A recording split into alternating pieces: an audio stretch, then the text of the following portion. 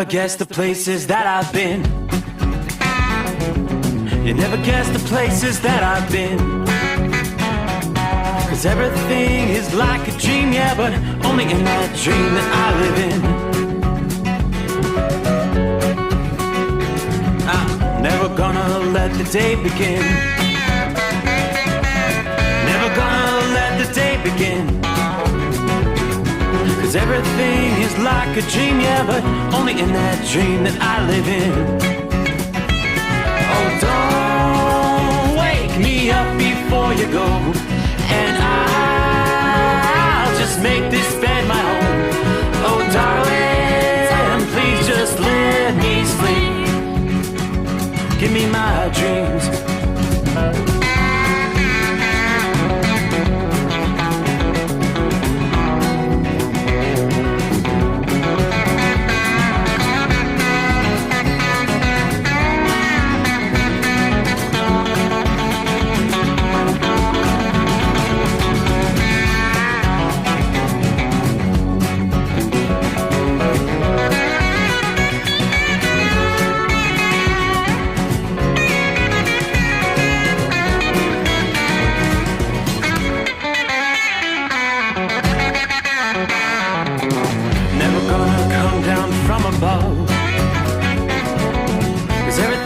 Better from above.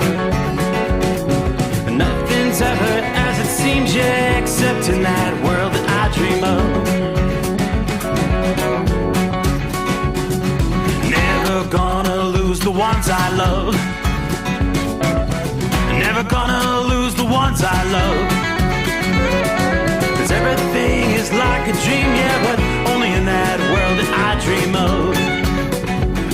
Oh, don't wake me up before you go, 'cause I can't face this day alone. Oh, darling, please just let me sleep. Give me my dreams. Give me my dreams. Give me my dreams.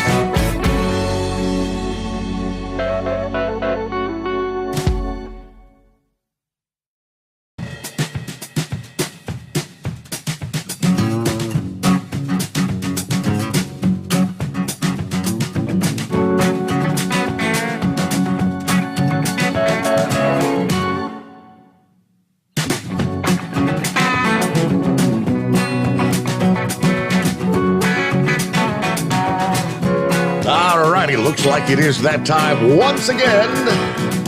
Ready or not, we're closing out the weekend. Already rolling into the 4th day of October. Yep, off and rolling on a Monday. Welcome back. Another full week of the Steve Sommers Overnight Drive ahead. All right, trust you had a good weekend. Now we look over eastern portions of the country, and depending on where you are, it's kind of a soggy night. Much of central and southern New York. Has some showers northeastern Pennsylvania, northern New Jersey. Some of that may be rolling through New York City. Yeah, rain up in the Boston area tonight. Pittsburgh, PA, you got some showers. A lot of rain between Pittsburgh and Cleveland. Spotty showers here and there through parts of West Virginia, Northern Virginia. I got some rain between Cincinnati and Lexington.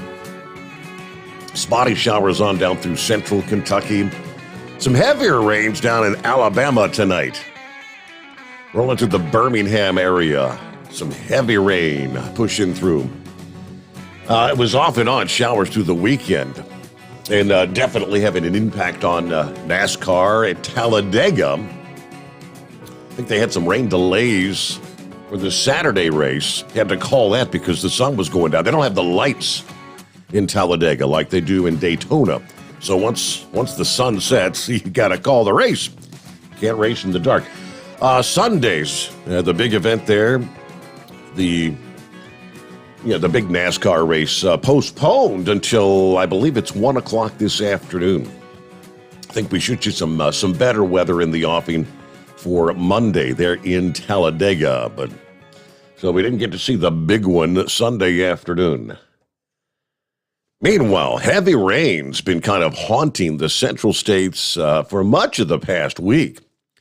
We saw some flooding from areas from Houston to Little Rock, Arkansas.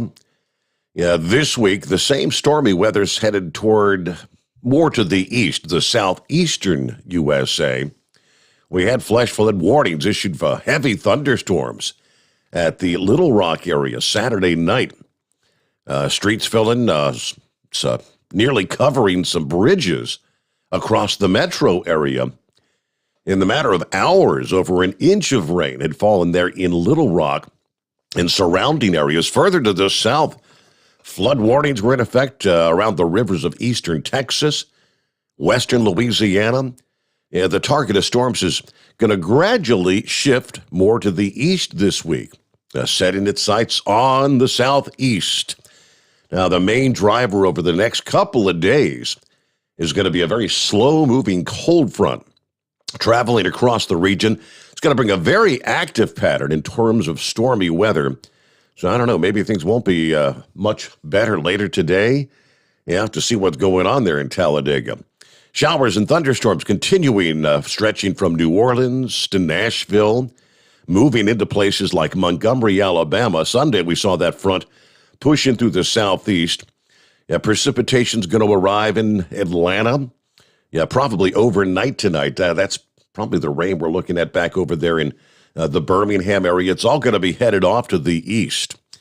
So by later today, thunderstorms extending as far as the Carolinas, Charlotte, North Carolina, down into Tallahassee, Florida.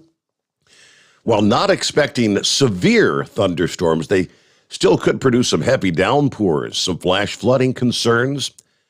And this kind of phenomenon is even more likely in places where the soil's already saturated, like New Orleans, where they've had nearly 200% the average rainfall there in the month of September.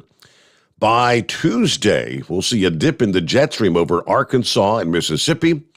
That's going to enhance some of the precip across the southeast. This dip is expected to draw significant amounts of moisture from the Gulf of Mexico into the southeast, resulting in even more flash flooding concerns. Soupy conditions in the works across the region as this humid air mass is going to dominate. A tropical feature forecast to develop off the southeast coast could also maybe amplify these storms. Downpours and humidity by midweek, particularly Florida to the Carolinas. As we look ahead, by later this week, that dip in the jet stream is going to migrate northward into the Ohio Valley. So we're going to see this, the departure could allow the interior southeast to begin drying out.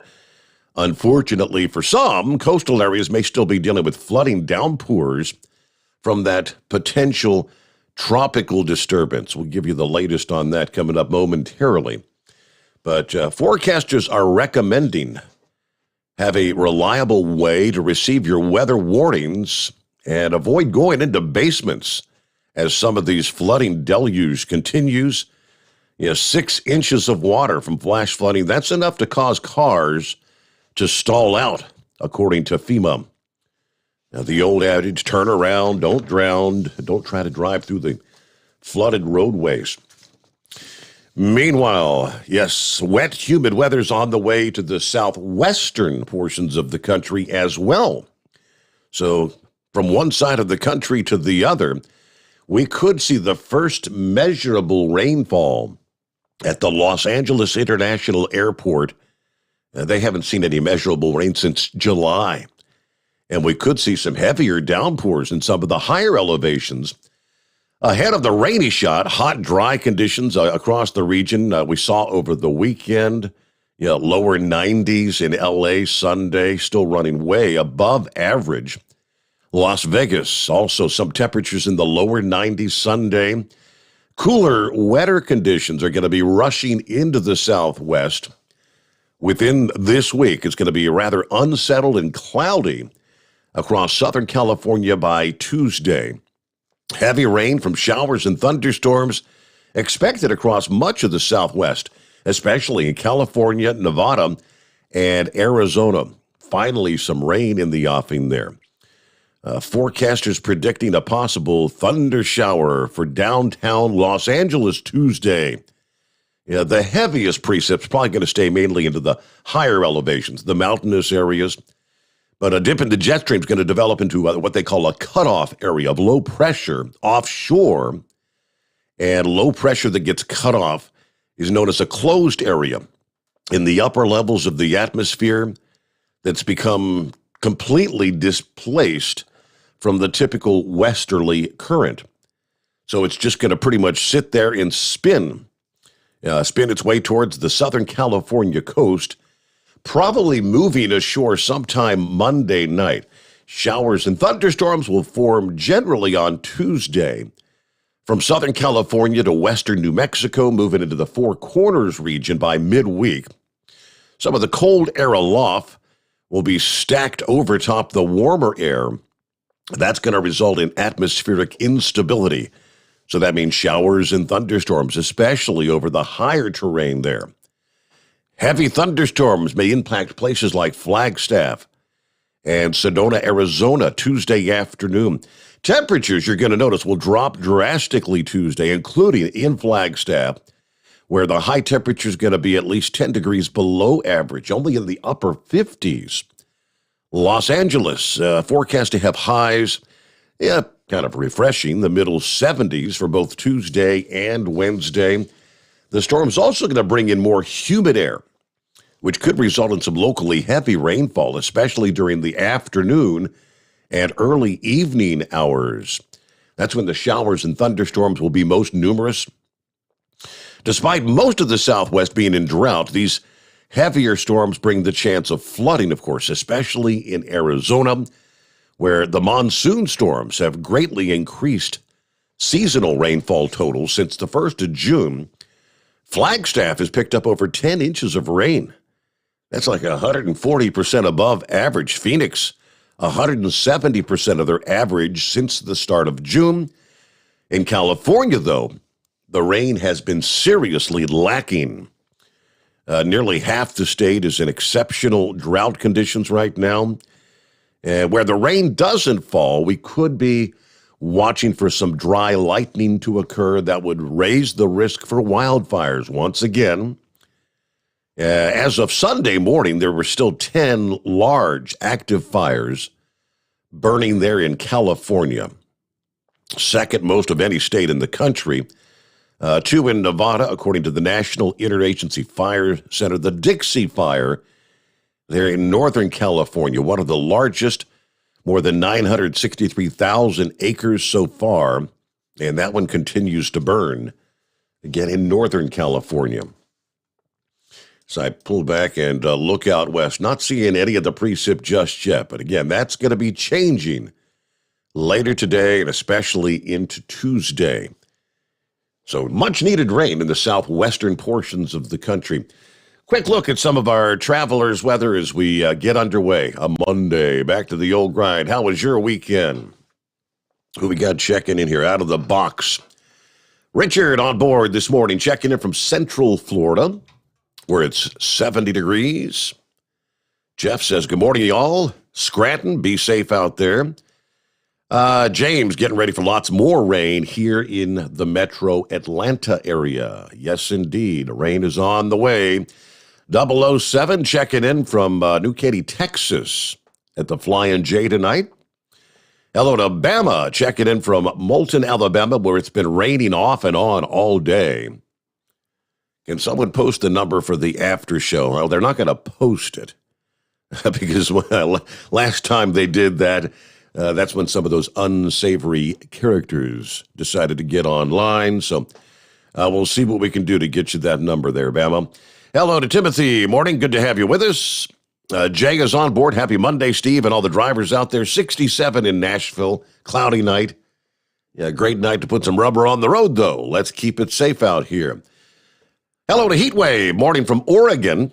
He's headed for Salt Lake City. It's clear, 59. All right. In the Pacific Northwest tonight. Hello to Larry. Good afternoon. Yeah, Captain Rod checking in. Chowing down on some leftover pizza. Yeah, his favorite day of the week. He loves those Mondays. Let's see. Gerald rolling through here in Haven, Kansas. I paid $3.45 a gallon for fuel at the Pilot. Notice how the prices just keep going up? Yep, I think we've all noticed that there. Gerald, no doubt. Crazy Ray on board. West Michigan checking in, 66 degrees. Got a warm cup of coffee, listening into the best 5 hours in broadcasting. Happy Monday. Thank you so much, Crazy Ray. Good to have you with us. Big Sexy checking in from the home 20 in Truman, Arkansas tonight, where it's 67, cloudy. Chris says, happy Monday. Let's see, from the Hagen Langley Racing Shop. Working on the car, getting ready for next weekend. Oh, yeah, next weekend. I'm guessing we're talking about the big race out there. Where are we headed? I'll pull up my notes here, but it's going to be the final point series race for the diesel drag racing. Yeah, the Outlaw diesel, I believe it is. That's going to be a big one. Kyle's going to be traveling this week. Haven't talked to Kyle. Of course, had your car show there at the Quaker Steak and Lube over the weekend. How'd things go? Hope you had a good turnout, good time. I think you had pretty decent weather there. All right, Buckeye Boy checking in from Ackworth. It's raining lightly, 69 degrees. Yeah, had light rain off and on through the day. Loading early tomorrow morning for Ann Arbor, so getting ready to hit the hay tonight. Two of the granddaughters spent the night last night, had a big time today. I was asked by one of them last evening to make them breakfast because she said, I didn't have breakfast yesterday, and I was grumpy. Of course, I couldn't resist making the pancakes, eggs, bacon. After the lunch, we had some chocolate chip cookies from a recipe my mom had for over 60 years. So quite the fulfilling day. Everyone have a great night out there. Be careful, of course. All right, let's see. Lucky Penny. How you doing, Lucky Penny? Steve, hi, Steve. Lucky Penny here. Not up late these days. Life kind of rough. Missing Ranger Jack, but I'm listening to the podcast lots. And lots of stuff to get in order. And hello to Horse Feathers. Yeah, hang in there, Lucky Penny. I know it's got to be a horribly difficult time. Hired Gun checking in from Kingston, Georgia. Got to get a nap tonight. Be back on board at 4 a.m. So we'll catch that final hour with us there, all right? Hello to Hillbilly Tex. Good to have you with us. Susie's on board. Morning, Steve, and everyone. Thanks to all the truck drivers for all your hard work. Thank you, Steve and Hotshot Seifert, for this outstanding broadcast. Let's see. Hired Gun said, I just posted some sad NASCAR news on the Outcast group. I'll have to check that out. What's going on? All right, underway on a Monday. We'll get to some of our industry headlines, of course, coming up. Lots to cover as we close out another weekend to get it off and rolling. Back to the old grind. It is 844-3388. The Steve Sommers Overnight Drive live from the Hotshot Secret Studios. Live from the Hotshot Secret Studios, the Steve Sommers Overnight Drive. For the last 15 years, the Big Rig Mattress has been manufacturing a premium residential mattress for over-the-road truckers. The main support component of the Big Rig Mattress is an individually pocketed spring cord that delivers the optimal amount of support exactly where you need it. Check out thebigrigmattress.com to learn more about this exceptional mattress. Many sizes are stocked and can ship within 72 hours. Custom sizes also available. 100% made in the USA since 2009. At Hotshot Secret, we share the science behind common diesel problems. For example, product claims without proof. Every trucker on the road has heard product claims about an additive that simply didn't match their experience. Proof is found from third-party testing by a recognized, credible source. That's proof. Hotshot Secret's Stiction Eliminator will improve your performance and fuel economy. For proof, we engaged the Ohio State University Center of Automotive Research to conduct an EPA-certified fuel economy test with Stiction Eliminator on a FedEx truck, a 2006 P500 Freightliner with 247,000 miles. The test showed a 3.6% increase in highway driving fuel economy from Stiction Eliminator, an oil additive. The complete report from OSU is available for download at hotshotsecret.com. That's proof. Hot Shot Secret Stiction Eliminator, available at truck stops, Tractor Supply, O'Reilly's Auto Parts, and online at HotShotSecret.com. Hot Shot Secret, powered by science. Hi, this is Pete Matouche. In 1999, my brother started the Turbo 3000. We're proud to continue on with his legacy. The fuel that you've spent your hard-earned money on is completely burned, and that's your profit going right back where it belongs, in your pocket. For our Canadian customers, you can get the Turbo 3000 from manufacturer direct. Call us at 888-567-1007. For a limited time, save $45 off total purchase using coupon code SteveSaves at turbo3000.com. And now, back to the Steve Summers Overnight Drive, live from the Hot Shot Secret Studios.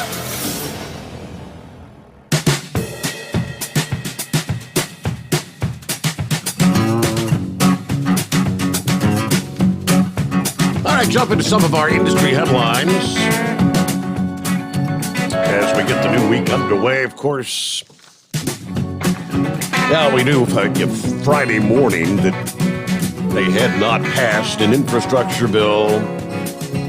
There's all these last-minute measures, continuing resolution, right? Funding the government until what we did, December 3rd. That was one. The House failing to approve the infrastructure bill as well. Now, even worse, they tell us, Congress didn't appear anywhere near the finish line as of afternoon Friday, without the necessary votes to pass the infrastructure bill.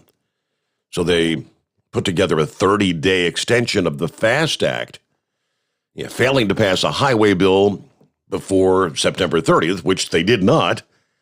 Marked the first lapse in Department of Transportation spending since 2010.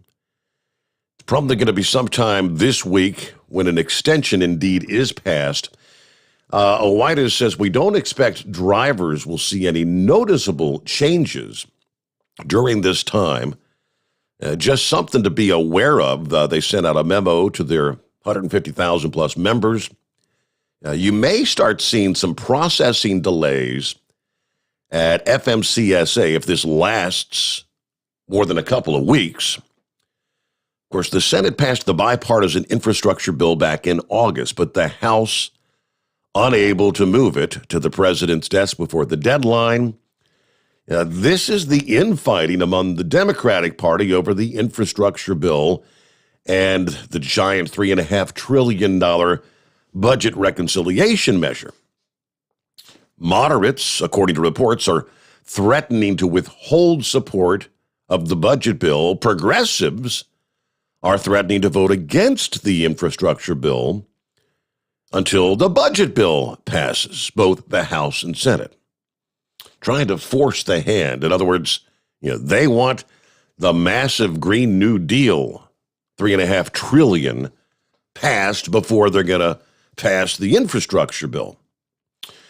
Although the House was unable to pass a highway bill on time, Congress was able to avoid the government shutdown, like I mentioned, extending the federal funding through December 3rd. So they just kind of kick the can, give them another handful of weeks to work on this. As far as the infrastructure bill, late Friday, it was still unclear when they would attempt to take the vote. Pelosi had vowed to hold the vote on that, of course, last week, and even into Thursday and Friday. She kept saying, we're going to put it up for a vote, but I guess they were doing the canvassing, and they weren't going to have the votes. So she held off on that again. We'll see where things go this week. Meanwhile, around the country, it is 844-844-3388. Coming up here momentarily, of course, we'll get our news update, the news break, as we call it, bottom of the hour, see what the latest going on a global scale. Things really getting kind of concerning. Taiwan says they are preparing for war. Chinese incursions into their airspace. It was a very, very busy weekend in the skies over there, and even the U.S. Military is saying they are greatly concerned with the developments there. Meanwhile, college football weekend. Wow, what do we see here? I kind of wondered about, I was talking to one of my neighbors. Now, he's a UC Bearcat fan, but he's also a Notre Dame fan, the Fighting Irish, and those two got together over the weekend, and Cincinnati actually won that game. And I was asking, do you think they'll move up in the rankings? He was kind of explaining. He said, well, yeah, UC went into that game ranked 7th, and Notre Dame was actually ranked 9th. So Cincinnati technically was supposed to beat them. Yeah, the higher-ranked team is typically expected to win, which they did. But I'm looking here at the AP Top 25. This is showing Cincinnati actually bumped up from 7th to 5th in the rankings. Now, Ohio State won, and so they also jumped back into the top 10. Looks like Ohio State bumped up to number 7. So Cincinnati's still ahead of Ohio State in the rankings, which they've been for several weeks now. You got to be loving that here in the state of Ohio. I'm just looking down. Let's see. Some of the Alabama remains ranked number 1. Georgia, number 2. Iowa, 3rd. Penn State now 4th. Cincinnati, again, now into the top 5. Oklahoma at number 6. Ohio State now at 7th. Oregon 8th. Michigan 9th. And BYU, top 10. Again, that's the AP top 25. So pretty impressive. Go Bearcats. Sad news this past day. Big Sexy sent me the story out of Memphis, Tennessee. Apparently, a Memphis police officer hit and killed by an 18-wheeler while conducting another crash investigation that had all westbound lanes of I-40 shut down for quite some time. Police report there was a fatal crash, and that one man was pronounced dead at the scene. During the investigation, though, an officer who's now been identified as 34-year-old Daryl Adams was hit and also fatally injured by an oncoming 18-wheeler. Adams had been with the Memphis Police Department since April of 2016. In a statement, Memphis Police Chief says, "Today my heart aches again for the loss of another dedicated servant of our city. I'm in deep prayer for our officers' family and the men and women of the Memphis Police Department." So not a good weekend for the Memphis PD. Very sad. All right, what else we got in the mix? Might as well jump to a couple more before we get to your calls following our news break here. So jump on in at 844-844-3388. As we continue to watch prices on the increase, I don't think anything's off limits. Prices on everything going up. Friday, a major tire manufacturer actually announcing the second price increase since July of this year. Tire maker Yokohama explained that the price increase is a result of rising costs for freight and materials. Statement says, quote, "In response to the unparalleled rise of freight and operational costs, as well as the continued increase in the cost of raw materials, Yokohama Tire will implement a price increase on its consumer replacement tires and commercial truck tires sold in the United States effective November 1. Again, the second truck tire price that the company's introduced in just the past few months. They had announced a price increase back in July, and that just kicked into effect last month, or actually in August, because now we're into October, but prices going through the roof.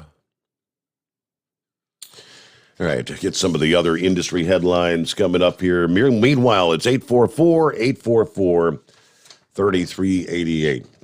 Got a very pleasant email from one of our listening friends over the weekend, so I thought I'd share that. Hi, Steve. My name is Kyle. I'm a shop foreman at an auto repair shop in Idaho Falls, Idaho. Love your show.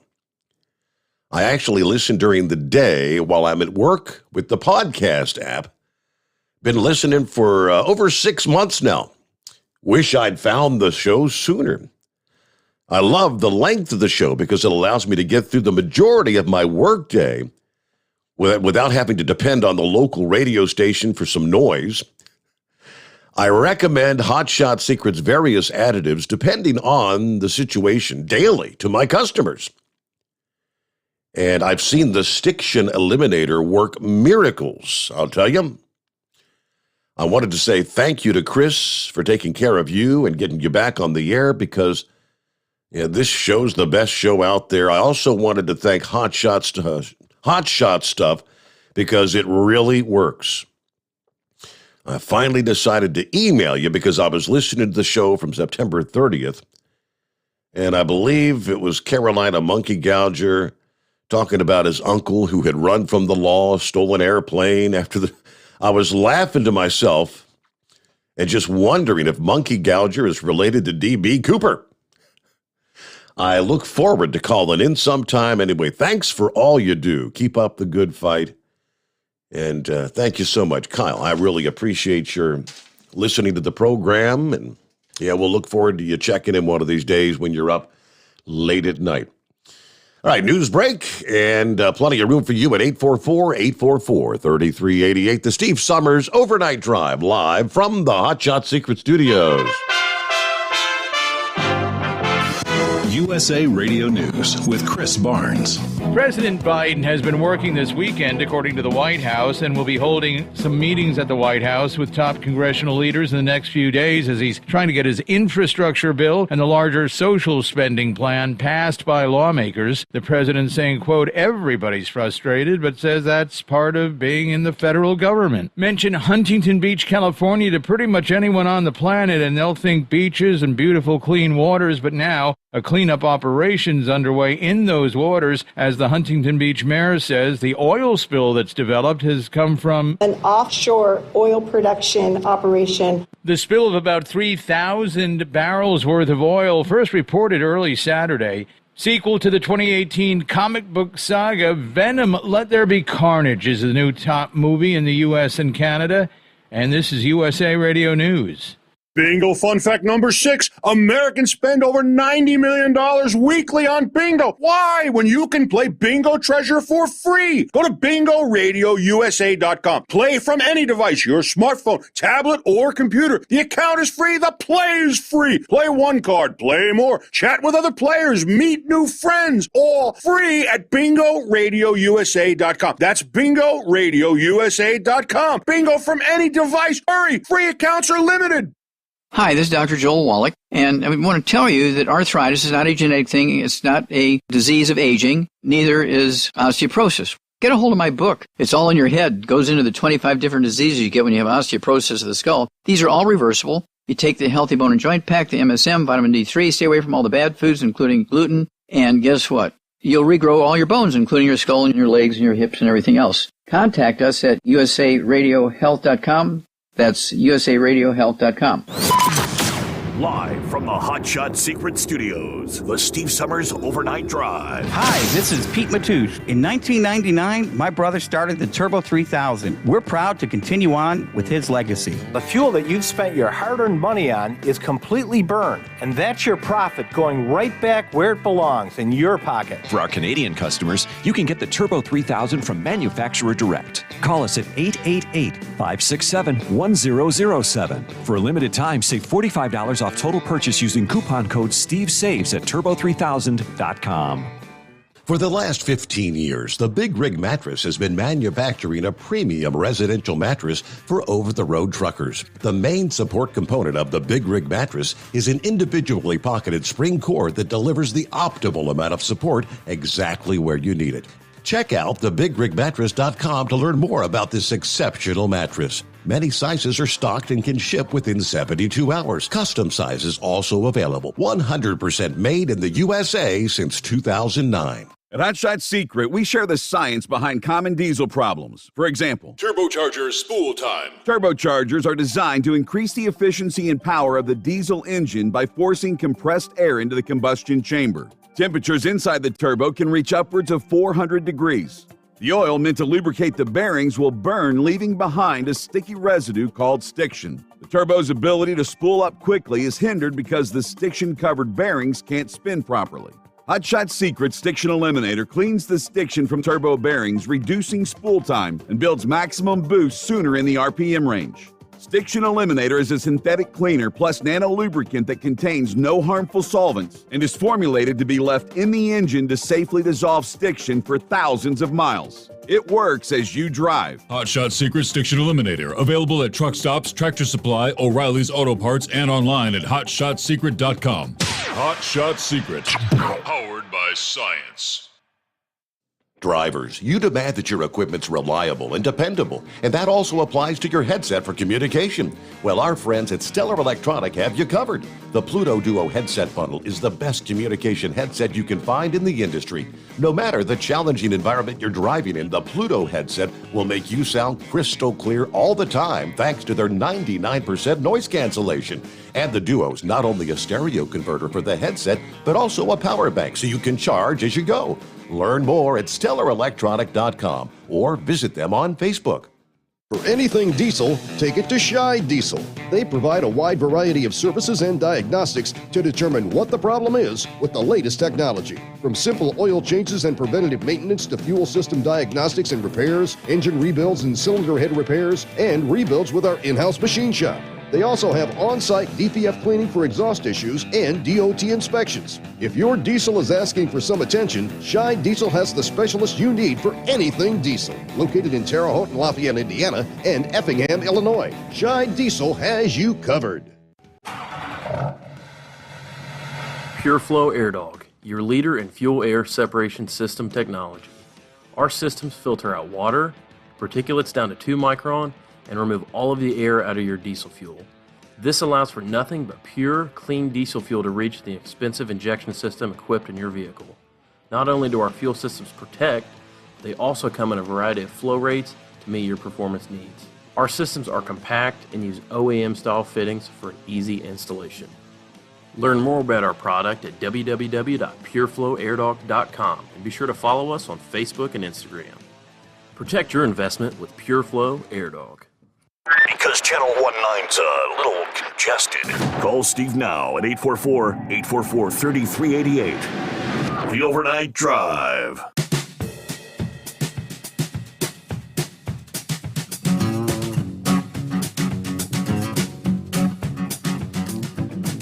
All righty, back on a Monday. Close out the weekend. Time zone to time zone. Work our way into the 4th day of October here. Wow.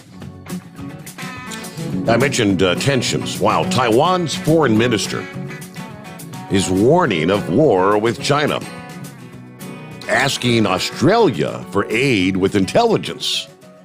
According to Australian broadcasting reports, that news after the People's Liberation Army of China flew dozens of sorties into Taiwan's airspace. The Air Defense Identification Zone starting on Friday, and numerous incursions all through the weekend. ABC News China Tonight, Taiwan's foreign minister said that if the PLA launches an actual strike, Taiwan is ready to repel it. The defense of Taiwan is in our own hands, and we are absolutely committed to that, he said. Now, that statement comes as Taiwan sharply criticized China on Saturday after Beijing marked the founding of the People's Republic of China with the largest ever incursion by the Chinese Air Force into the island's air defense zone. They've been complaining for more than a year of these repeated missions by China's Air Force, often in the southwestern part of the air defense zone, close to the Pratas Islands. Taiwanese fighters scrambling against 38 Chinese aircraft in 2 waves on Friday. It said Taiwan sent combat aircraft to warn away the Chinese aircraft while missile systems were deployed to monitor them. Yeah, the first wave of incursions comprised 18 J-16 and 4 Su-30 fighter jets, plus 2 nuclear-capable H-6 bombers and an anti-submarine aircraft. The second wave had 10 J-16s, 2 H-6s, and an early warning aircraft. They tell us where the actual missions flew into, but things just seem to be ramping up. China's latest mission, less than a day after the government launched a verbal attack on Taiwan's Wu. And with that, our number is 844-844-3388. Hello to Monty Python checking in here. Rock checking in from Rochester, New York. 65 degrees, got a rain shower. I don't always check in, as I often listen with Alexa. But it's great to be able to watch your YouTube and Facebook feeds if I do miss an episode. Very good. Thank you so much, Rock. Good to have you on board. Marianne is with us this morning. Great to have you along. Hello to Heavy D. Hired Gunson, I expect China to move on Taiwan in the near future. I don't expect the Biden administration to come to their aid, as we're supposed to do, reportedly. Okay, let's see. Danny is on board. Night Moves is his handle. Checking in. A way to go, Cincinnati. Beating Notre Dame over the weekend. There you go. Buster Brown on board. Hello, Steve, from Whitefish, Montana, where it's 50 degrees and clear as he's on vacation, right? I guess that's the Jolly Green Giant. Morning, Steve, and hello to all the cartoon characters out there. Yes, indeed. Chevy Guy going to be first out of the box. What's going on? How was your weekend, first of all, I suppose? Well, I didn't work Saturday or Sunday. It was doing the honey-do list. In other words, I actually really worked. Congratulations to Captain Ron. As I was leaving the house, watching Tampa Bay and the New England Patriots, it ended up being a doggone kickers game again. Tampa Bay kicked, got ahead, and got down to, I think, the 56-yard line, and New England kicked, and it didn't make it through the goalpost. So Tampa Bay over New England. I'm not into football one way or the other, but, then last minutes you could tell a game that close, and with that little bit of time, it was worth watching.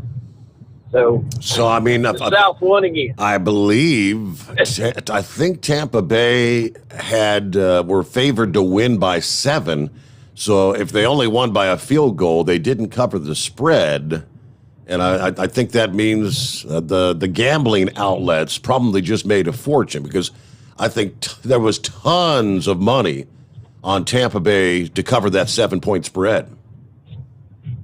Oh, I'll buy a lottery ticket, Powerball. I know I'm throwing my money away. I don't understand how you take bets on score spreads and stuff like that. That's a head scratcher to me. But on up, one other story I wanted to get to what I called about. I wanted to clarify something. But you said there was an oil spill off the coast of Florida. Now, was this in the Gulf or the Atlantic? And because if it was in the Gulf, was it related to that storm that we had? I mean, an oil spill. I've seen a map of oil rigs in the Gulf, and it's like when you get to the edge of Alabama and the Florida line, there's you can draw a line straight down where they do not allow rigs off the coast of Florida. And why in the world? Yeah, we're just hearing about. It's not a Florida. It's actually off the coast of California, the California coast. Oh, good. Shoot. Well, all right. Well, then I didn't even realize they had rigs in the Pacific like they had off the California. Hey, I'm surprised California letting them drill for oil out there. But I guess you could say this, not for long. But, all right, back, my clarification earlier, guys called in, in theory, on a Navy ship, if it goes down, they call away abandoned ship drills. In theory, there's a raft or a flotation device for every crew crewman on that ship. But my point was, and I said it in premise, you realize this is in 1976 to 79. I'm pretty sure there's a lot of changes, but at the same time, in my station, what we were ordered to do is go over the side and swim for it. And I also mentioned this one main point. If you're in the North Atlantic in the cold waters, you had 5 minutes. Now that's when you jumped in, all right, 1 minute, 2 minutes. And by the third minute, you're stiffed up. You'll be lucky to do a whole lot of swimming. And by the time, your survival rate is very low up in the North Atlantic. Further north you go, the worse. And I guarantee you the captain's gig and a motor wellboat, them boys getting in there won't even get a pant leg wet. So even if you make it to deployed, and if they deployed it, now remember, this whole practice is on an idea of a smooth ship and the ship sinking, straight down. So it's the whole idea is in a perfect theory. But I guarantee you this: let's say the ship goes listing, and the captain he doesn't have his captain's gig. Well, he gets the motor wellboat, and those non-commissioned officers will end up getting the one of the rubber rafts. And it'll go, if there's no motor wellboat, the captain's going to get one of the rubber rafts, captain, in the upper commands, because rank has privilege in the military. So further on down you go, there's going to be some people in the water that are going to die from hypothermia. That's just a fact of life. But they're protecting the brain power of the ship. But remember, when I was in the Mediterranean, or when if it goes down and you're in warmer waters, remember the Indianapolis went down in I think 7 minutes in World War II, and the crews treaded water. Nobody even had much of a flotation device except for debris, and they lasted for several days before many of them were rescued after shark attacks. So it depends on the survival rate, North Atlantic. My point is, right off the bat, they were telling me, over the side and swim away from the ship as hard as you can and as long as you can to get away from the fact that if it goes down, it will suck you under. Mm-hmm. I guess the idea was after the ship was gone, then you go ahead and look for your raft. But to be honest with you, I think in the 3 years I was on that ship, we had like 2 abandoned ship drills. And I guess what it comes down to, my abandoned ship leader said, guys, it's like this. Don't worry about abandoned ship. Let's keep this thing afloat so we just keep our feet dry. But there's flotation devices for everybody. And like I said, hey, by the way, captain's gig and motor wellboat will go through a patch of burning oil, but you got to wonder if an unpowered, rubber raft, it's very large, but a rubber raft, it's going to be hard to get through a patch of burning oil. And above all, this is all in flat sea. When you jump over the side, the ship's going down, it's rocking, it's listing. You're trying to get in the water, and you'll be lucky if the water doesn't shove you back to the ship. You're fighting like the undertow or whatever. It's all in theory. So the idea is to keep them above water. And And finally, I've been saying it, we've got a weak leadership, China, Taiwan, and I'm still worried about Russia on the Ukrainian border. I think it's going to be a snap of fingers. It's all going to happen real quick. And I think China knows we got a weak leadership. And I feel sorry for Taiwan because, they had to go to Australia for intelligence because I think they pretty well know we're lacking that. I imagine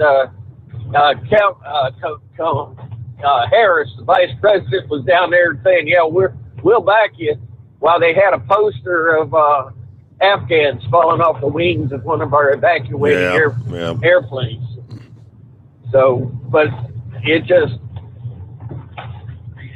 prayers for our military because I don't have faith in them, and it's moved that way where they've gotten so political that they've lost it. I finally heard what I've been saying. That junior officer said, "Yeah, I'm going to face charges, but my leadership should have got up and resigned their position and walked out, saying this was not right to the president. General Milley should have got up and walked out, and others. But they disagree with the president. He said now's not the time to say no. We warned him and try to say that they didn't have anything to do with it. Which, by the way, try that anywhere down the line in the military to disagree with their commander-in-chief or the general ahead of you.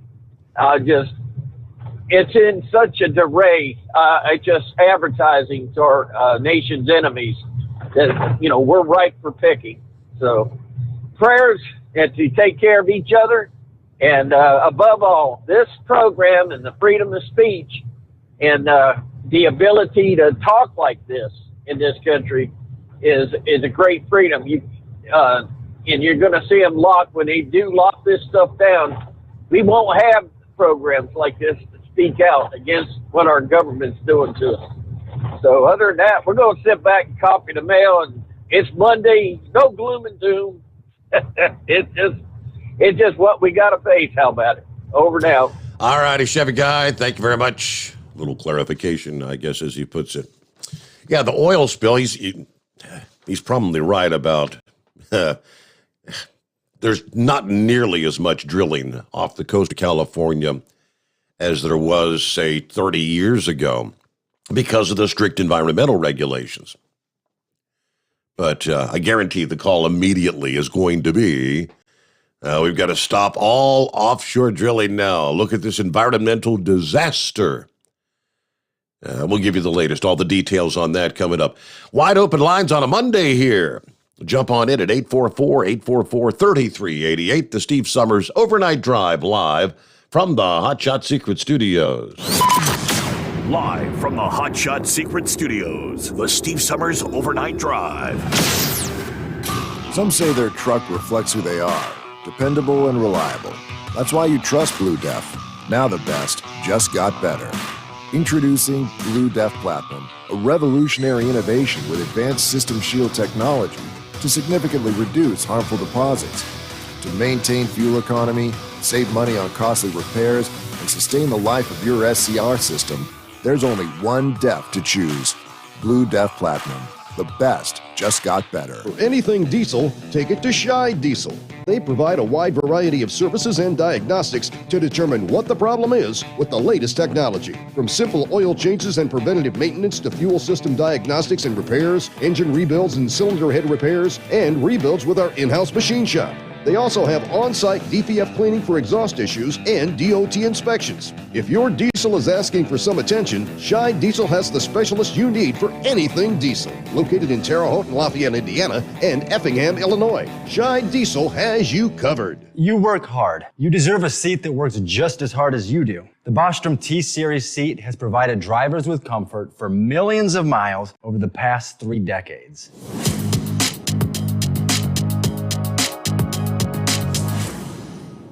Each seat is built right here in the USA and has 4-position front cushion tilt and higher low-profile air suspension with Isolate.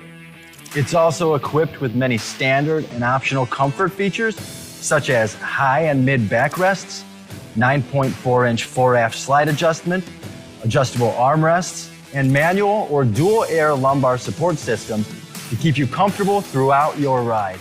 Build your T-Series seat today at BostromSeating.com and ensure your ultimate comfort for wherever the road takes you.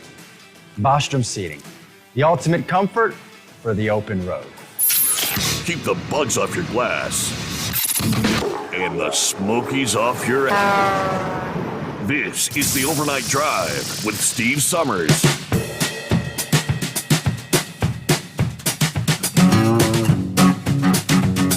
Your guess is as good as mine as to. I guarantee the calls are already going out to. We've got to stop the drilling. It's California, though, not Florida. Latest from Reuters here just a couple of hours ago. A large oil spill off the Southern California coast, leaving fish dead, birds mired in petroleum, wetlands contaminated. Local officials calling it an environmental catastrophe. The U.S. Coast Guard is heading a cleanup response involving federal, state, local agencies working around the clock. Still investigating, first of all, how the spill occurred. An estimated 3,000 barrels, that's like 126,000 gallons, had spread into an oil slick covering about 13 miles of the Pacific since it was first reported on Saturday, I believe it was, Saturday morning. According to the mayor of Huntington Beach, this is an environmental catastrophe, an ecological disaster. Of course, Huntington Beach, the beachside city, about 40 miles south of L.A., that's bearing the brunt of the spill. Now, the spill caused by a breach connected to the Eli oil rig that stretched from Huntington Beach Pier down to Newport Beach, which is a stretch of coast very popular with surfers and sunbathers. The oil rig was operated by Beta Offshore, which is a California subsidiary of Houston-based Amplify Energy Corporation. In her remarks, she said, in the coming days and weeks, we challenge the responsible parties to do everything possible to rectify this environmental catastrophe. Divers are still trying to determine where and why the spill occurred. U.S. Representative Michael Steele, a Republican representing part of the affected area, sent a letter to Democrat President Joe Biden requesting a major disaster declaration for Orange County to free up federal funds to help with the cleanup. Steele later said, this is really a serious disaster. Now, there's a Democrat state assembly member representing some areas affected by the spill, said, I've got huge concerns about the extent of damage to the environment, communities, the local economy. This is the call to action. We need to stop drilling off our precious California coast. Oil production off the California coast has declined, like I said, sharply since back in the 1990s. All these strict environmental rules. Democrat Governor Gavin Newsom said he plans to end drilling in the state by 2045.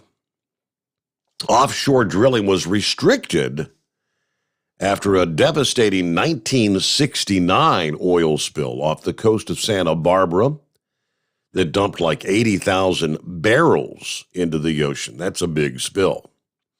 More recently, there was another spill off Santa Barbara that sent maybe 2,400 barrels onto the shore and into the Pacific. Oceana, an ocean conservation group, is calling for an end to offshore oil and gas drilling. This is just the latest tragedy to the oil industry.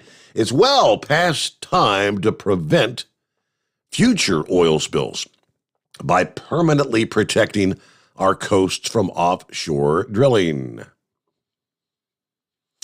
Yeah, this past day, the Orange County supervisor said the oil had infiltrated the Talbert Marsh, which is a large ecological reserve. A lot of damage there.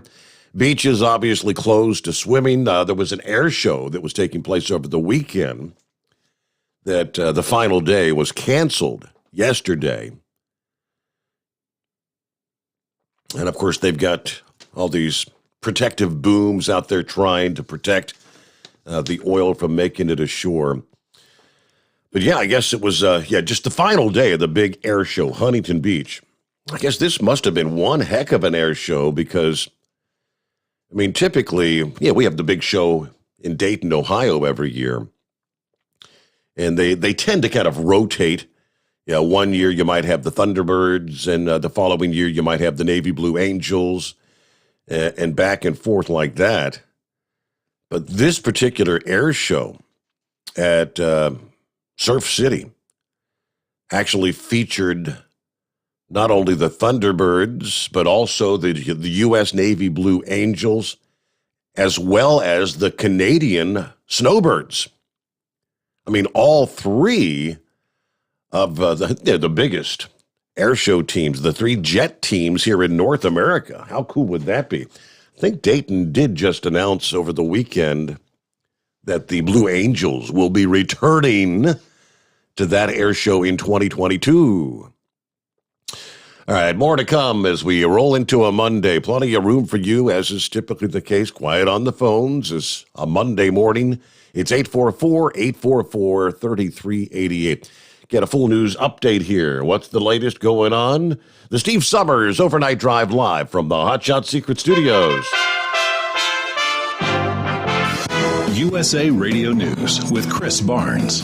President Biden has been working this weekend, according to the White House, and will be holding some meetings at the White House with top congressional leaders in the next few days as he's trying to get his infrastructure bill and the larger social spending plan passed by lawmakers. The president saying, quote, everybody's frustrated, but says that's part of being in the federal government. Mention Huntington Beach, California to pretty much anyone on the planet, and they'll think beaches and beautiful clean waters, but now a cleanup operation's underway in those waters. As the Huntington Beach mayor says, the oil spill that's developed has come from an offshore oil production operation. The spill of about 3,000 barrels worth of oil, first reported early Saturday. Sequel to the 2018 comic book saga, Venom, Let There Be Carnage is the new top movie in the U.S. and Canada. And this is USA Radio News. Rockstar Radio is looking for a co-host. Yes, you heard me correctly. Nationally syndicated radio show and popular podcast, Rockstar Radio with Billy Gerard, is looking for a co-host. In fact, 2 segment co-hosts. One will join Billy weekly talking about all things financial, and another for a weekly review of the national real estate and mortgage market. Co-hosting with Billy Gerard could be the move that puts your career into overdrive. For all the details and to schedule an audition with Billy, send an email to bill@rockstar.today. That's bill@rockstar.today. Or go to rockstar.today/co-host for all the details. Rockstar Radio is looking for 2 expert co-hosts. It could be you. Email bill@rockstar.today or go to rockstar.today/co-host. Being on the radio with Billy will make you the expert in the field. It could take your career over the moon. Get all the audition details at rockstar.today/co-host. U.S. Senator Cory Booker of New Jersey calling for a nationwide database to be created that would keep track of violent interactions with police and members of the public and suspects. Speaking on CBS's Face the Nation, the Democrat said the database would be essential to getting a better look into what's actually happening when it comes to police brutality. Right now, we do not have a collection on these things. I think to give transparency to any town, we should start understanding what are the traffic stops, the demographics of those, and the like. An apparent bomb blast at a mosque in Kabul, Afghanistan, killing several civilians. The Wall Street Journal reports that a Taliban spokesperson confirmed it, saying it wasn't them. The blast happened at a funeral service for a Taliban officer's mother. So it's unclear who is responsible. No other group has claimed responsibility for the blast. And you're listening to USA Radio News. Now you can fly anywhere in the world and pay discount prices on your airline tickets. Book a flight today to London, Paris, Madrid, or anywhere else you want to go and pay a lot less guaranteed. Call the International Travel Department right now at Low Cost Airlines. 800-215-5141. 800-215-5141. That's 800-215-5141. Some observers say the nation's top military officials should get combat pay for what they withstood on Capitol Hill at a pair of hearings over the past week. Others say, like many Republicans on the House and Senate committees which grilled them, that they actually should be fired. Republican Senator Josh Hawley of Missouri telling the Joint Chiefs Chairman, General Mark Milley, and Secretary of Defense Lloyd Austin they should both resign. And Republican Senator Rick Scott of Florida pressed Milley on his decision to speak with the authors of multiple political books, and that issue actually came up dozens of times. Here's Representative Matt Gaetz speaking to the Secretary of Defense Lloyd Austin, though he's referring to the chairman of the Joint Chiefs. And while the guy sitting next to you was off, talking to Phil Rucker and was off doing his thing with Bob Woodward, we were buying into the big lie that this was ever going to be successful and that we could ever rely on the Afghanistan government for anything at all. There was this exchange between Representative Mike Johnson of Louisiana and the Secretary of Defense. What we're trying to get to is, what did the president know? Did he forget what was told to him, or is he not being truthful? I view that as an inappropriate question, and I won't. Well, you may, but the American people don't. An issue that only got fleeting attention was last week's report from the Department of Defense showing that between 2015 and 2020, there was a 41% increase in the number of active military members committing suicide. And for USA Radio News, I'm Chris Barnes. At Hot Shot Secret, we share the science behind common diesel problems and their solutions. For example, diesel particulate filter regeneration. The DPF catches particulates left over from combustion. The DPF regeneration cycle cleans the filter with temperatures exceeding 1,000 degrees Fahrenheit. A computer sensor triggers the DPF regen, which is often accompanied by a loss of power and fuel economy. The frequency of DPF regens are in correlation to the cleanliness of the fuel burn. Under heavy operation with the dirty burn, DPF regens can occur multiple times per day. Hot Shot Secret Diesel Extreme Fuel Additive promotes a more complete combustion, creating fewer emissions and therefore fewer DPF regens. Vehicles using Diesel Extreme experience 83% less DPF regens. Hot Shot Secret Diesel Extreme is available nationwide at truck stops, fine farm and auto stores, and online at hotshotsecret.com. Hot Shot Secret, powered by science.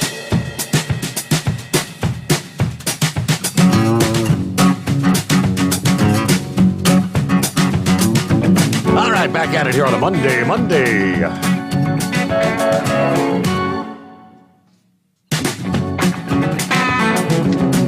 We jump into this. Finally, some, I guess you'd call it some good news in regards to these, I don't know, there's several hundred that have been arrested for participating in the January 6th riots, as they call it at the Capitol. All that extreme violence we saw. Let me start with this. Jeremy Brown is a former Florida candidate for Congress who's been arrested in Tampa in connection with the January 6th event. Federal prosecutors said Brown was arrested on charges of, quote, knowingly entering or remaining in any restricted building or grounds without lawful authority, and engaging in disorderly or disruptive conduct in any restricted building or grounds, with intent to disrupt the orderly conduct of government business. There's the number. More than 600 people have now been arrested, during which thousands of people disrupted the certification process of Biden's election victory. We all know the background on that now. Now, the Hill reports Brown was a former Special Forces Operations Sergeant for 11 years, a candidate for a congressional seat last year. Although he filed as a Republican in Florida's 14th congressional district, which includes Tampa. Federal election documents show he did not appear on the general election ballot because he had dropped out of the race months earlier. Prosecutors allege Brown helped organize transportation for those who wanted to attend the protest. Writing in a Signal chat back on December the 4th that we have an RV and a van going, plenty of gun ports left to fill. We can pick you up. He added on January 1 that if you can, come to my house anytime Saturday. You can stop by and drop stuff off or stay the night. This way we can load, plan, route plan, and conduct, quote, PCIs, pre-combat inspections. Right. That's just a development over the weekend. But here, a federal judge says, and this is what many of us have been saying for quite some time, why such significant focus on the January 6th event while all but ignoring the riots and the violence that took place all over the country with the BLM and Antifa and all those various groups in the summer of 2020. Rejecting the recommendation of prosecutors, a federal judge sentenced one of the January 6 rioters to probation on Friday. Same judge also suggested the Justice Department was being too hard on those who broke into the Capitol compared with the handling of those arrested during the anti-racism protests following the George Floyd murder. U.S. District Court Judge Trevor McFadden questioning why federal prosecutors have not brought more cases against those accused in 2020, reading out statistics on riot cases in the nation's capital that were not prosecuted. I think the U.S. attorney would have more credibility if it was even-handed in their concern about riots and mobs in this city. The statements by McFadden, who's an appointee of former President Trump, kind of a major departure from other federal judges. In cases so far, they've generally discussed seriousness of the crime and this unique place in American history, different from other violent free speech protests because they were looking to disrupt the peaceful transition of power. Right now, more than 300 criminal cases stemming from the protest. This is in regards to Floyd's murder, showing that many of the leftist rioters had received substantial sentences, adding to the debate over whether the participants in both happenings have been treated equally. As McFadden sentenced Doyle late last week, he said he thought Doyle was acting like all these looters and rioters last year because looters and rioters decided the law didn't apply to them. Despite these concerns, McFadden said Doyle's behavior was not excusable, a national embarrassment, kind of likened it to the police brutality protests last year that really made us all feel less safe. But finally a judge saying, hey, I don't see much of any cases. And for those who did get prosecuted, most of them were let off with things like probation. That's simple as that. It's about 11 past the hour. Hour number 844-844-3388. What's going on a Monday? What do you say? Horse Feather is out there working tonight? Morning, Your Honor. Yeah, I'm tell you what, it's just a busy hopping Monday, isn't it? Yeah, not or not or not. So anyways, I got the answer. I got the answer to California, what they need to do for that little oil spill they got going on out there. They need to get a hold of the manufacturer. Is it P&G that manufactures Dawn dish soap? Who is it that manufactures Dawn dish soap? They get a few drums of Dawn dish soap, go out there, dump in the middle of it. That soap will break that oil right up. You won't even know what happened. I'll tell you what, that stuff is amazing. I don't know what they put in Dawn dish soap, but it's amazing stuff. Just makes grease just disappear. Well, and anytime there's a spill like that, you always you see they'll have the birds and whatnot that are covered in oil. Yeah, and they use the Dawn to clean them off. Yeah, always cleaning up the wildlife. Yep, without a doubt. But I'll tell you what, I've come in, grease from shoulders all the way down to my fingertips. Old, heavy, dirty grease, and you just put that Dawn on, start scrubbing a little bit with that Dawn, and a little bit of running water, and nothing flat, just clean as a whistle. So anyways, hey, did you catch it? They did that great big balloon thing out there in Heat Wave Land down there in New Mexico. They had their great big balloon. The balloon festival. Yeah, he was talking about that Friday morning. I didn't. Yep. I haven't seen any pictures of it yet. No. Yeah. So get this. They have that great big thing there. Maryland decides, well, we want to get in on the balloon deal too. So Maryland outlaws the release of balloons. You can no longer release balloons in Maryland anymore. So if you have one of them, a wedding party or one of them birth, things there where you want to do something, or a football game, no more. You can't let balloons go in the air. They're bad for the environment. Unreal. So looks like the big festival there in Albuquerque goes. It goes like all this week. It goes all the way through next Saturday. Does it? Yes. Okay. Yeah. So, but anyways, I don't know. Not a whole lot other than that going on. I did get a donation already. Did you? For the 2022 Make-A-Wish convoy. Yep. The people I hold the propane for there, they already kicked in a donation there, so that's up on the page. So I guess being a little proactive isn't bad. First time that, I don't know, I haven't really procrastinated on stuff like that. Normally I'm like you, look, it's the day before Mother's Day. I ought to register. I don't know. I guess now I got to be a little more ingenuitive and do a little more to get going and try to get some more donations. So I got a few other places I want to stop and talk to, but people I do business with and that, see what they have to say.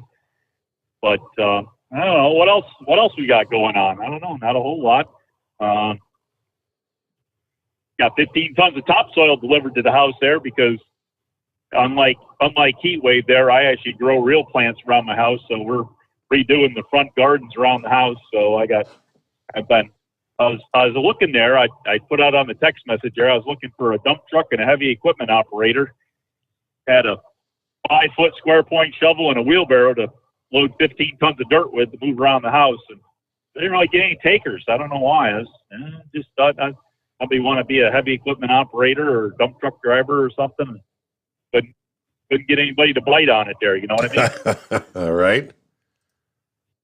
So, but anyways, so we got some of that done.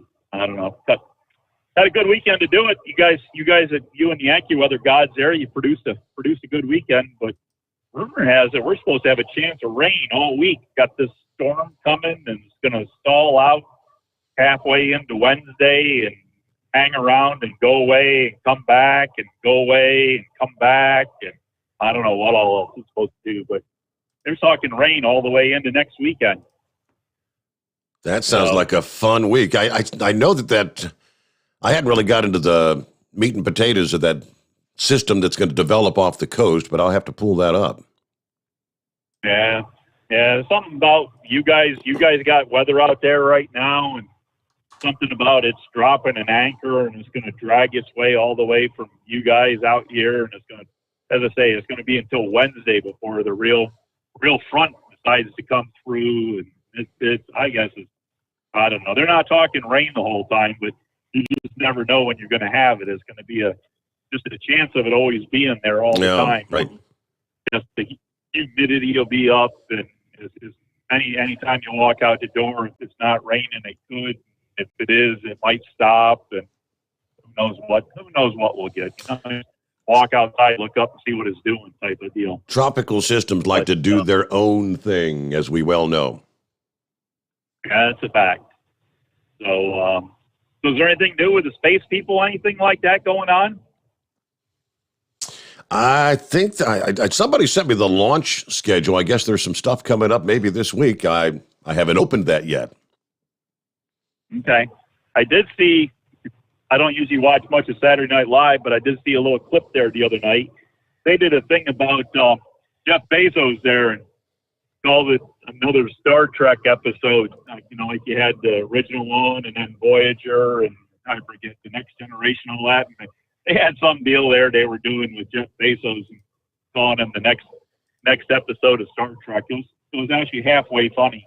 I don't know if I've seen anything in the last 20 years from Saturday Night Live that ever really considered much funny, but that was all right. So I don't know if maybe that's on YouTube or something. Maybe anybody can check that out. But other than that, I guess it's pretty slow. I'm going to say right now everything's pretty quiet weather-wise. I don't know. Can you see stars or not? Too many lights. Got too much ground lighting. The light pollution. Maybe we have to get rid of lights. Can we get rid of lights? Lights have to be bad for the environment, aren't they? Yeah, we got a couple of meteor showers supposed to be coming up here in the month of October.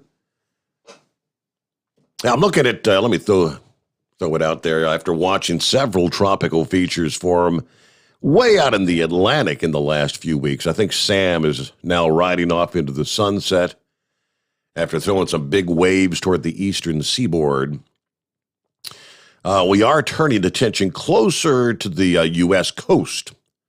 What could be our next tropical system? Yeah, this is the time of the season that many of these features have the potential to develop closer to the United States, either in the Gulf of Mexico, the Caribbean, or the Western Atlantic. Some of the reason for the shift is the high ocean water temperature in those areas. October is the third most active month for tropical activity in the Atlantic Basin, capable of producing some intense hurricanes. Now, those are factors that have forecasters keeping a close eye on these nearest to land areas in the coming days. Conditions will become more interesting over the next several days as this low pressure north of Hispaniola gradually moves to the west and northwest. The chances for a tropical depression or storm to develop still rather low right now, given the conditions across the waters around and north of the Bahamas, dealing with wind shear. In the lows, path in the forecast is going to diminish in the next few days, though. So it may still be too strong to allow a tropical system to strengthen. And they're also looking at a slow-moving front pushing across the southeastern U.S. That's bringing all those rains to Alabama, Georgia, over the next several days that may push this thing away from the coast. But whether or not an organized system develops, the tropical moisture transported by the low is going to be surging into the southeast later this week. Tropical downpours could occur as early as midweek, could be more numerous at the end of the week when the core of the tropical low is going to be approaching the coastal areas. All right, watching other areas, another disturbance could be coming together in the Gulf, but the tropical moisture they're showing between Tuesday and Saturday, much of this week, we'll see that moisture stretching from northern Florida through much of Georgia, South Carolina, a good chunk of North Carolina. Maybe a soggy week. And looking at 21 past the hour. Plenty of room for you at 844-844-3388. Back into the Steve Sommers Overnight Drive, live from the Hot Shot Secret Studios. Live from the Hot Shot Secret Studios, the Steve Sommers Overnight Drive. Are you having trouble sleeping? Are you tired all the time? Growing older is a fact of life. Our skin starts to wrinkle, muscles get weaker, and our energy levels plummet. If there was a product that may help you slow down these symptoms of aging, would you be interested? I want you to go to getonthegel.com. That is onthegel.com. Watch this 4-minute video that explains more about this amazing product. Or call us at Youth Fountain HGH today at 513-472-0699 for more information. Diesel Army is on duty 24 hours a day, 7 days a week. Burning the midnight oil with the best diesel coverage. All the tech, all the torque. Diesel Army, where there's smoke, there's fire. For the latest news and event coverage, as well as feature and tech articles, sign up for the newsletter and don't miss a thing. Visit dieselarmy.com from the Power Auto Media family of digital magazines. Again, it's dieselarmy.com. Dean Michael, the tax doctor here. Are you tired of those tax problems following you around like a dark cloud, always in the back of your mind, losing sleep at night? Call me now and get your life back. 888-557-4020 or go to mytaxhelpmd.com. Pretending they're not there won't make them go away. The IRS isn't going to forget. They will levy your bank account and garnish your wages. Don't wait for that to happen. I'm not telling you these things to scare you. I'm telling you so you can benefit from my years of experience. Now is the time to act. 888-557-4020. Do you have a Dodge pickup and hate your automatic transmission? Of course you do. LaVon Miller at Firepunk Diesel here, and we specialize in heavy-duty and performance transmissions for your 3-quarter or 1-ton Cummins-powered truck. So if you're interested in turning your stock slush box into a towing monster, call us today at 614-733-3744 or visit us online at shop.firepunk.com. And now, back to the Steve Sommers Overnight Drive, live from the Hot Shot Secret Studios.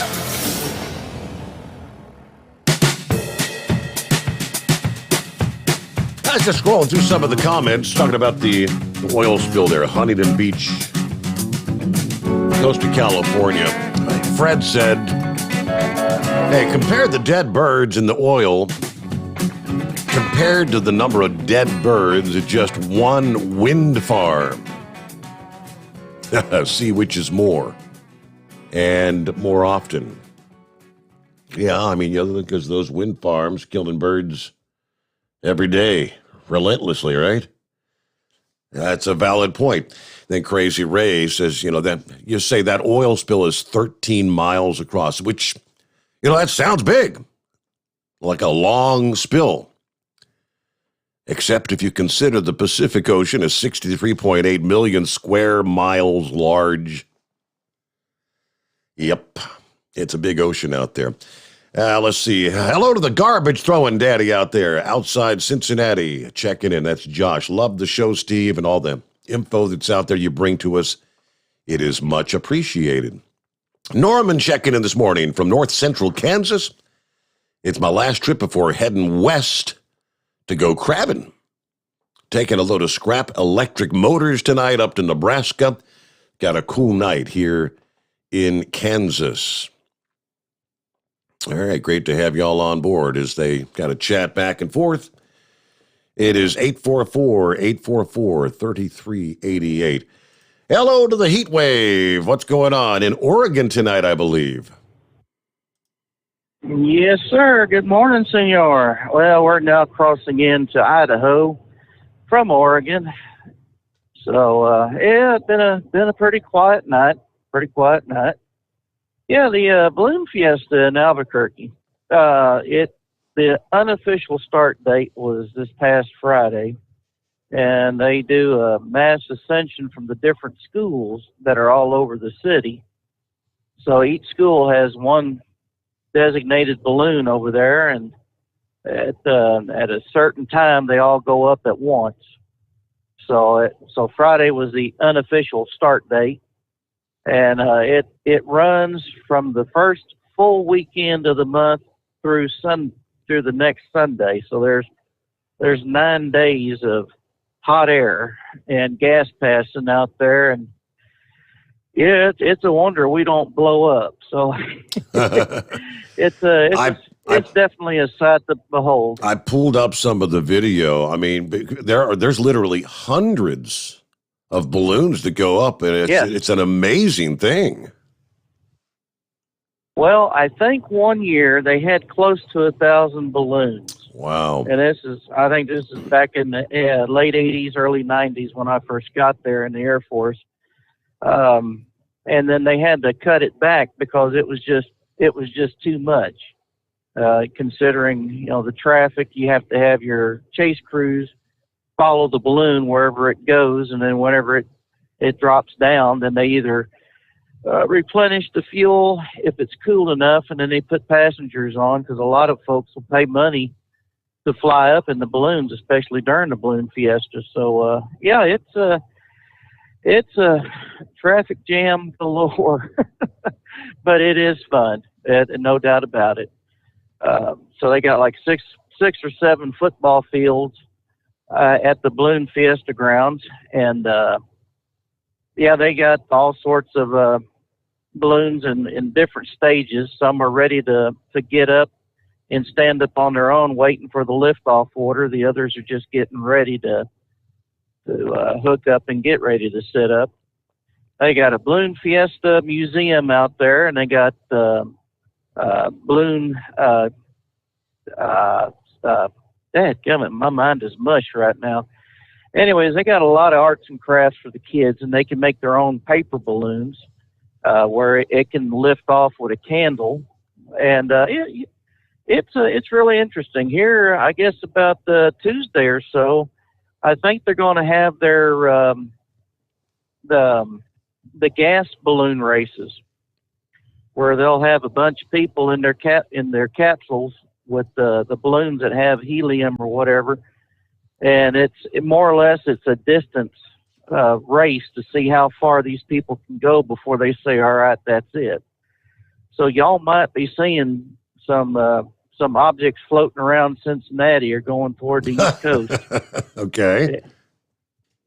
So yeah, we didn't have it last year on account of COVID, and I'm surprised we had it this year because our governor, and I hate to say she's governor, but she is, and she threw another mask mandate at the beginning of August. She says, well, it'll be just for 2 weeks. Then it was 2 weeks more. Then it's a month more. So it's like, well, when the hell is it going to end, But, so I guess what Horsefeathers ought to do, if he wants to come to the Balloon Fiesta next year, is to go ahead and get himself a contract, have his boss get a contract out there where he can go ahead and put the propane in his tanks, and he can pass gas out there in Albuquerque with the rest of them and enjoy the crowd, enjoy the fun. So I'll the next tomorrow morning or later on this morning, when I think about it, I'll go ahead and try to share some of the video from one of the local news stations on your page. That way everybody on the East Coast can see what it's like out there. Wow. I mean, you were talking on the after show Friday morning, Heat Wave, about, I guess it's inevitable. Sometimes these balloons get caught in power lines and whatnot. I'm looking at a headline here that apparently 2 balloons did come in contact with power lines yesterday morning. Well, it's unfortunate, but it's a sad thing. But I mean, it's the hazards of flying balloons out here. Yeah. I mean, apparently nobody was injured, amazingly, but I mean, two separate incidents when they were trying to land, apparently. Yep. Well, you really don't have much control except going up and coming down. And even when you come down, there's still not a whole lot of control there. It's gravity takes over in the wind. Albuquerque has what they call a box field. We have the Rio Grande River runs in the middle of Albuquerque, and you have the Sandia Mountains to the east, and then you have the extinct volcanoes on the west side. It's more of another hill. So what happens is the winds go north and south. So let's say maybe at 1,000 feet, you may be going south. You go up another 1,000 feet, you may be going north, and you can drop down 1,000 feet, or you can go up another 1,000 feet. It just depends on, how high of a vantage point do you want to have over the other balloonist. And they have different skills. They have splash in the river, which I think it's pretty dry, so it'll just be a crash in the sand event there. They'll have a pole sticking up, and they'll have like car keys on it. One of the local dealerships will have a car or truck, and if you can grab the keys on your way going by this pole, then that vehicle would be yours. So it's they got special shapes. Special shapes rodeo. They'll have a balloon blow, and even if it gets rained out or winded out, you still have a pretty good time out there talking to the people. Balloon pins, good Lord. I mean, our local weatherman out there for the NBC affiliate, he's got this big orange hat, and it must stand about 3 foot high on his head, like Dr. Seuss Cat in a Hat. But he's got so many pins on it, and he's got a white jacket that's got so many pins on it. I imagine it weighs more than he does. Wow. So yeah, it is a big deal. Are you close to your bottom of the hour? Yeah, I'm actually a little bit late, Well, if you want to hold me over, I got a few more things to let me. out. Absolutely. And I'll give you the scoop on the hot air balloons that caught the power lines in the North Valley Sunday morning. But no one hurt. But scary, I guess. Got to be scary as hell. It is 844-844-3388. The Steve Sommers Overnight Drive live from the Hot Shot Secret Studios. USA Radio News with Chris Barnes.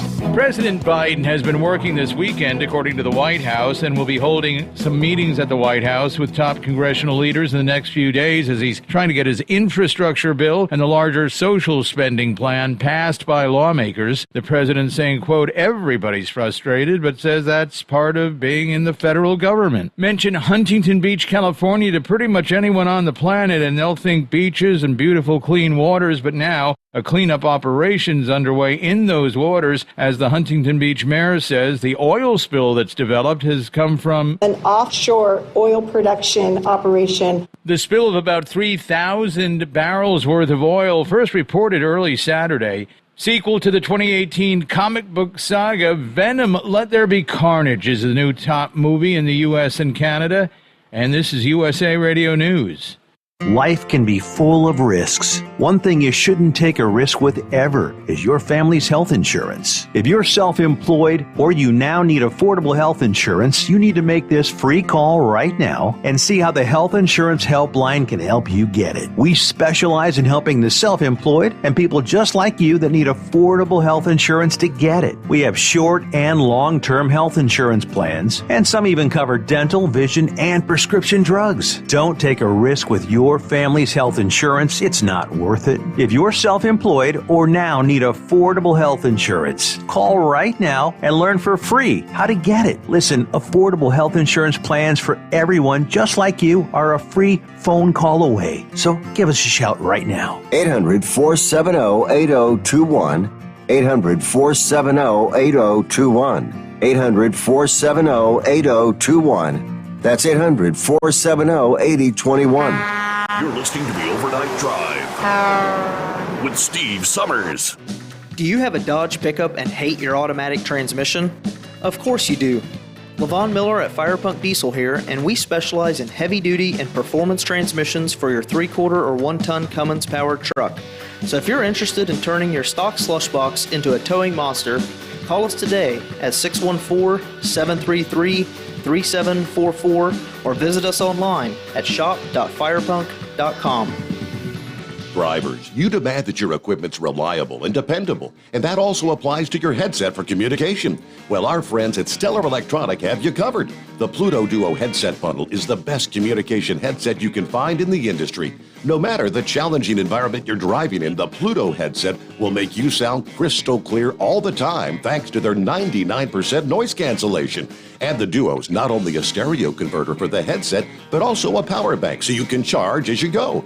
Learn more at StellarElectronic.com or visit them on Facebook. At Hot Shot Secret, we share the science behind common diesel problems and their solutions. For example, Hotshot Secret Diesel Extreme. Today's ultra-low sulfur fuels are cleaner, but they leave injector deposits, causing frequent DPF regens and low throttle response. Hotshot Secret Diesel Extreme is a 6-in-1 fuel additive recommended for all diesel engines. It is formulated with the most concentrated detergent on the market, a top-tier level cetane booster, lubricity enhancer, water demulsifier, rust and corrosion inhibitors, and a fuel stabilizer. Diesel Extreme is a once every 6-month treatment that will clean your entire fuel system, starting at the fuel tank and traveling throughout the fuel lines and fuel pump, and finally completely cleaning your injectors. Hotshot Secret Diesel Extreme improves your diesel's fuel economy and eliminates excessive black smoke. Hotshot Secret Diesel Extreme is available nationwide at truck stops, fine farm and auto stores, and online at hotshotsecret.com. Hotshot Secret,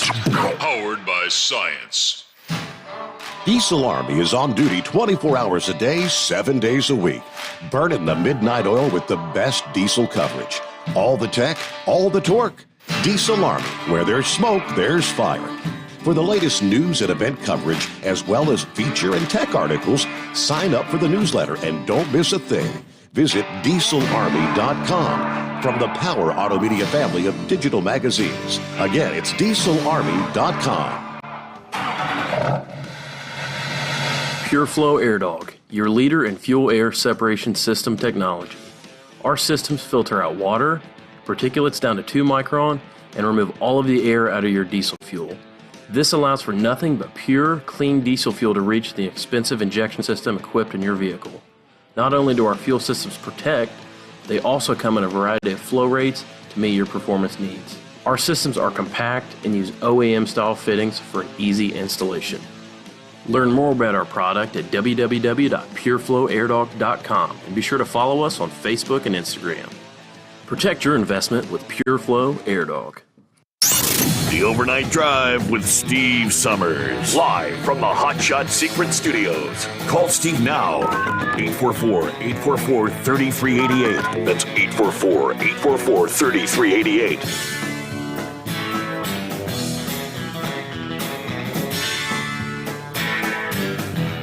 Yes, indeed, that's the number to dial on a Monday, which is typically very quiet.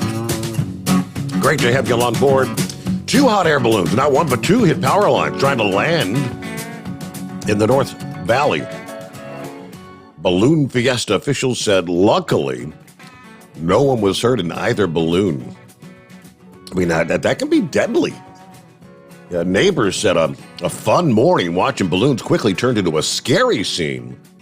Sparks and fire filled the air near 2nd and Los Ranchos as the Red Devil balloon hit power lines with 3 people on board. Then just minutes later, another balloon draped over power lines several blocks away. Earlier in the day, both of the balloons left the Fiesta grounds with hundreds of others. We're just out there with the kids watching the balloons land, enjoying the balloons, but the scene quickly took a turn. The balloon was just coming to make a landing, and the basket caught the wire, let off a big spark. You could feel the power from the power line when he hit it. Multiple neighbors saw the basket hit the line. Here I thought they were going to climb to get over that, but they ended up dropping and hitting the power line. After the balloon hit the line, people quickly tried to help, including the neighbor who just happens to work for P&M. So, let's see. I called out Dock Center. There was an arc line here, and we lost power. When the second balloon hit the lines, luckily those lines were still de-energized from the first balloon to hit the other lines. Just having that power line de-energized was a big thing that probably saved them from either serious injury or death. So I guess that's the power company. So this guy happened to work for them. They were able to cut the power immediately. That's got to be scary. All right, I'm going to get back to Heat Wave. Thanks for hanging in there this quiet Monday morning. By the way, Roro did have a football game over the weekend. They won again. It was another 30-0 blowout. How about that? Yes. The princess let me know. I guess you were sleeping when I asked a question, and she by God answered that with pride. You could just see the pride in her typing. They won 30-0. Yep. Yes. Yeah. Well, it's amazing how young these kids are and how good of a coach they must have to teach them, the basics of offense and defense and the different plays that he draws up. So, I mean, that's a testament to the kids and the coach. So, well, how many more games does he have? I mean, he must have played about 6 games already, right? I think she said I think they play through the month of October and into November. Really? Wow. All right.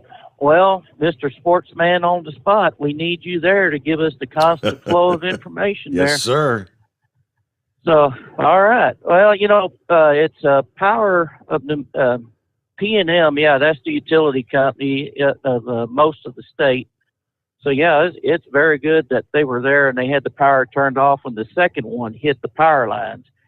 Now, to be fair, there are orange, I guess you'd call them balls for lack of a better term, that they have on the power line so the pilots can see, where these power lines are. So, but like I said, it is crowded up there with all the different balloonists.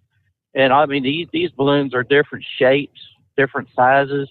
You can have a small balloon, you can have a large balloon. I mean, one that can hold 1 or one that can hold 12. It just depends on the balloon and how much the people are willing to pay to get in the gondola and have fun. Now, if it is your first time to fly in the balloon, there is a special initiation that you go through. It requires getting on your 4s, getting blessed with the sage and the sand and the rock. And then once you get all that done to you, then you have a champagne breakfast. So it's interesting, to say the least. So, and there's arts and crafts shows on the weekends, so the ladies have something to go and look at, and it's fun for all. Of course, for some of the folks like my wife, she doesn't like it because it cuts in on her news. And she was always complaining to me that she didn't like the news to begin with because they weren't reporting what was happening in the state. Oh, Lord have mercy. You just can't please that woman sometimes. But anyways, that was basically it. You talk about the oil and the salt water there off of California. Yeah, let's go ahead and ban drilling off the coast of California. I mean, you're already paying $5 or better a gallon for gasoline and diesel. You want to go to electric, but your power grid cannot support that kind of demand on top of your other demand, especially for air conditioning during the summertime. And your hydroelectric dams, well, if you don't have water to run it, where are you going to get your power from? So yeah, Californians, go ahead, ban drilling. Go ahead. Let's have a peaceful looking surf out there with all the dead birds where you have your big fans out there trying to generate electricity for an antiquated electrical grid. And what's the people going to be drinking? I guess you better go ahead and start thinking about putting some desalination plants out there so you can convert that salt water into fresh water. And you're going to have a whole coastline full of them damn things. You're going to be griping and complaining where we're going to put the salt. So, I don't know. And there's just no pleasing them people out there. Now, the folks in Northern California, man, they hate being part of California because their voice is not heard. The people in Southern Oregon, same thing. They don't like being where they're at because their voices ain't being heard. And I know it's ludicrous to think that they could join up with Idaho, because I know the feds in the states ain't going to allow that. But I mean, that's pretty sad when, politics is so left-leaning that, the people that are hurting aren't getting heard. And if they are, they're getting squashed. And with these environmental wackos out there that think, clean energy is electricity, well, you're going to have to invest mightily into a system that's going to keep you energized, especially during droughts and snow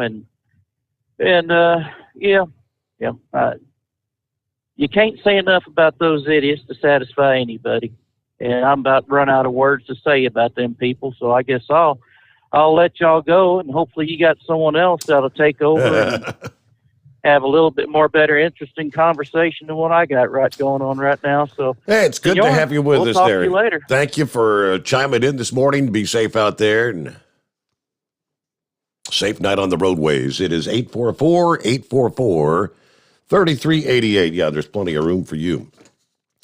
Last week, federal authorities sentenced the last person involved in a drug operation that actually funded a trucking company, effectively bringing to a close the significant criminal activities of an eastern Arkansas drug trafficking and money laundering organization. Last Thursday, 36-year-old Tremaine Slaughter, sentenced to 7.5 years in federal prison, followed by 5 years of supervised release. Slaughter pled guilty last year to one count of conspiracy to possess with intent to distribute methamphetamine and one count of conspiracy to commit money laundering. During sentencing, Slaughter agreed to forfeit numerous firearms and 5 vehicles, including 4 over-the-road trucks used by his trucking company and a Dodge Challenger. Yeah, this is the 4th and final defendant to be sentenced in connection with a large-scale methamphetamine and money laundering operation. Authorities say from 2014 to 2018, Slaughter and his co-defendants were involved in a meth distribution operation in Forest City, Arkansas.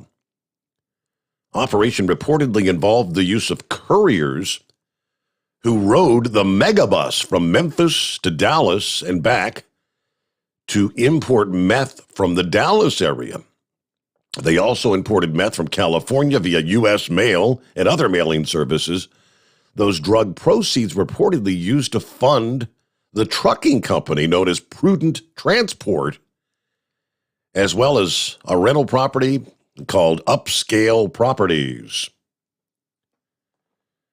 There were nearly $900,000 in cash expenditures on vehicles and other items that did not come from the accounts, including the purchase of tractor trailers for the trucking business. And with that, about 9 before the hour. Get back to your calls ahead. Lines wide open here. It's 844-844-3388. The Steve Sommers Overnight Drive, live from the Hot Shot Secret Studios. You're listening to the Overnight Drive with Steve Sommers.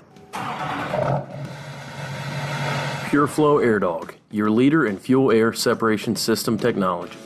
Our systems filter out water, particulates down to 2 micron, and remove all of the air out of your diesel fuel. This allows for nothing but pure, clean diesel fuel to reach the expensive injection system equipped in your vehicle. Not only do our fuel systems protect, they also come in a variety of flow rates to meet your performance needs. Our systems are compact and use OEM-style fittings for easy installation. Learn more about our product at www.pureflowairdog.com and be sure to follow us on Facebook and Instagram. Protect your investment with Pure Flow Air Dog. Drivers, you demand that your equipment's reliable and dependable, and that also applies to your headset for communication. Well, our friends at Stellar Electronic have you covered. The Pluto Duo headset bundle is the best communication headset you can find in the industry. No matter the challenging environment you're driving in, the Pluto headset will make you sound crystal clear all the time thanks to their 99% noise cancellation. And the Duo's not only a stereo converter for the headset, but also a power bank so you can charge as you go. Learn more at StellarElectronic.com or visit them on Facebook.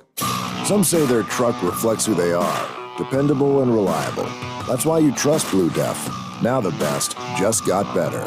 Introducing Blue Def Platinum, a revolutionary innovation with advanced System Shield technology to significantly reduce harmful deposits. To maintain fuel economy, save money on costly repairs, and sustain the life of your SCR system, there's only one DEF to choose. Blue Def Platinum. The best just got better. Because Channel 19's a little congested. Call Steve now at 844-844-3388. The Overnight Drive.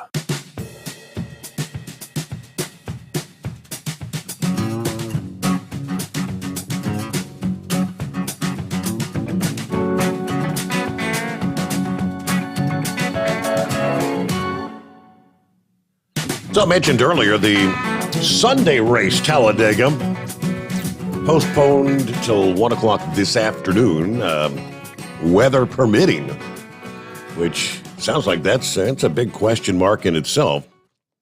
They did run the race Saturday. I guess was that the Xfinity race? Yeah, whatever the series they call them now. I always called them the Busch series. That's what I knew them for years, the second tier. But as we've been hearing where at many of these college football games, the chance of F. Joe Biden come raining down, apparently that was the case after the race as they were interviewing the winner, Brandon Brown.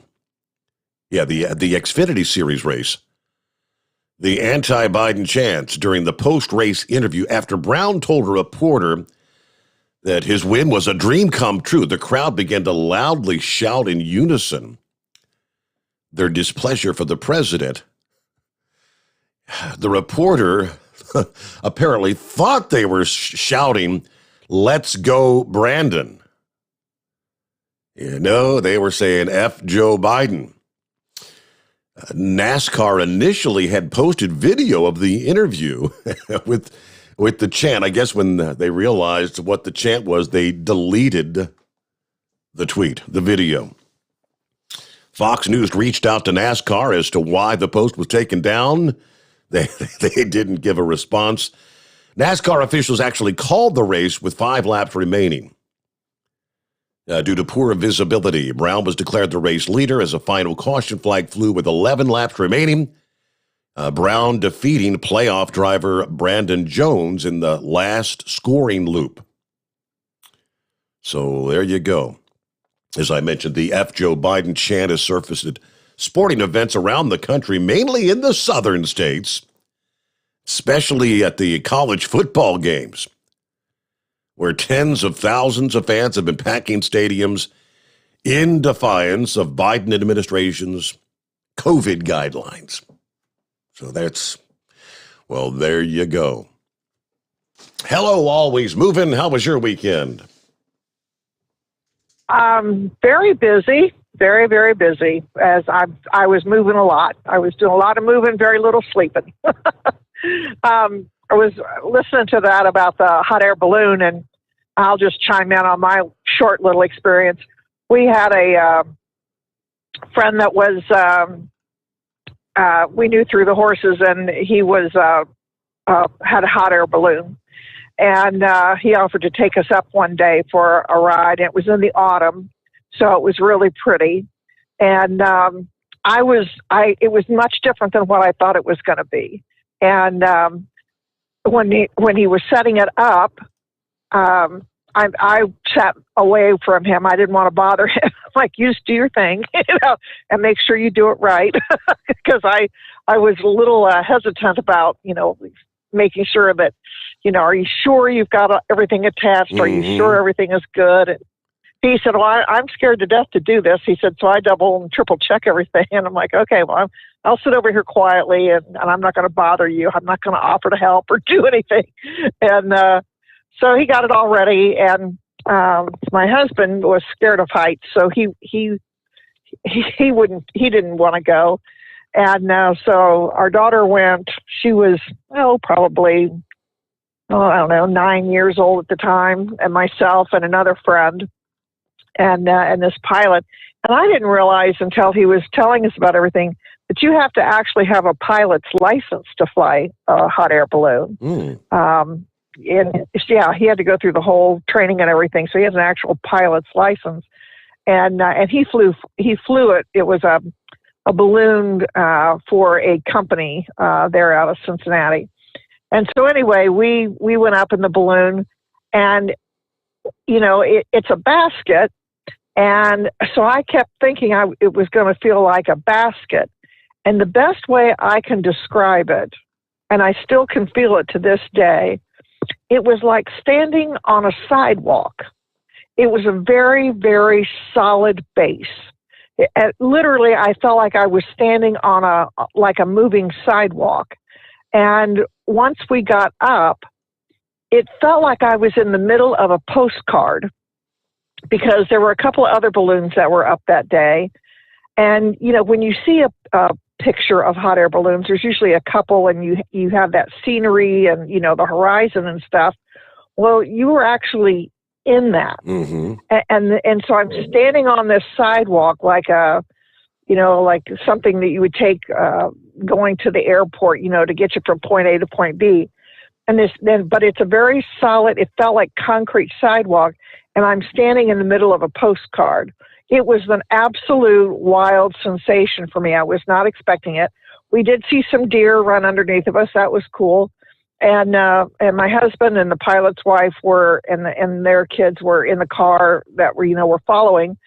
And all these people come out and wave at you and stuff, and we were waving, and, I'm saying hi and everything to them. And so when we went to come down, they have to get permission for you to land.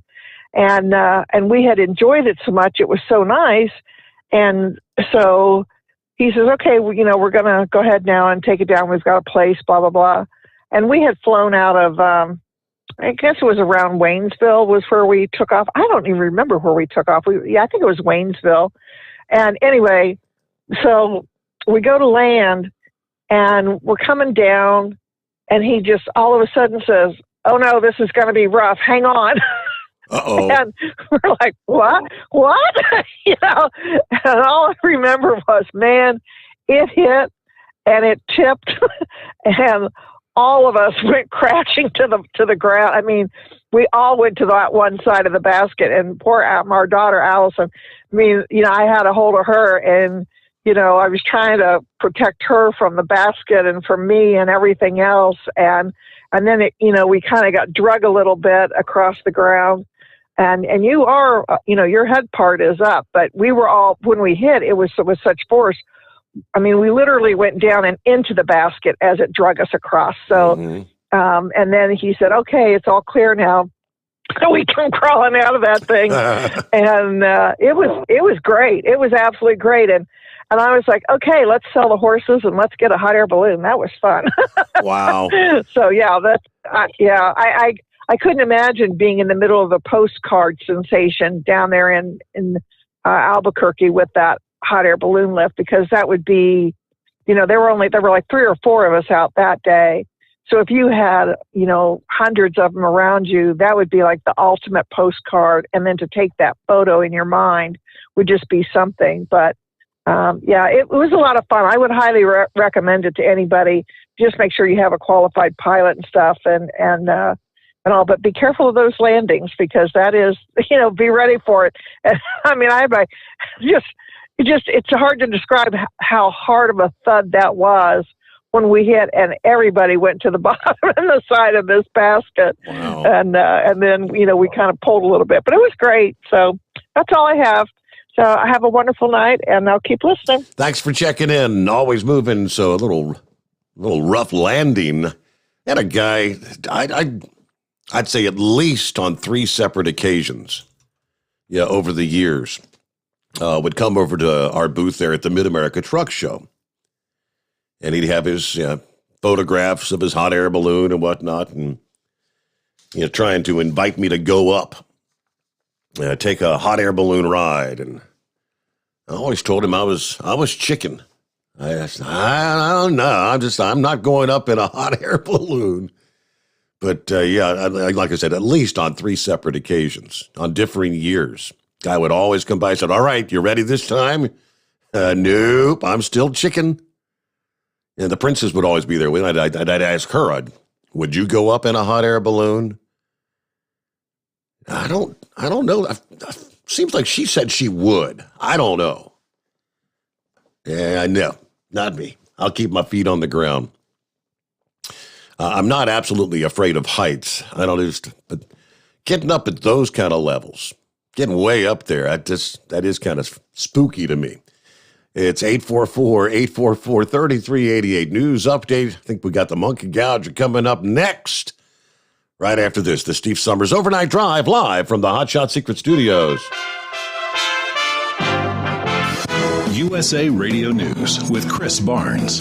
President Biden has been working this weekend, according to the White House, and will be holding some meetings at the White House with top congressional leaders in the next few days as he's trying to get his infrastructure bill and the larger social spending plan passed by lawmakers. The president saying, quote, "Everybody's frustrated," but says that's part of being in the federal government. Mention Huntington Beach, California to pretty much anyone on the planet, and they'll think beaches and beautiful clean waters, but now a cleanup operation's underway in those waters. As the Huntington Beach mayor says, the oil spill that's developed has come from an offshore oil production operation. The spill of about 3,000 barrels worth of oil, first reported early Saturday. Sequel to the 2018 comic book saga, Venom: Let There Be Carnage is the new top movie in the U.S. and Canada. And this is USA Radio News.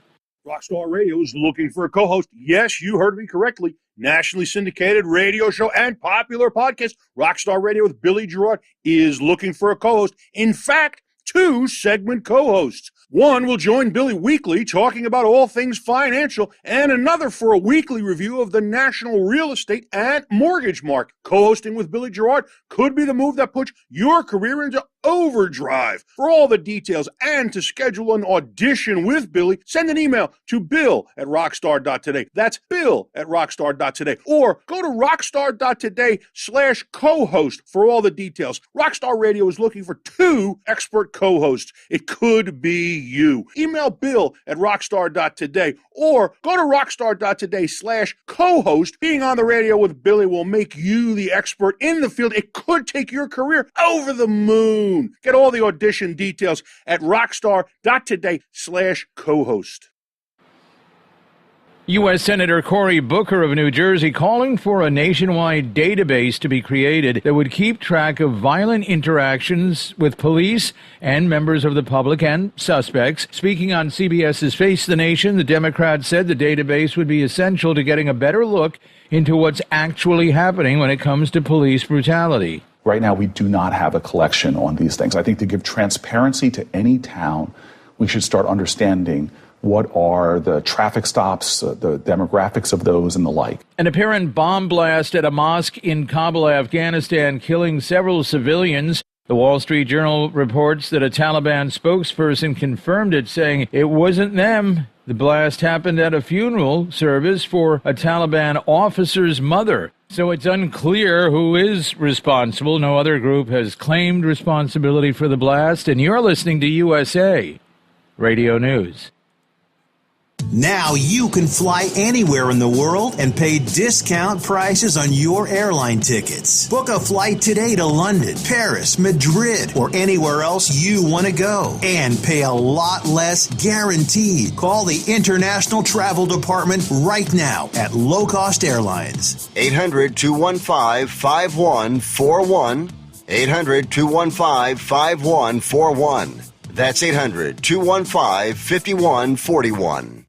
Some observers say the nation's top military officials should get combat pay for what they withstood on Capitol Hill at a pair of hearings over the past week. Others say, like many Republicans on the House and Senate committees which grilled them, that they actually should be fired. Republican Senator Josh Hawley of Missouri telling the Joint Chiefs Chairman, General Mark Milley, and Secretary of Defense Lloyd Austin they should both resign. And Republican Senator Rick Scott of Florida pressed Milley on his decision to speak with the authors of multiple political books, and that issue actually came up dozens of times. Here's Representative Matt Gaetz speaking to the Secretary of Defense Lloyd Austin, though he's referring to the chairman of the Joint Chiefs. And while the guy sitting next to you was off, talking to Phil Rucker and was off doing his thing with Bob Woodward, we were buying into the big lie that this was ever going to be successful and that we could ever rely on the Afghanistan government for anything at all. There was this exchange between Representative Mike Johnson of Louisiana and the Secretary of Defense. What we're trying to get to is, what did the president know?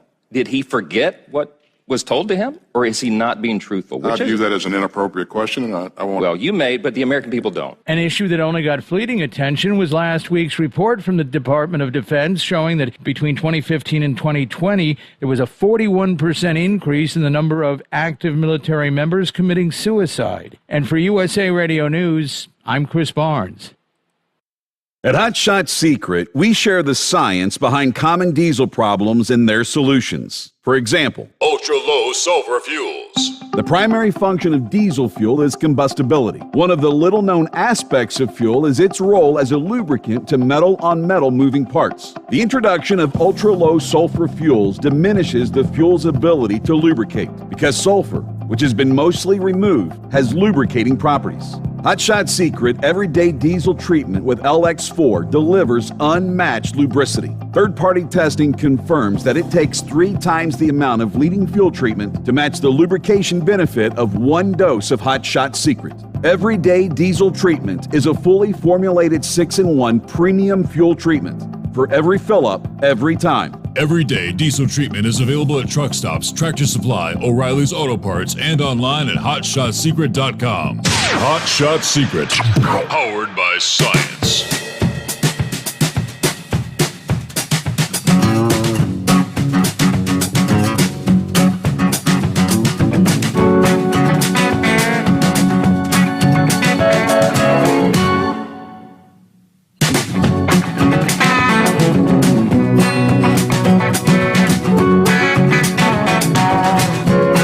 So much back at it here on a Monday, close out the weekend.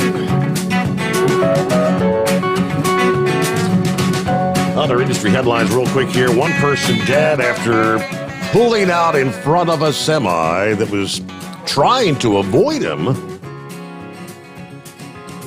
According to the Seacoast Online, a 24-year-old truck driver, Sahib Singh, was traveling in the right lane of northbound I-95 when he noticed a BMW pulled over into the breakdown lane.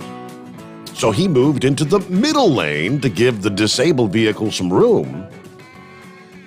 As he moved over, the BMW suddenly pulled out in front of the oncoming rig, causing a serious collision that sent both vehicles crashing into the guardrail. Officials say that motorist, the 52-year-old Brian Enger, was attempting to use the crossover, but it's not clear why. But he died at the scene. The truck driver was transported to a nearby hospital with minor injuries. I don't know, just almost wonder if was that more of a almost like a suicide by truck sort of scenario. I just don't know. And a truck driver, this is kind of, I'll just ask the question because I've seen these kind of things before. A truck driver stuck in a traffic jam. They've got the video where he's kind of playing traffic cop for some of the four-wheelers trying to cheat by sneaking by the jam using the emergency lane. All caught on video in Tennessee. Now, the person who filmed the video said, "My husband and I were traveling through Tennessee.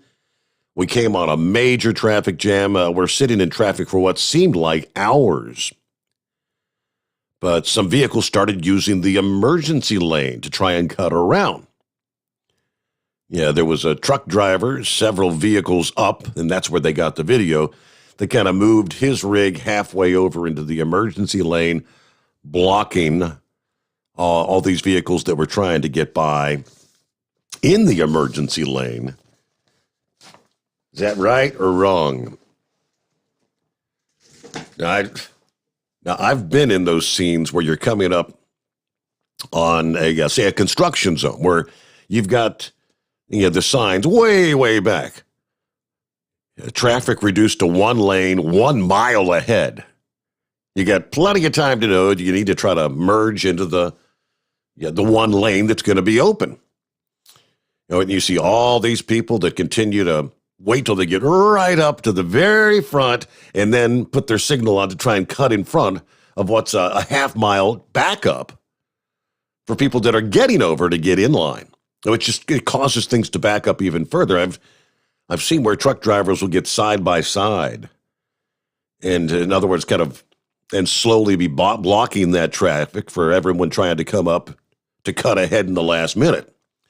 Pisses a lot of people off, but honestly, it does seem when they work together like that, the flow in front of them gets through faster, but then they're causing more of a backup behind them.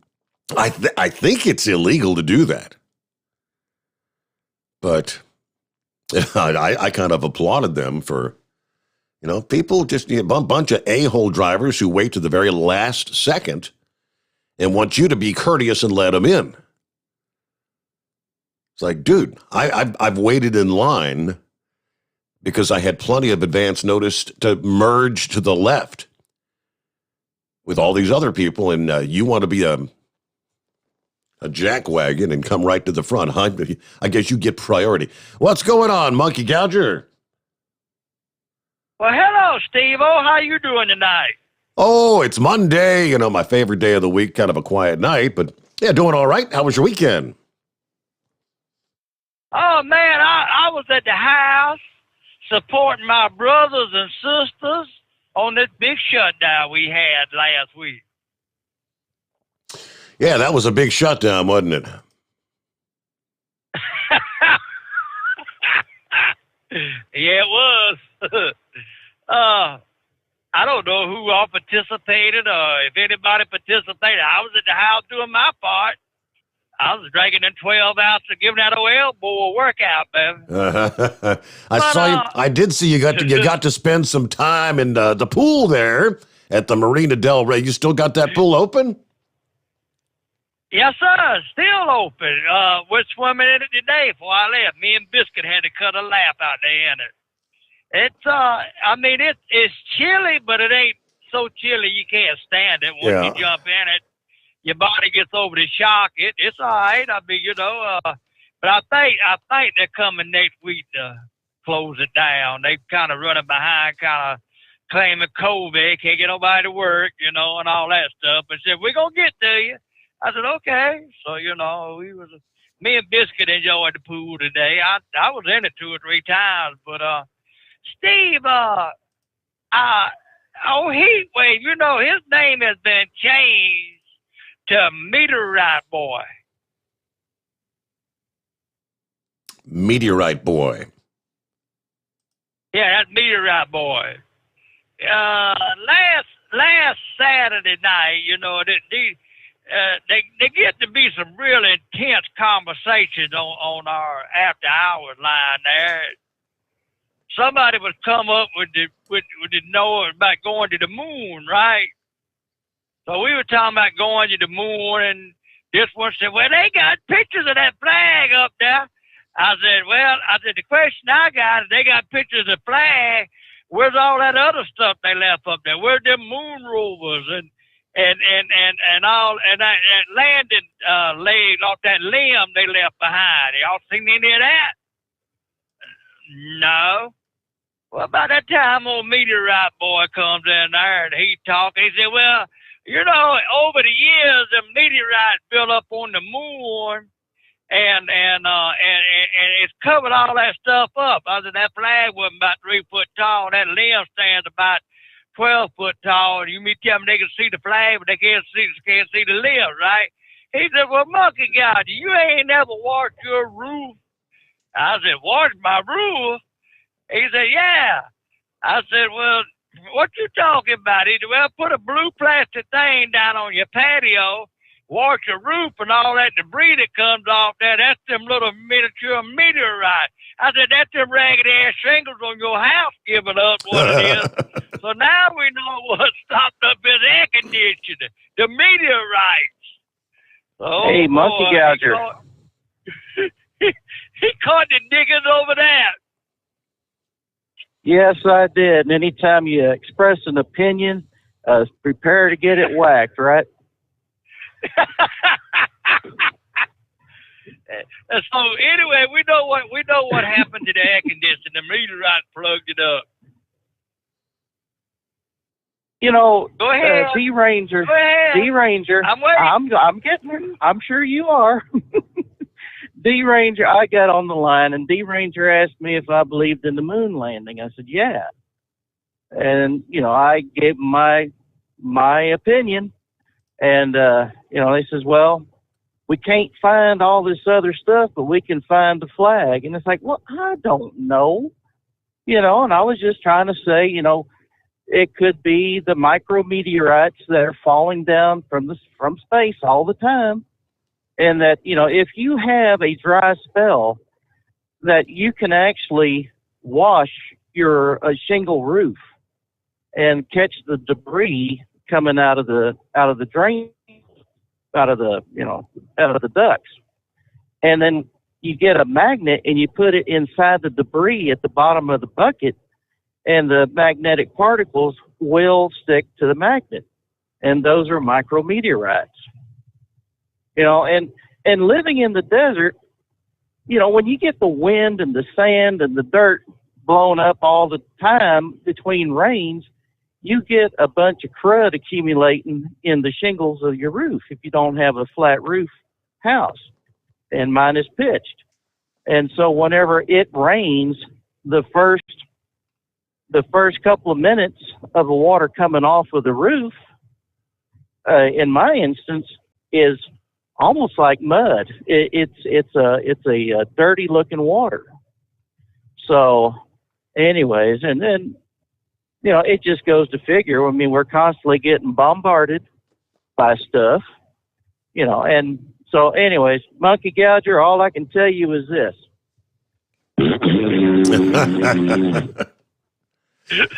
on the after hours line, he would say something else. I know that. Oh, he got pretty intense. Today. You missed a good one. And I'm gonna tell you something. Poor old Tex, he didn't get no sleep last week, none at all. I kept him up all day, all night. The old boy got me across the United States of America. I give him the humanitarian award for trucking. I don't know how many truck drivers old Texas kept up and got him to the destination. So I donate that. But Steve, while I was at the house on Tuesday afternoon, in support of this big trucking strike, I get a phone call. And it's from my cousin. And I ain't hunted deer with dogs in probably 12, 13 years. And he said, hey, you want to go deer hunting today? I said, yeah. I said, I'll go deer hunting. He said, you got your dog box on the pickup? I said, I keep my dog box on the pickup. And he said, well, come on down here and meet me at such and such a place here. I said, we'll turn a pack of dog loose. I said, all right. Well, get down there, you know, there's about 10 or 12 other rednecks down there. We all standing around there, and we on the back of this here man's place. He said, you know that guy, don't you? I said, oh, yeah. I said, I know what y'all brought me down here for. Y'all brought me to be the go-between to this guy. They said, well, you know him. He's a buddy of yours. I said, well, y'all don't know how to handle him. I said, let me show y'all how to handle him. I picked up the phone. I said, Jack, I said, monkey gouger. He said, yeah, what you doing?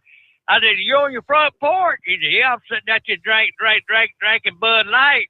I said, you got your gun out there? He said, no. I said, well, go in the house. Get your gun. I said, we think to turn a pack of dog loose down here on your land, we're going to be trespassing. And when that deer runs through your front yard, shoot him. And I hung up the phone. And they said, oh, what'd he say? I said, he said, go hunting. They said, okay. So they turned the dog loose, and they jumped 2 big old bucks. Well, old Jack killed one of them, and he called me on the telephone. I killed one of them deer come through here. I said, the other one? So he got more horns on his head than a rocket chair got round pins. I said, oh, Lord.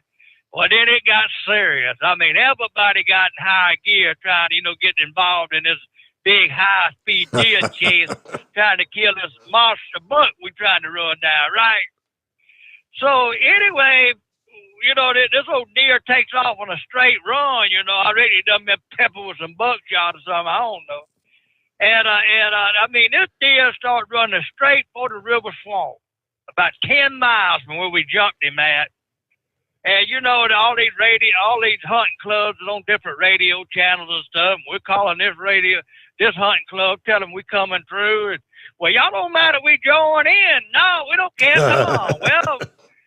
Well, everybody shooting at that deer. Bam, bam, bam, bam, bam. And everybody kind of stood out. He was 10 miles from me. And I couldn't have hit him with my howitzer. All this stuff. No deer gets away into the swamp. We get the dogs cut off. And it's about dark. And so there must have been about 30, 35 of us gathered up on this logging road there, sitting there, got to talking. I knew a good many of them boys, because I've hunted with all of them during the years when me and Daddy was hunting. And old boy pulled out a big old cast iron wash pot, put that thing on top of that burner, poured about 25-pound of rice over in there and put about 9 or 10 chickens up in there, some of them homemade sausage, a couple cans of consomme, and buddy, I mean, it was a feast. We got broke out them Bud Lights, sitting there. We was sitting on the back, gathered around the fire there and was talking about old times and deer hunting and, this and that. And then we got into the politics. And boy, did it get deep. Uh-oh. And I'm going to tell you, oh, yeah, it got real deep. And what them guys were shouting up yonder yesterday at Talladega wouldn't make a dent on what them rednecks were talking about. I bet. But, so, I was sitting there. There's this old guy there, old Bucky. He'd been around, hell, he's older than dirt. He said, I want to know one thing. How many of you youngers done took that vaccination? And we all said, we ain't took that damn thing. Ain't gonna take that damn thing. He said, you take it? He said, no. They ain't putting one of them microchips in my body. Oh, no, sir. There ain't no way they gonna vaccinate me. I ain't doing that. No way, So I got to thinking about that thing. I said, here we got 35, 40 rednecks. They all on the same tune, and everything. It was a hell of a day. I had a good time down there with them guys. Brought back a lot of old memories. A lot of stuff was told down there, laughing, cutting up over the years. I come dragging to the house about 1 o'clock. And Debbie, she sat there on the couch watching TV, and I seen that leg shaking. I said, oh, hell. I said, what's wrong with you? She said, well, you said you was going to only go deer hunting for a couple hours, and you left the house about 2 o'clock. I said, you come dragging in here about 1 o'clock in the morning. I said, darling, I will tell you something. All the problems in the world were solved down yonder on that dirt road tonight. And she said, would you have a good time? I said, yeah, I had a real good time. It was good to get to be around them old fellas, talking and carrying on and listening to different views. I said, yeah, we had a real good time down there. So, if they ever want to settle any problems in Washington, get you a cast iron pot out, pour you some rice, throw some chickens in there with some of them good old Johnny sausage, and I guarantee you they'll get something solved. So I got a new remedy how to cure Washington. We can solve it in one night. But other than that, Steve, that's about all I got. I ain't heard a whole lot about whether we done any good and the truck shut down or what happened, anything. I just hope all my brothers and sisters made it through it all right. To my understanding, Monkey Gouger, there wasn't a shutdown anywhere in the damn country. Oh, man, you mean I went home for nothing? Yes, you did, yes. Lee, well, I had a good time when I was at the house, but there was one thing I wanted to ask you about. Is that Eric Dieters up there? Has he lost his ever-loving mind? What's he done? Well, that idiot talked about if any truck driver shut down on Ohio around Cincinnati, I will lock them up. Well, where the hell was he at when they were trying to burn the city down there last summer? Beating up and tearing stuff up and everything. Why wasn't he locking them people up? Oh, that's Joe Dieters, by the way. Yeah, that's the county county prosecutor. Yeah, I'm not sure. Yes, but he did kind of lay it on the line about the truck drivers, didn't he? Yeah, I mean he got real vocal about that thing, and I was listening to that thing. I said, what in the hell did he get off wanting to lock up a couple truck drivers that's out here voicing their opinion about something, and then he let the whole town of Cincinnati about burn down of all them people looting and rioting and every damn thing, but he don't want to lock them up, but he want to lock a bunch of old truck drivers up. I said, boy, I don't know about that guy. That's the same scenario all around the country. It's that's exactly what the judge was saying up there about the January 6th rioters. Why are you wanting to lock these people up and throw away the key? But you just kind of turned a blind eye to the real violent protesters in the summer of 2020. That's a valid question. All right, Monkey Gouger, thanks for checking in. Plenty of lines available at 844-844-3388. I think this was the headline that one of our listeners, whoever it was, just said I posted some sad NASCAR news. And a former NASCAR driver killed and a woman injured in a shooting in Georgia over the weekend. John West Townley, I don't really recognize that name, was 31 years old, had retired from racing professionally in 2017, mortally wounded in the Athens shooting that police believe was related to domestic violence. The unidentified 30-year-old woman was hospitalized with serious injuries. Not clear what, if any type of relationship exists in between Townley and the woman. A 32-year-old man who knows the ex-racer is suspected in connection to the deadly shooting. He's not yet been charged.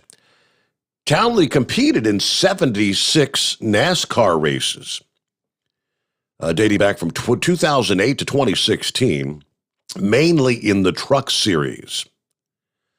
Okay, that's why I don't recognize the name.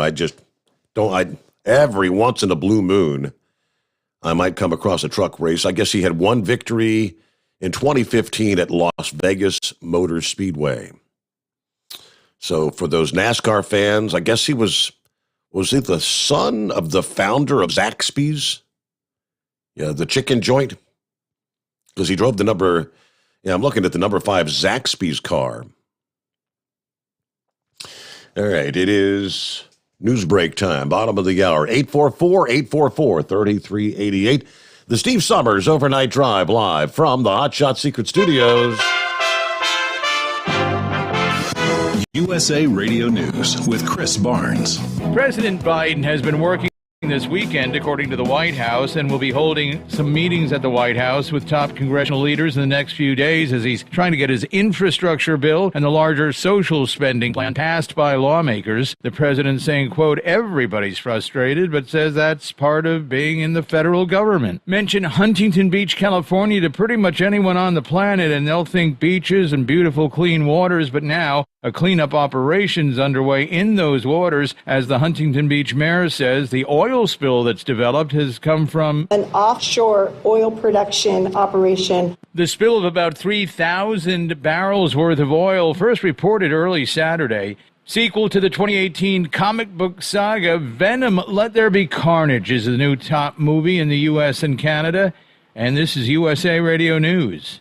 Bingo fun fact number 6. Americans spend over $90 million weekly on bingo. Why? When you can play Bingo Treasure for free. Go to bingoRadioUSA.com. Play from any device, your smartphone, tablet, or computer. The account is free. The play is free. Play one card. Play more. Chat with other players. Meet new friends. All free at bingoRadioUSA.com. That's bingoRadioUSA.com. Bingo from any device. Hurry. Free accounts are limited.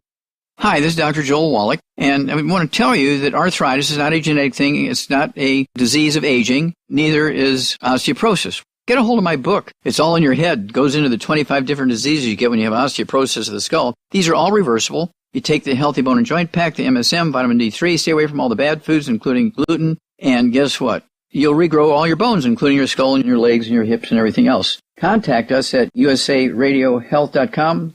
That's usaradiohealth.com.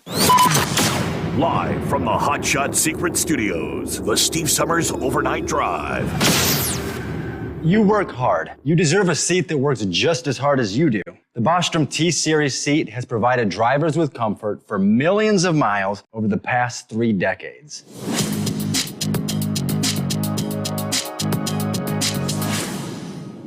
Each seat is built right here in the USA and has 4-position front cushion tilt and higher low-profile air suspension with Isolate. It's also equipped with many standard and optional comfort features, such as high and mid backrests, 9.4-inch 4-aft slide adjustment, adjustable armrests, and manual or dual air lumbar support systems to keep you comfortable throughout your ride. Build your T-Series seat today at BostromSeating.com and ensure your ultimate comfort for wherever it takes you. Bostrom Seating, the ultimate comfort for the open road. Whether you're a diesel pickup performance enthusiast or just looking for a small upgrade, when selecting common rail fuel system components, look no further than Exergy Performance. At Exergy, you'll find injectors, pumps, and more, engineered like no others on the market using state-of-the-art equipment run by people that have been in the business for decades. So if you're in the market for common rail components at any power level, contact Exergy Performance or one of the many dealers listed on our website at exergyperformance.com. The Hot Shot Secret Facebook page gets a lot of robust Q&A about diesel problems and their solutions. We listen to our customers. Here are their words straight from their mouths about Hot Shot Secret Everyday Diesel Treatment. Our fans call it EDT. I'm John Sharp, a.k.a. Jay Sharp from Newburgh, Pennsylvania. Using EDT, my local fuel mileage went to average of 22 to 23, and my highway MPG went to 26 to 28. Hi, I'm Danny. I'm from Arizona. I drive a 02 Ford Excursion. I use EDT at every fill-up, and my mileage went from 12.5 miles to gallon to 14 miles per gallon. I highly recommend it. Everyday Diesel Treatment delivers a 6-in-1 premium fuel treatment for every fill-up, every time. Everyday Diesel Treatment is available at truck stops, Tractor Supply, O'Reilly's Auto Parts, and online at HotShotSecret.com. Hot Shot Secret, powered by science. Are you having trouble sleeping? Are you tired all the time? Growing older is a fact of life. Our skin starts to wrinkle, muscles get weaker, and our energy levels plummet. If there was a product that may help you slow down these symptoms of aging, would you be interested? I want you to go to getonthegel.com. That is getonthegel.com. Watch this 4-minute video that explains more about this amazing product. Or call us at Youth Fountain HGH today at 513-472-0699 for more information. Dean Michael, the tax doctor, here with Tax Help MD. As many of you know from Steve Sommers' show, I've been helping professional drivers solve their tax problems. I can help you too. If you've been struggling with back tax debt, call me now at 888-557-4020. Let's face it, these problems aren't going away all on their own. You need professional help so you can sleep better at night knowing you're in good hands. It's like I always say, keep your eyes on the road, I'll keep my eyes on the IRS. 888-557-4020. For anything diesel, take it to Shy Diesel. They provide a wide variety of services and diagnostics to determine what the problem is with the latest technology. From simple oil changes and preventative maintenance to fuel system diagnostics and repairs, engine rebuilds and cylinder head repairs, and rebuilds with our in-house machine shop. They also have on-site DPF cleaning for exhaust issues and DOT inspections. If your diesel is asking for some attention, Shy Diesel has the specialist you need for anything diesel. Located in Terre Haute and Lafayette, Indiana, and Effingham, Illinois, Shy Diesel has you covered. The Overnight Drive with Steve Sommers. Live from the Hot Shot Secret Studios. Call Steve now. 844-844-3388. That's 844-844-3388. All right, thank you so much. Lines available on a Monday. Hey, we've talked about it at length as far as the vaccine. Pushing for a vaccine. What are they working on alternatives? Yeah, reformulated drugs and things. That's what they refer to, existing medications. Is there something else that could be used to treat the COVID? Former Food and Drug Administration Commissioner Scott Gottlieb says news that Merck is going to seek emergency use for its antiviral pill to fight COVID offers what he called a profound game changer in trying to end the pandemic. Merck announced on Friday that they have this experimental COVID-19 pill that reduces hospitalization and deaths by half in people recently infected with the virus. The company is going to ask health officials in the U.S. and around the world to authorize its use, they say. This is a phenomenal result, according to Gottlieb. A profound game changer to have an oral pill that had this kind of effect, this magnitude of effect in patients who are at high risk and already symptomatic. There's every expectation based on just how this drug works that if you move in early in the line of care on patients, maybe who are exposed or not symptomatic yet, and patients who aren't at great risks, you're going to even see an even greater result. So it is quite profound, expressing great optimism for Merck's drug, which, if approved, would be the first pill shown to treat COVID. Partly to the Ridgeback Biotherapeutics husband and wife team of Wendy and Wayne Holman. They're the team that invented the first successful antibody against Ebola that was highly successful, he said. So this is a very good drug development, drug hunting team that was behind this therapeutic care. He did mention two other drugs, one by Pfizer and one by Roche, that are also in advanced development. We might have multiple therapeutics that can be taken at home to prevent COVID. Now, this Gottlieb he's actually also on the Pfizer board.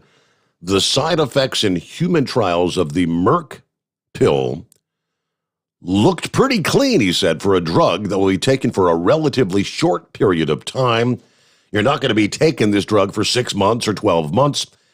You're going to be taking it for like 5 days, maybe even shorter, if it's used in post-exposure prophylaxis. Typically, if you're taking something over a very short-term administration, the safety profile is pretty good. Okay, ask how the use of Regeneron, which is the combination of two types of monoclonal antibodies, compares to the Merck pill. He said the two drugs actually target very different mechanisms, so you could even use them together.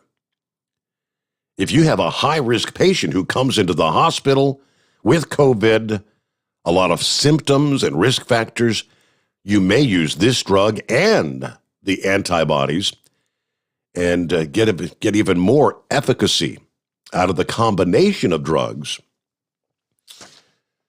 So for those who find themselves, and there's millions, not up to taking the vaccination, maybe this would be shedding some light at the end of the tunnel.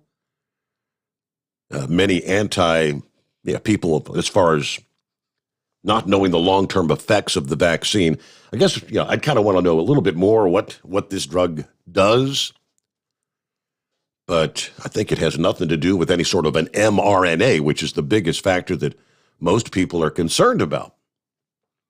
So we'll see where that goes, but I found that very interesting. Hello to Philip this morning. Happy Monday. Happy Monday, Steve. How y'all doing? Doing well. Had a good weekend. Boy, it went by fast, but had a good weekend. Oh, it was a great weekend. Yeah, it was pretty out here down here. I don't know how it was up there, but we're pretty nice down here. Before I start, I just want to tell everybody, I want to congratulate Brightline. I don't know if you know who Brightline is. They are a company that's building a railway from the coast of Florida, the East Coast over by Cocoa, all the way over to Orlando. And they made some major strides yesterday. They've actually got a train out on the track, and this train is taking track out to help assemble the main line that's going across the Cocoa. So congratulations to those folks. I don't know. Have you heard of Brightline, Steve? I'm not familiar with the Brightline. No, sir. Okay, so Brightline is going to have a train that runs, they've got trains that run the East Coast side from Cocoa down to Fort Lauderdale. And they're working on putting permanent lines in on that one. They're still working on lines on that one, but they can do it now on the other regular tracks. But they are actually putting a track across from Cocoa, which is right on the East Coast there by where all the big ships come in at Port Canaveral. They're going to put a train from there all the way over to Orlando. And the Orlando side is actually going to be at the Orlando airport. And then there is talk with Disney and SeaWorld and Universal of putting a train that comes into the attractions. So it's pretty positive things for Brightline. They're getting things off the ground. And eventually Brightline possibly might hook up with Sunrail, which Sunrail already is the commuter train for Central Florida. So they're actually getting some commuter trains going down here now, and it's going to be really cool for people. You know, we don't have to run I-4 as much. It'd be great. I'd love to take a train to work, but instead of driving all those miles that I do a day, but it's great. But let's hope Brightline gets it together. Hey, Steve, have you heard about any deals with the LTL industry lately? I can't say I have, no. I talked to a real good friend of mine yesterday, and he's been in LTL for about 25 years. And as the back office, he helps run an LTL company up in Illinois. And he was telling me that, have you heard anything about the DOT running exemptions for trucks that have parts that have problems? Have you heard anything about that? It's not ringing a bell, no. Okay, so he was telling me yesterday that the LTL freight industry, as far as he's on his side, they're not guaranteeing freight anymore. So you remember back in the day, they would guarantee the freight would be there a certain time, whatever. He said there's no more guarantees in their industry.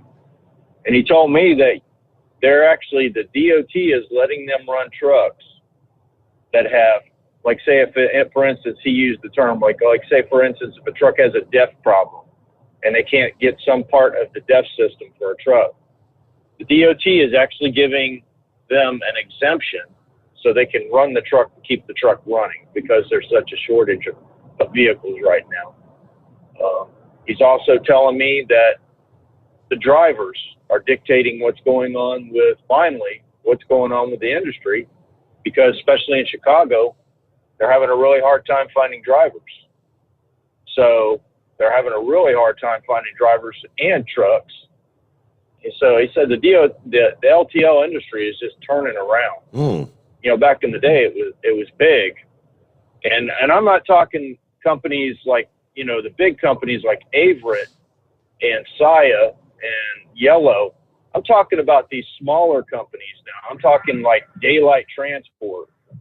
People like that, they're not taking up 30% of the industry like, say, Averitt or Yellow or some of them guys, the big guys, but the smaller guys. And I got a feeling it's going to weed out some of those guys probably down the road. But it's kind of interesting to hear. He said they can't move the freight. They just don't. They have so much freight that they're overwhelmed.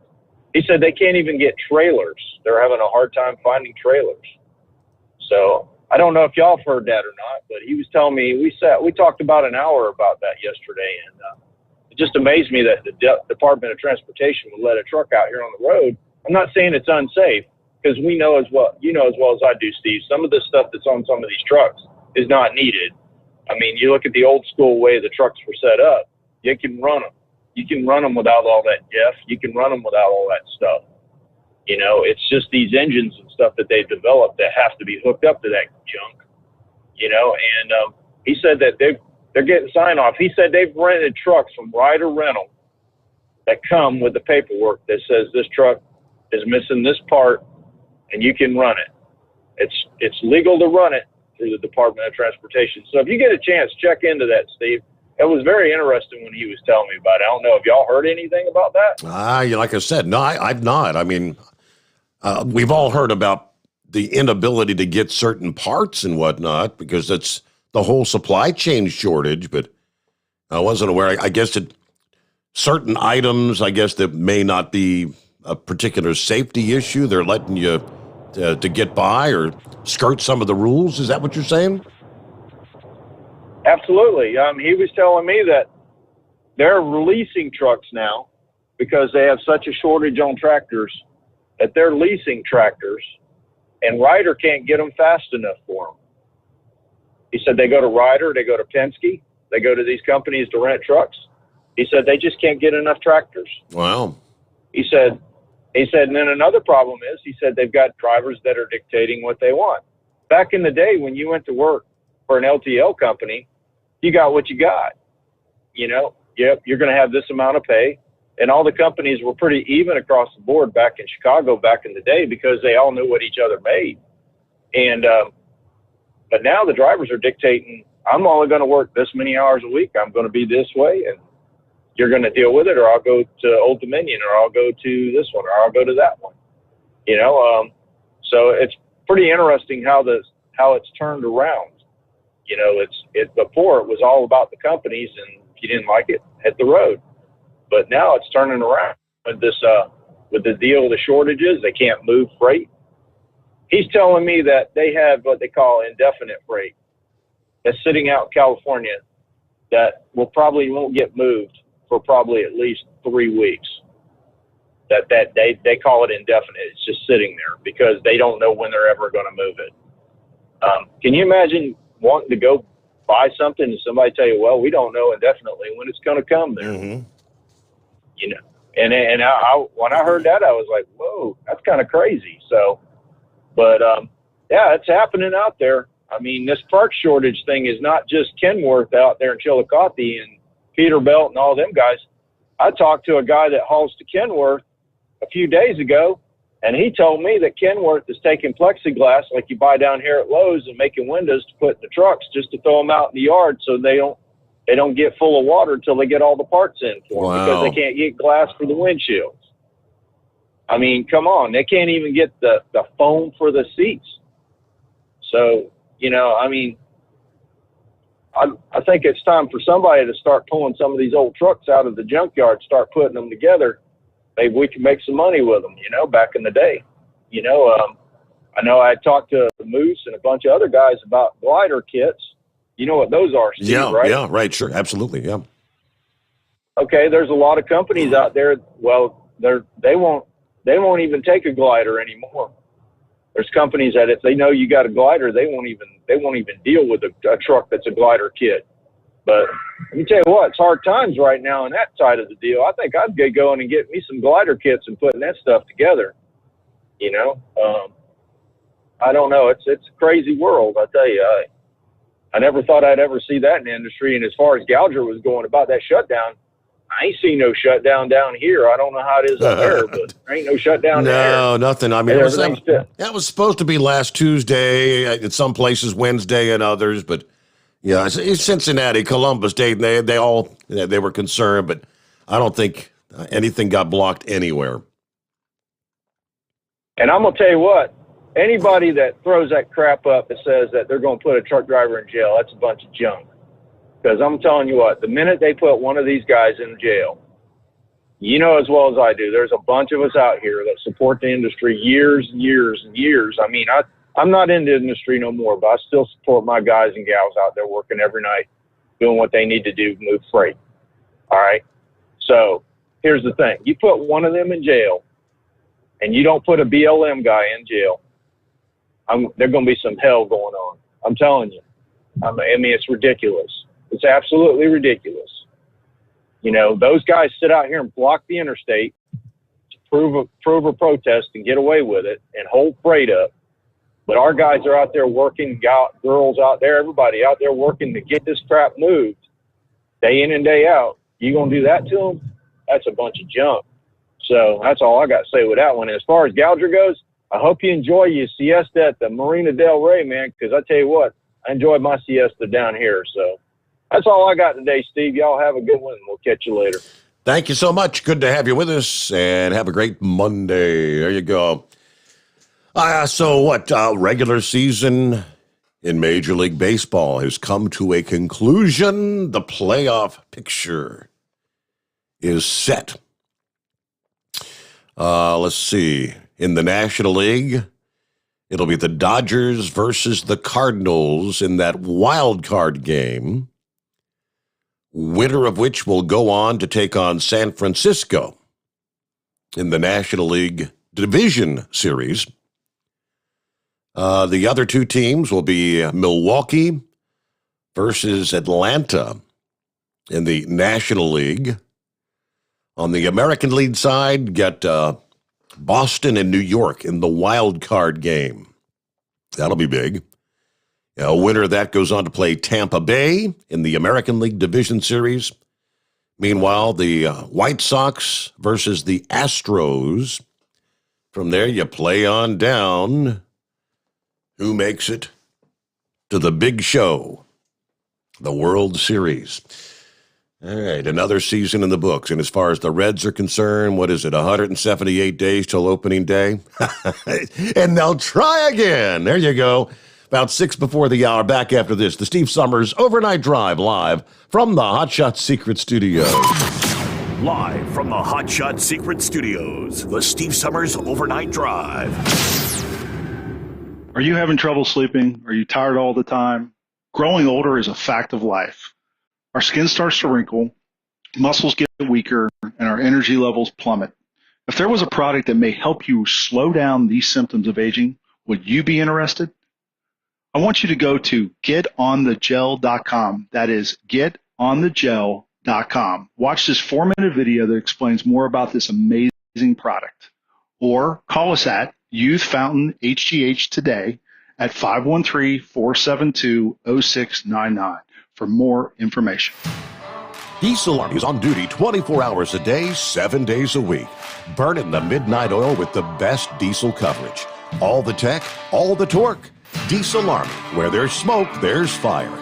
For the latest news and event coverage, as well as feature and tech articles, sign up for the newsletter and don't miss a thing. Visit dieselarmy.com from the Power Auto Media family of digital magazines. Again, it's dieselarmy.com. Dean Michael, the tax doctor here. Are you tired of those tax problems following you around like a dark cloud, always in the back of your mind, losing sleep at night? Call me now and get your life back. 888-557-4020 or go to mytaxhelpmd.com. Pretending they're not there won't make them go away. The IRS isn't going to forget. They will levy your bank account and garnish your wages. Don't wait for that to happen. I'm not telling you these things to scare you. I'm telling you so you can benefit from my years of experience. Now is the time to act. 888-557-4020. Do you have a Dodge pickup and hate your automatic transmission? Of course you do. LaVon Miller at Firepunk Diesel here, and we specialize in heavy-duty and performance transmissions for your 3/4 or 1-ton Cummins-powered truck. So if you're interested in turning your stock slush box into a towing monster, call us today at 614-733-3744 or visit us online at shop.firepunk.com. And now, back to the Steve Summers Overnight Drive, live from the Hot Shot Secret Studios.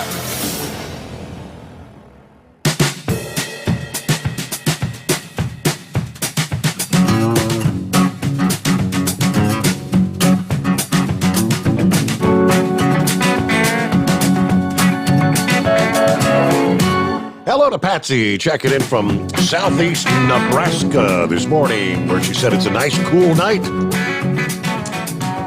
Rick's on board in Columbus, Ohio. Morning, Rick. I guess going in regards to Philip's call, Terry said it's been like 6 weeks trying to get a Cat engine rebuilt, 3 months to get a new turbo for the Cat. 3 months? Yep, there's some issues out there. The whole supply chain thing, and they're talking like it may continue to get worse. Yes, Horse Feathers. Oh, thanks for taking me back there, Your Honor. Well, let's see. I had a couple things for industry news here. As far as Kenworth goes, my boss had his W9 delivered last Thursday to the dealership. Got to have the dealership prep work done to it. But other than that, it came from state of Washington, and, it's rolling, ready to go. So he should have that hopefully by maybe the end of this week, going into next week, something like that. So at least there's one new truck that's been delivered. Okay. I guess we need to take our hats off and have a moment of silence. We lost a gasoline hauler, I believe it was yesterday, up in New Jersey, up in Mahwah, New Jersey. There, it's just into Jersey out of New York, up where the New York Thruway meets up there in Suffern. Mahwah is that area up there, and it was a pretty dramatic, fiery crash. And so I always imagine he was fully loaded when the tank ruptured, and it. I don't know if you can look it up there or find some video. They had a whole big thing of it there that they had out there, so maybe you can check that out. But as I say, it was town of Mahwah up there, northeastern Jersey, right up the northeast corner. So let's see. Now, when PG&E out there for the forest fires, don't they turn the power off there for the good of the people? They take and flip the switch, and they say they don't want their power lines to cause fires because they don't want to have the fires to disrupt people's lives and all that. Yep. Now, wouldn't you think that all those people going up in them balloons in New Mexico and all them power lines, don't you think it would be a safety thing that they should have to turn off all the power in New Mexico, or at least in that area in New Mexico, where all those balloons are going up and down to protect people's lives? The idea is the balloons they're not supposed to come down on the wires, Horse Feathers. That's the problem. Well, apparently they do. They do every year. They kill people every year. They're dangerous. So don't you think that they should turn the power off wherever the balloons are flying during the daytime? I'm just saying. But as far as what happened out there, probably when the first balloon came down and touched the wires there, the circuit breaker or blew a fuse, I don't think that power guy had anything to do with shutting anything down. And, of course, they hadn't gotten the equipment out there to repair the issue, so that when the second one came down, of course, the other wires there were de-energized because the circuit was open from the first one, either tripping a breaker or blowing a fuse, whatever the safety was on the line. So the big thing is if they trip circuit breakers, a lot of times the power grid is set up to automatically send 2 surges to try to clear anything that's on the line.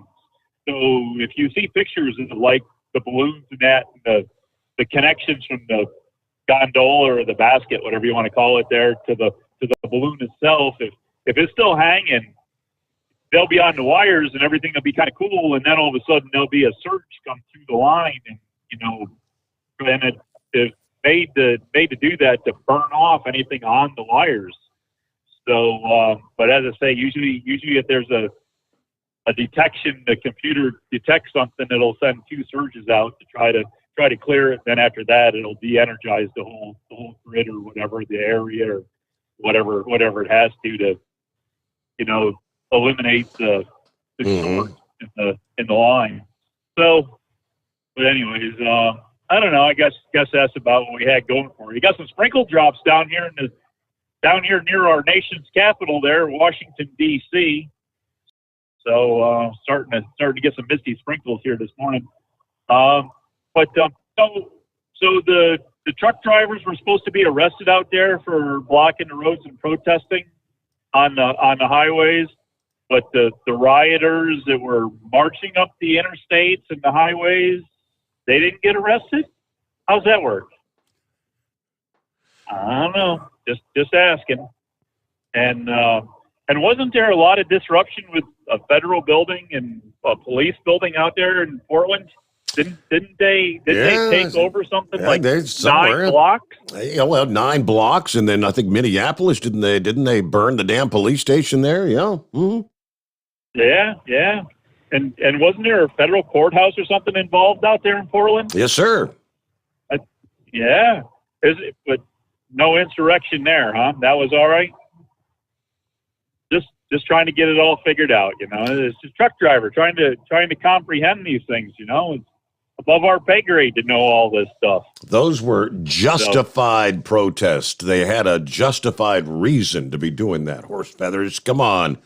Get with the game, right? All right, we'll get our news update here, top of the hour. Crossing over the midnight hour on the West Coast. Long way to go. Jump on in at 844-3388. The Steve Sommers Overnight Drive, live from the Hot Shot Secret Studios. USA Radio News with Chris Barnes. Off the California coast, the Huntington Beach mayor, Kim Carr, says they're working feverishly to try to prevent what she says could become potential ecological disaster. Speaking about an oil spill, about 3,000 barrels of oil that was reported Saturday morning off the coast of Huntington Beach.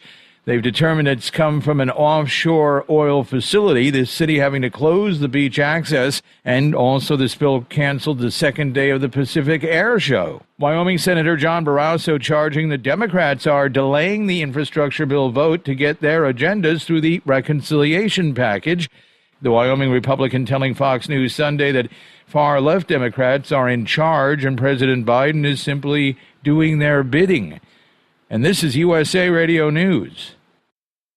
The best companion a pillow has ever had. You've heard me talking about Mike Lindell's Giza Dreams bed sheets now for a couple of years. They're the perfect companion to the MyPillow. Made with the world's best cotton called Giza, grown only in a region between the Sahara Desert, the Mediterranean Sea, and the Nile River. Its long staple cotton makes it ultra soft and breathable. And just like the MyPillow, there's a 60-day money-back guarantee, 10-year warranty. Try it for yourself. Mike Lindell and I promise you'll sleep better or you get your money back. Go to MyPillow.com, click on the radio listener special, use my promo code USA. Giza Dream Sheets as low as $49.99, but only if you use my promo code USA or call 1-800-951-8175 and ask for the Giza Dream Sheets special. And the promo code USA gets you up to 66% off the entire line of MyPillow products. Sleep better with the Giza Dreams bed sheets and save at MyPillow.com. Promo code USA. In Orange County, Florida, police believe they have located the body of a missing college student, 19-year-old Mia Marcano. She'd been missing for over a week. Here's more from USA Radio's Wendy King. Orange County Sheriff John Mina said deputies found the body in a wooded area of Timber Khan earlier on Saturday. Police said they were confident it was Marcano because deputies found a purse with her identification and belongings. Armando Caballero, who's been identified as a person of interest in the disappearance of Marcano, was found dead in an apparent suicide last week in Seminole County. The U.S. Supreme Court preparing to open its latest term on Monday with several high-profile cases to consider. Among them, the High Court will hear this term a Mississippi case defending a state law that would ban most abortions after 15 weeks of pregnancy.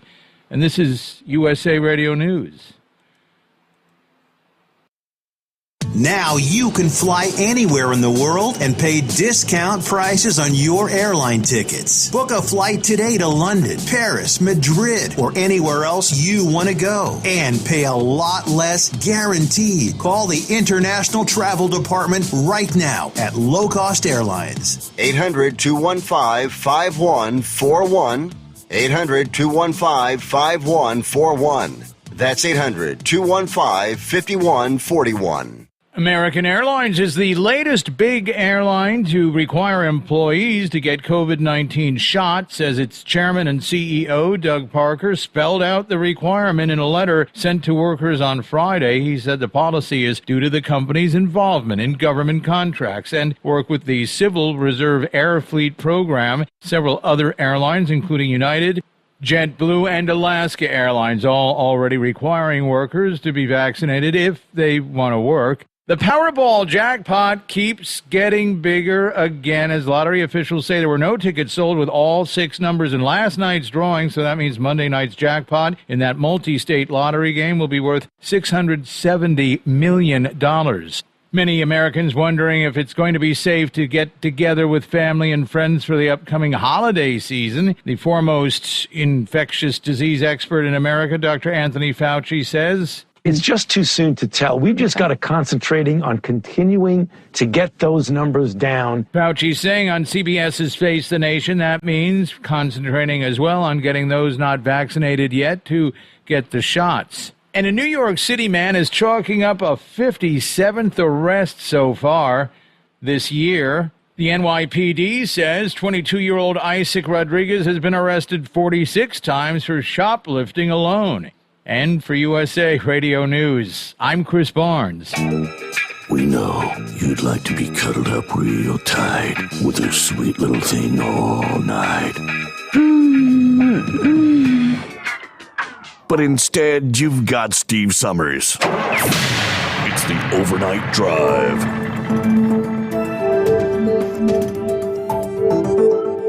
Island's Pete is the class of the heavy haulers. A trailer maker's daughter wins the big bucks with her deer, and a championship season reaches its end at the Enderley. From National Tractor Pullers Association headquarters in Columbus, Ohio, this is the NTPA Overnight Radio Report. Let's pick up where we left off in last week's report with the final 4 divisions to hook at the 34th annual Enderley Pull-Off on Saturday, September 18th at the Champaign County Fairgrounds in Urbana, Ohio.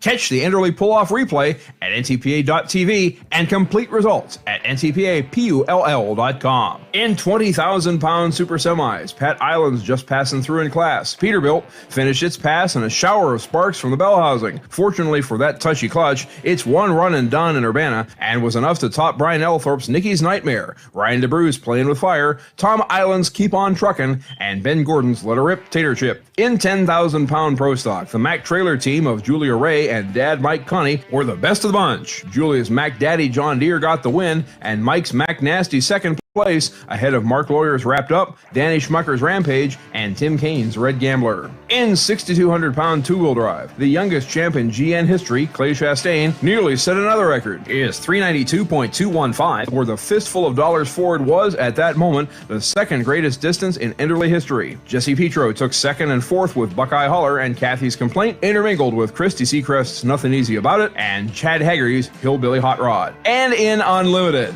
seconds after Chastain's winning run, Joe Ader's Polar Air bested it on the opposite track by 3/16 of an inch. That was enough to distance Chuck Knapp's Screamin' D, Dave Richardson's Foursome, Mark Cole's Gambler, and Ricky Rose's Giddy Up. The 2021 regular season will meet its end in a couple of weeks at the Southern Showdown at the North Carolina State Fair in Raleigh, presented by the United Pullers of the Carolinas, for the first and last Region 4 action of the year. Details are at ntpapull.com and upocpulling.com. And now, let's take one final opportunity to recognize the efforts of the Grand national champions of this welcome back year. Many of you will see these hometowns large and small on reflective signage up and down the interstates, and we hope you think of NTPA truck and tractor pulling when you do. Light Superstock, Jason Hoopman of Corfu, New York, and Rex Kuhn of Morristown, Indiana, with the Commander Ford 6000. Superstock Diesel, Travis Schlock of Marengo, Iowa, with the Bone Twister International 1066. Superstock Open, Bob Gansmere of Platteville, Wisconsin, with a Rutten Deer John Deere 7720. Super Farm, Ryan Anderson of Hoopston, Illinois, with the Checkin' Out International 1206. Pro Stock, Rob Russell of Prescott, Iowa, with the Workhorse Pro Case IH 225. Two-wheel drive, Clay Chastain of Brownstown, Indiana, with a fistful of dollars Ford. Four-wheel drive,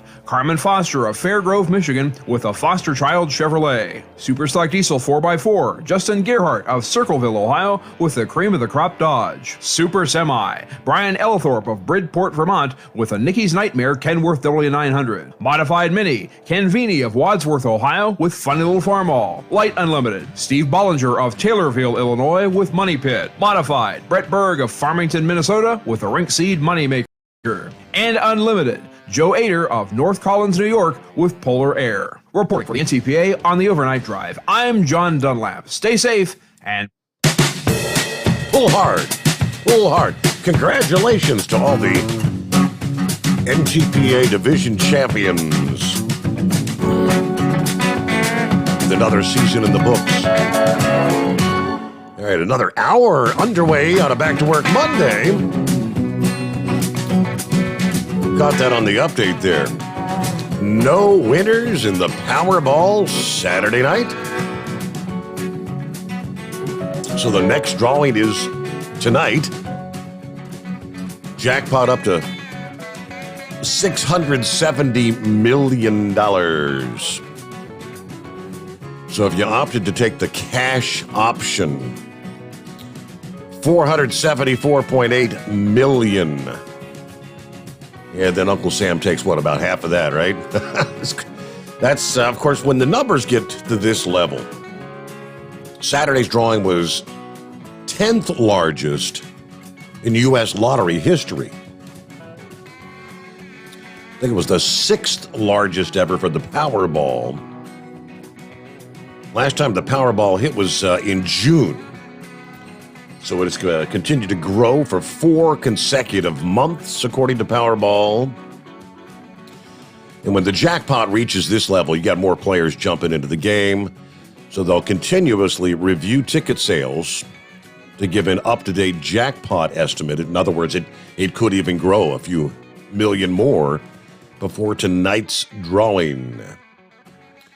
Now, it's still a long way from getting anywhere close to the record. Largest jackpot in U.S. history was just north of $1.5 billion that was split between 3 winners back in January of 2016.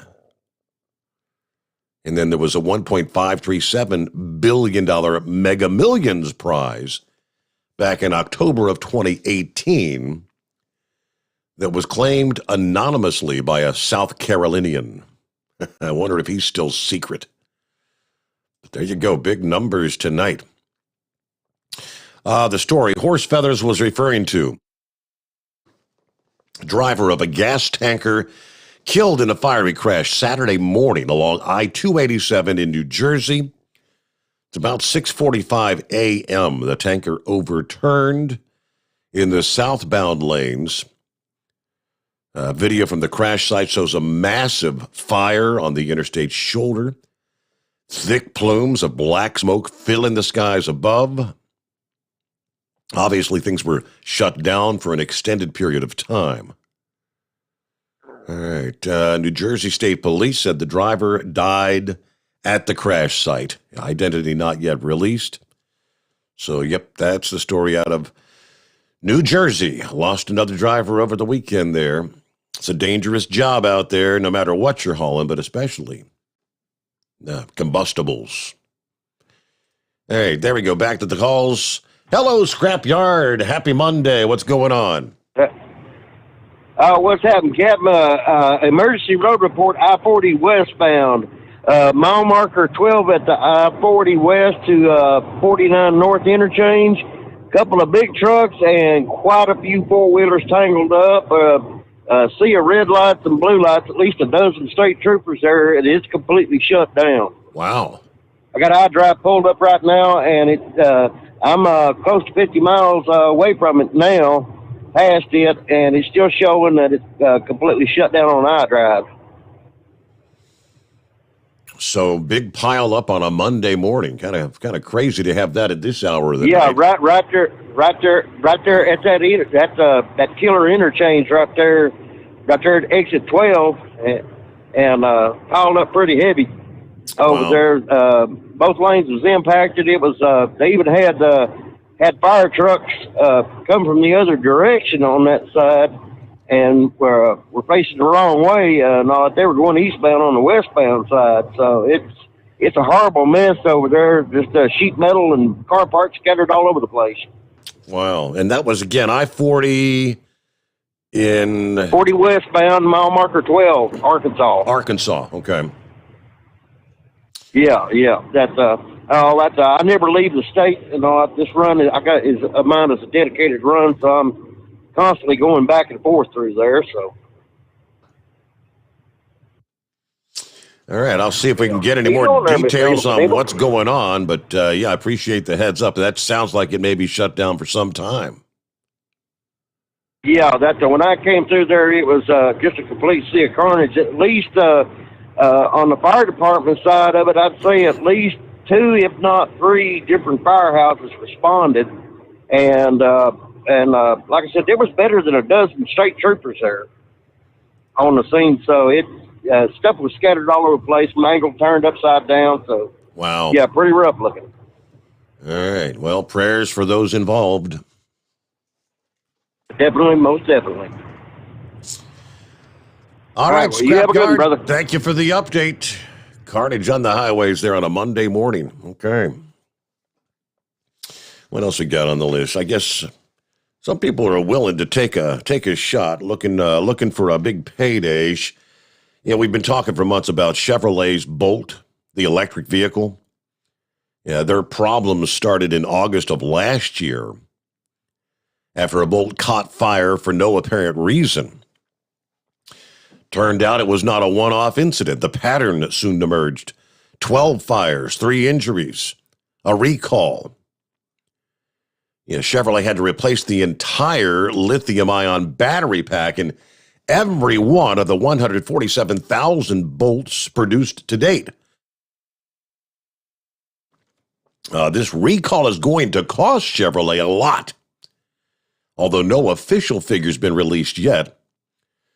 A scandal like this usually kills a car's reputation, right? But the Bolt is emerging from this scandal in even better condition due to a unique set of circumstances, they tell us. Even Chevrolet's dealers are repurchasing Bolts above the retail's cost charged just a few short months ago. Why would they do that? Well, first you need to understand the current demand in the used car market. The semiconductor chip shortage makes it nearly impossible for manufacturers to deliver new cars, so customers have no choice but to wait it out and get an almost new used car. Since the chip shortage could last into 2023, many customers are opting to go the used route. Mannheim Auctions predicts that the Bolt will lose no more than $100 of its value over the next 12 months. Couple that with Chevrolet replacing the battery pack for free, it makes sense for dealers to scoop up as many Bolts as possible. They're saying the car's value is not going down. The GM mothership is taking the financial hit. Dealers will have Bolts with new batteries and updated software to sell to the hungry car buying market. It's a very unique situation, considering how easily a scandal can kill a business. Ford, Audi, Toyota, Volkswagen were all caught up in scandals that nearly ended them. The most recent was Volkswagen's, remember the Dieselgate scandal? It cost them billions of dollars and effectively killed diesel-powered sedans, crossovers, and small SUVs. There were a few executives that actually went to jail. The difference between Volkswagen and the Chevy is Chevrolet accepted its mess, sent out a warning, and in the process now of rectifying the problem. Sadly, not all customers listened to Chevrolet when they sent out the fire warnings initially, though. So there you go. So that's very surprising. You'd think nobody who would have an interest in a Chevy Bolt. Apparently, many people will and continue to do so. About 21 past the hour. What's going on, Pappy? How was your weekend? Mr. Steve Sommers, what's up? Well, it was okay. Yeah, I shouldn't even have asked. Better. Yes, so the daughter had her first true life experience with a blowout on the interstate. Yes, sir.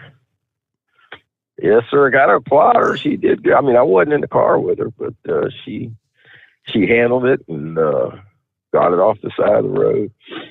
I think what happened, Steve, is she had a leak in that front left tire. And she called me. She said, "Hey, Dad, I think the tire's a little low."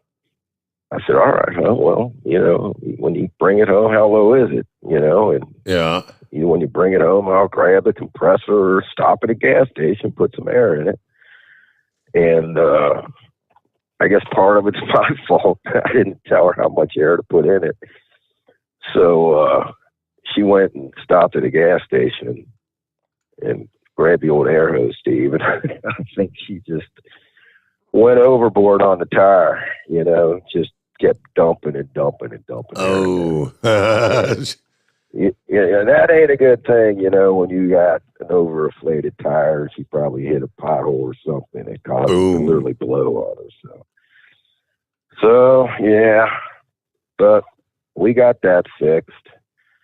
And she's got homecoming Thursday, so I was a little skeptical to let her drive all the way out to Kenwood Mall, to look for a dress or something. So I ended up taking her up there, so that's why I was tied up Saturday, Steve.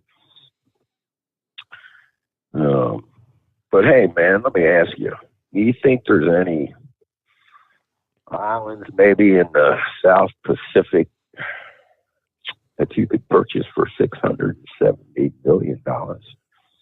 Gotta be. Even if I won a Powerball, I still wouldn't have enough cash. Yeah, I guess if you want to take the cash option, you said it was $470. Yeah, takes half of and that. that's before Uncle Sam. Yeah. Yeah, so you end up what? About $250. Not a bad payday. Not a bad one at all. No, I think I could survive on that. Yeah, you think? Oh, there'd be 200 of my friends, some of your listeners that would be awfully mighty happy. I'm telling you, Steve, what the hell you do with that much money, man? You have to give it away. You'd have to make a lot of people's lives real happy. But, man, heard Gouger, Horse Feathers talking about Mr. Dieter's there.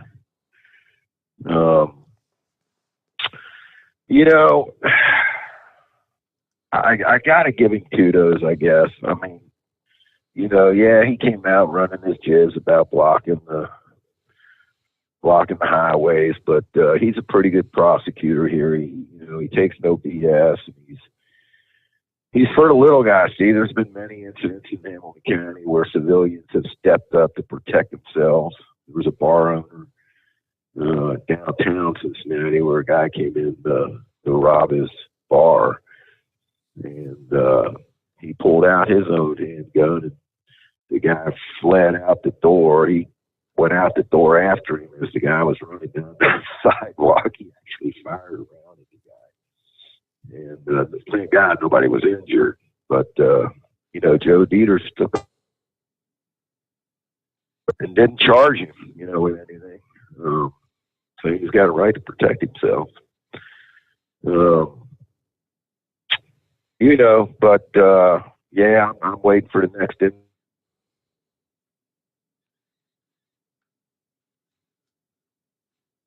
And either your battery is losing charge or you lost cell, one of the two. Because we lost Pappy. Okay. Yeah, it sounded like his battery might have been going dead there. All right, got a couple of minutes before we hit our bottom of the hour news break just ahead here. And get the latest what's going on out there around the country. And boy, we've seen some crazy scenarios like this. Who was the actor up in Chicago that, just blew his career? Remember, he was claiming he was attacked by, attacked by the white guys or whatever. And he wasn't. Okay. Yeah, it looks like that problem was not on Pappy's end. Looks like it was on this end. Because everything disconnected. That's the first time that's happened in a long time. Not like we don't want to have to do the reset anymore and all that good stuff, so. Okay, I'll see if we can get dialed back in here. This is in Georgia, a neighborhood that was terrorized by a person claiming to be a white male member of the KKK. Police now say that the person making the racially motivated threats to burn down houses in the neighborhood and kill people was actually a black woman. Okay. Give you the rest of the story after our news break here as we've hit the bottom of the hour. And again, trying to get the phones reset. I'll work on that here and hopefully be back up and running when we come back. The Steve Sommers Overnight Drive live from the Hot Shot Secret Studios. USA Radio News with Chris Barnes. Off the California coast, the Huntington Beach mayor, Kim Carr, says they're working feverishly to try to prevent what she says could become potential ecological disaster. Speaking about an oil spill, about 3,000 barrels of oil that was reported Saturday morning off the coast of Huntington Beach. They've determined it's come from an offshore oil facility, the city having to close the beach access, and also the spill canceled the second day of the Pacific Air Show. Wyoming Senator John Barrasso charging the Democrats are delaying the infrastructure bill vote to get their agendas through the reconciliation package. The Wyoming Republican telling Fox News Sunday that far-left Democrats are in charge and President Biden is simply doing their bidding. And this is USA Radio News. The old way of living with diabetes is a pain. You've got to remember to do your testing, and you always need to be sticking your fingers. The new way to live your life with diabetes is with a continuous glucose monitor. You simply apply a discreet, easy-to-use sensor on your body, and it continuously monitors your glucose levels, helping you spend more time in range and freeing you from painful finger pricks. If you test your blood sugar at least 4 times per day and inject insulin at least 3 times per day, or use an insulin pump and have private insurance or Medicare, you might be eligible for a CGM with little or no cost to you. Call U.S. Medical Supply today for a free benefits check. We offer free shipping, 90-day supplies, and we bill Medicare or your insurance directly. Call now and say goodbye to finger pricks. 800-763-1954. 800-763-1954. 800-763-1954. That's 800-763-1954. Live from the Hot Shot Secret Studios, the Steve Sommers Overnight Drive. Hi, this is Pete Matouche. In 1999, my brother started the Turbo 3000. We're proud to continue on with his legacy. The fuel that you've spent your hard-earned money on is completely burned, and that's your profit going right back where it belongs, in your pocket. For our Canadian customers, you can get the Turbo 3000 from manufacturer direct. Call us at 888-567-1007. For a limited time, save $45 off total purchase using coupon code STEVESAVES at turbo3000.com. For the last 15 years, the Big Rig Mattress has been manufacturing a premium residential mattress for over-the-road truckers. The main support component of the Big Rig Mattress is an individually pocketed spring cord that delivers the optimal amount of support exactly where you need it. Check out thebigrigmattress.com to learn more about this exceptional mattress. Many sizes are stocked and can ship within 72 hours. Custom sizes also available. 100% made in the USA since 2009. At Hot Shot Secret, we share the science behind common diesel problems. For example, turbocharger spool time. Turbochargers are designed to increase the efficiency and power of the diesel engine by forcing compressed air into the combustion chamber. Temperatures inside the turbo can reach upwards of 400 degrees. The oil meant to lubricate the bearings will burn, leaving behind a sticky residue called stiction. The turbo's ability to spool up quickly is hindered because the stiction-covered bearings can't spin properly.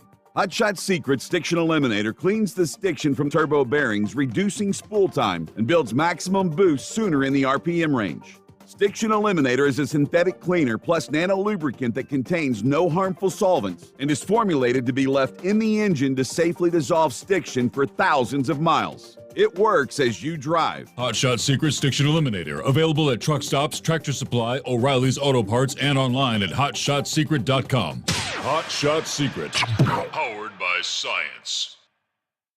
Drivers, you demand that your equipment's reliable and dependable, and that also applies to your headset for communication. Well, our friends at Stellar Electronic have you covered. The Pluto Duo headset bundle is the best communication headset you can find in the industry. No matter the challenging environment you're driving in, the Pluto headset will make you sound crystal clear all the time thanks to their 99% noise cancellation. And the Duo's not only a stereo converter for the headset, but also a power bank so you can charge as you go. Learn more at StellarElectronic.com or visit them on Facebook. For anything diesel, take it to Shy Diesel. They provide a wide variety of services and diagnostics to determine what the problem is with the latest technology. From simple oil changes and preventative maintenance to fuel system diagnostics and repairs, engine rebuilds and cylinder head repairs, and rebuilds with our in-house machine shop. They also have on-site DPF cleaning for exhaust issues and DOT inspections. If your diesel is asking for some attention, Shy Diesel has the specialist you need for anything diesel. Located in Terre Haute and Lafayette, Indiana, and Effingham, Illinois, Shy Diesel has you covered. Pure Flow Air Dog, your leader in fuel air separation system technology. Our systems filter out water, particulates down to 2 micron, and remove all of the air out of your diesel fuel. This allows for nothing but pure, clean diesel fuel to reach the expensive injection system equipped in your vehicle. Not only do our fuel systems protect, they also come in a variety of flow rates to meet your performance needs. Our systems are compact and use OEM-style fittings for an easy installation. Learn more about our product at www.pureflowairdog.com and be sure to follow us on Facebook and Instagram. Protect your investment with Pure Flow Air Dog. Because Channel 19's a little congested. Call Steve now at 844-844-3388. The Overnight Drive.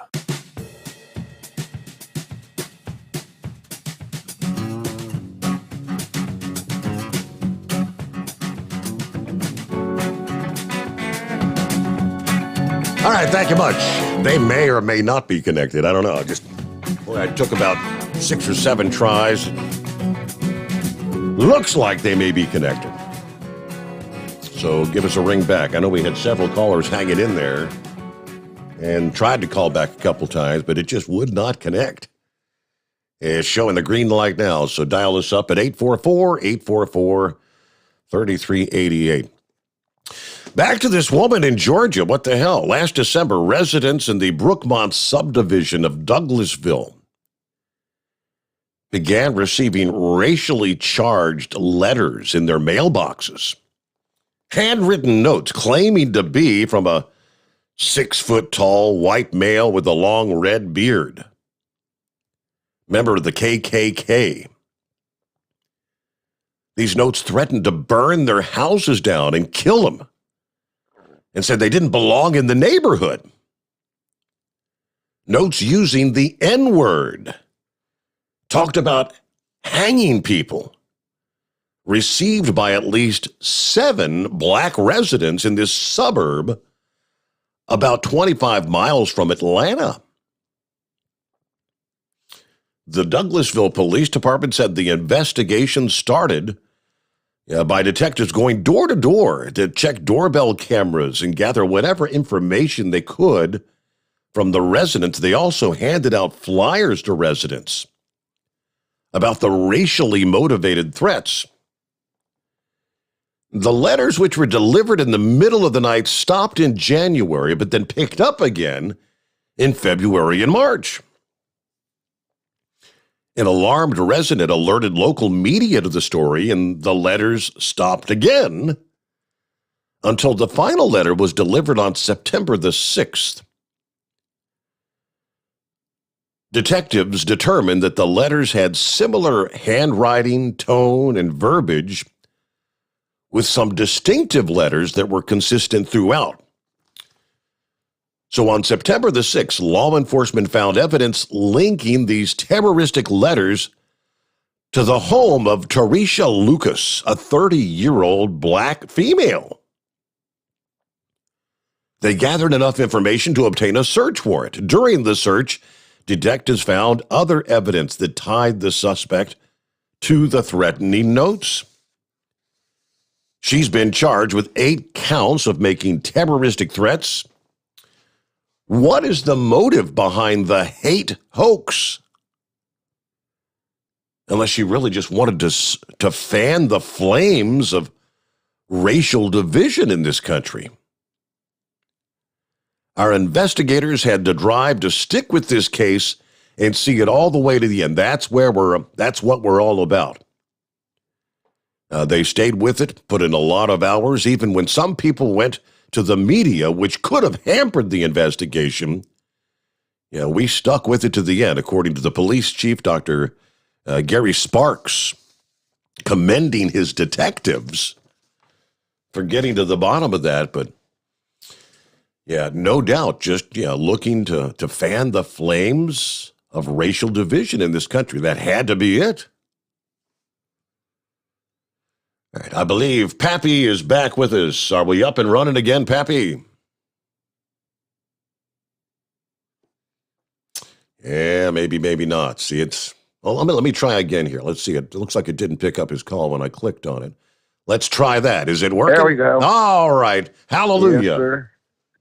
I was going to say, you dropped me like a hot potato, boy.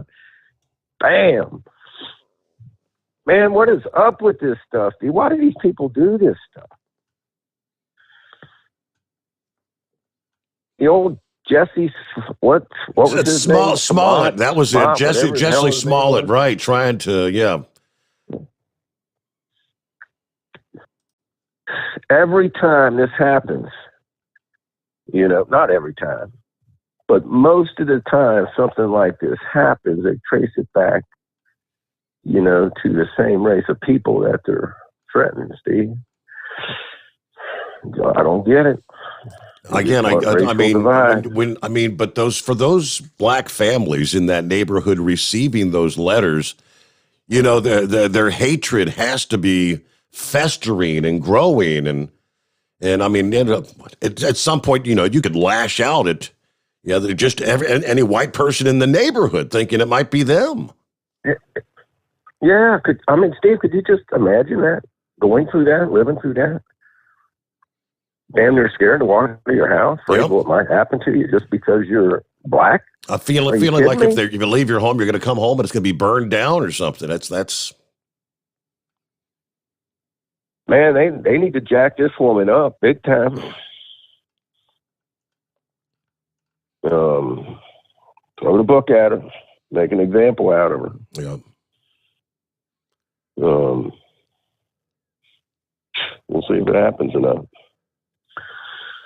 But I forget what the hell we were talking about, Steve. Oh, when the disturbance broke out in Cincinnati, Cincinnati PD did a hell of a job. We were down there too, squashing that, man. They didn't put up with it, Do you know, did Dieters ever press any charges against any of them? Did they make any arrests, or do you know? Well, they did. And, Rangers or Horse Feathers call there to Steve, I'm wanting to say, if I recall correctly, they dropped the charges on a lot of them. Interesting. I think they're still looking. There was one dude that actually fired a shot, and the round hit the CPD officer in his helmet, which saved his life. They're still looking for that man.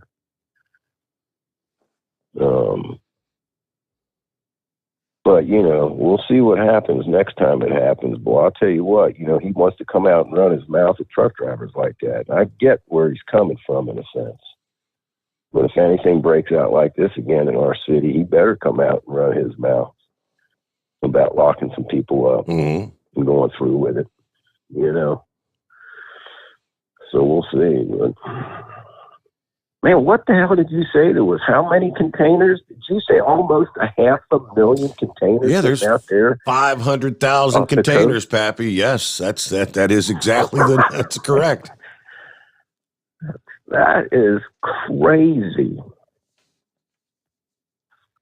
My son stopped by here the other day, and he's not real political, but, he brought it up and started talking, man. And I told him, son, he's 32. He better start stocking up on some canned goods and stuff, because I don't know. Man, I'll tell you what, if they pass this, they're not. 3.5 million trillion package they're talking about doing, raising the debt limit up, Steve. And you know what? And these rhinos up there, they're gonna fall for it. They're gonna go along with it. You watch. This crap's gonna end up getting passed. Man, we're gonna be in a world of hurt. Let's hope I'm wrong. Wow.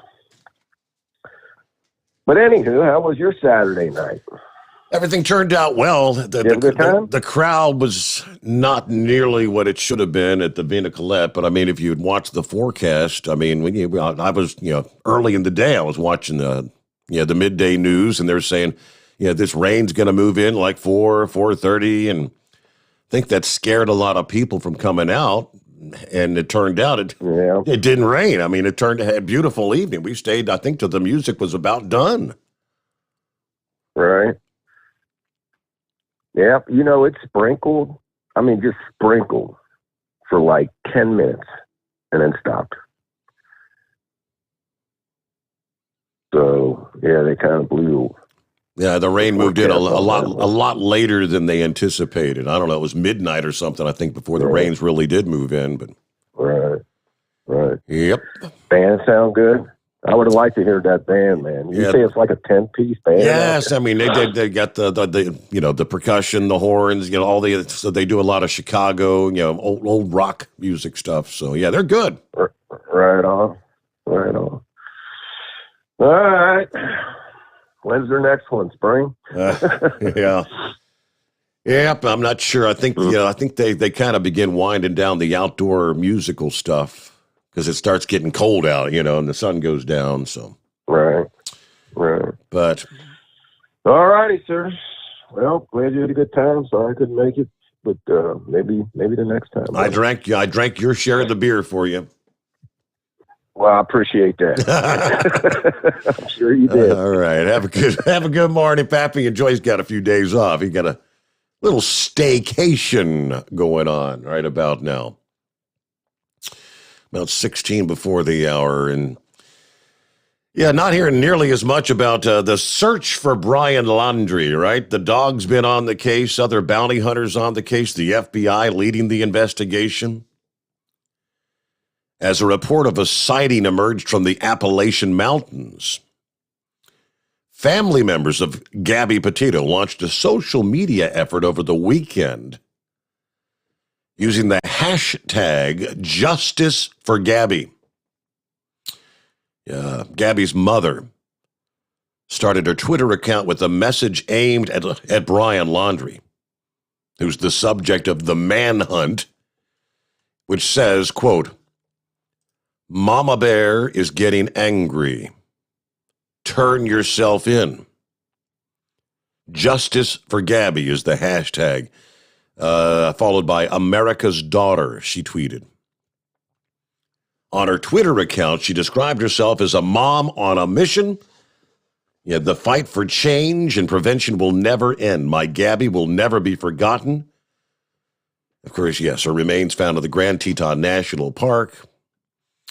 Yeah, Laundry, of course, showed back up home in Florida with the van, but no Gabby. And yeah, we all know the story now.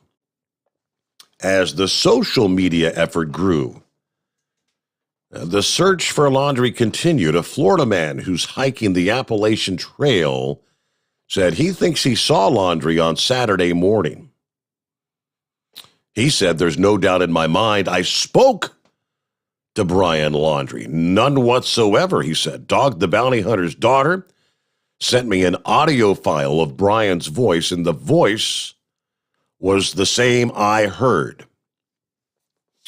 Now, Davis is an engineer, said he ran into the man near the border of North Carolina and Tennessee, and the man pulled up alongside his car where Davis was walking and asked for directions to California, taking only back roads.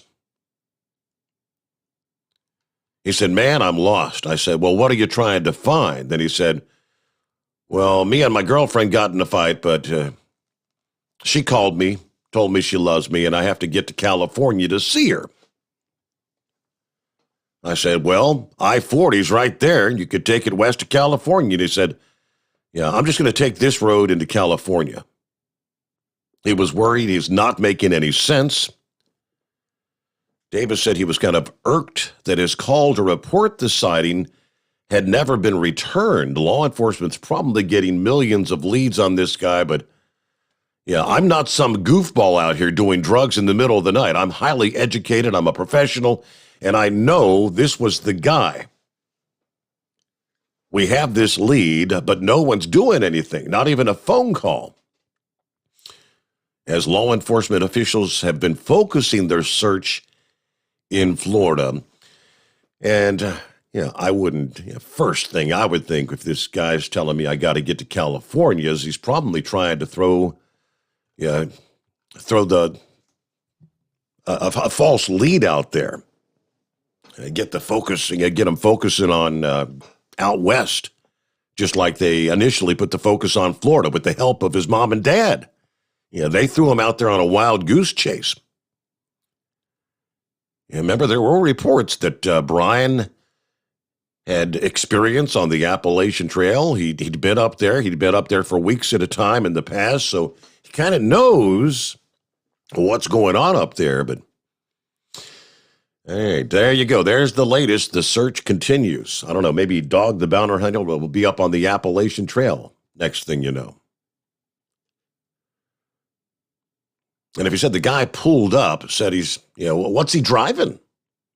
That would be my question. What's his vehicle? Get the description, and that's what you need to be looking for. It's 844-844-3388. The Steve Sommers Overnight Drive live from the Hot Shot Secret Studios. You're listening to the Overnight Drive with Steve Sommers. Do you have a Dodge pickup and hate your automatic transmission? Of course you do. LaVon Miller at Firepunk Diesel here, and we specialize in heavy-duty and performance transmissions for your 3-quarter or 1-ton Cummins-powered truck. So if you're interested in turning your stock slush box into a towing monster, call us today at 614-733-3744 or visit us online at shop.firepunk.com. At Turbo 3000, our founder Andy Matoush firmly believed you should challenge yourself. Put the most money back in your pocket, where it belongs. Four-Wheeler Magazine took our challenge, and they wrote it did exactly what we said it would do. As fuel prices keep going up, get your Turbo 3000 today. Call us at 888-311-9993. Always free shipping in the USA, and for a limited time, save $45 off total purchase using coupon code STEVESAVES at turbo3000.com. Attention all truckers, Dean Michael, the tax doctor here. I want to talk to you about those dreaded tax problems. I know you want to keep on trucking and not even think about them. Well, let's face it, they're not going away all on their own. You need professional help. I've been helping truckers put their tax problems in the rearview mirror for years. I can help you too. Call me for a free consultation at 888-632-4506 or go to mytaxhelpmd.com. It's like I always say, keep your eyes on the road, I'll keep mine on the IRS. 888-632-4506. How do you sleep on the road? After downtime, do you wake up well-rested and invigorated or tired, achy, and sore? Well, if it's the latter, you're not sleeping on the Big Rig Mattress. The Big Rig Mattress is a hybrid with an individually pocketed spring core that's engineered to deliver the best restorative sleep for your time on the road. Learn more about the Big Rig Mattress at thebigrigmattress.com or call 877-736-4233. The Big Rig Mattress, 100% made in the USA since 2009. Because Channel 19's a little congested. Call Steve now at 844-844-3388. The Overnight Drive.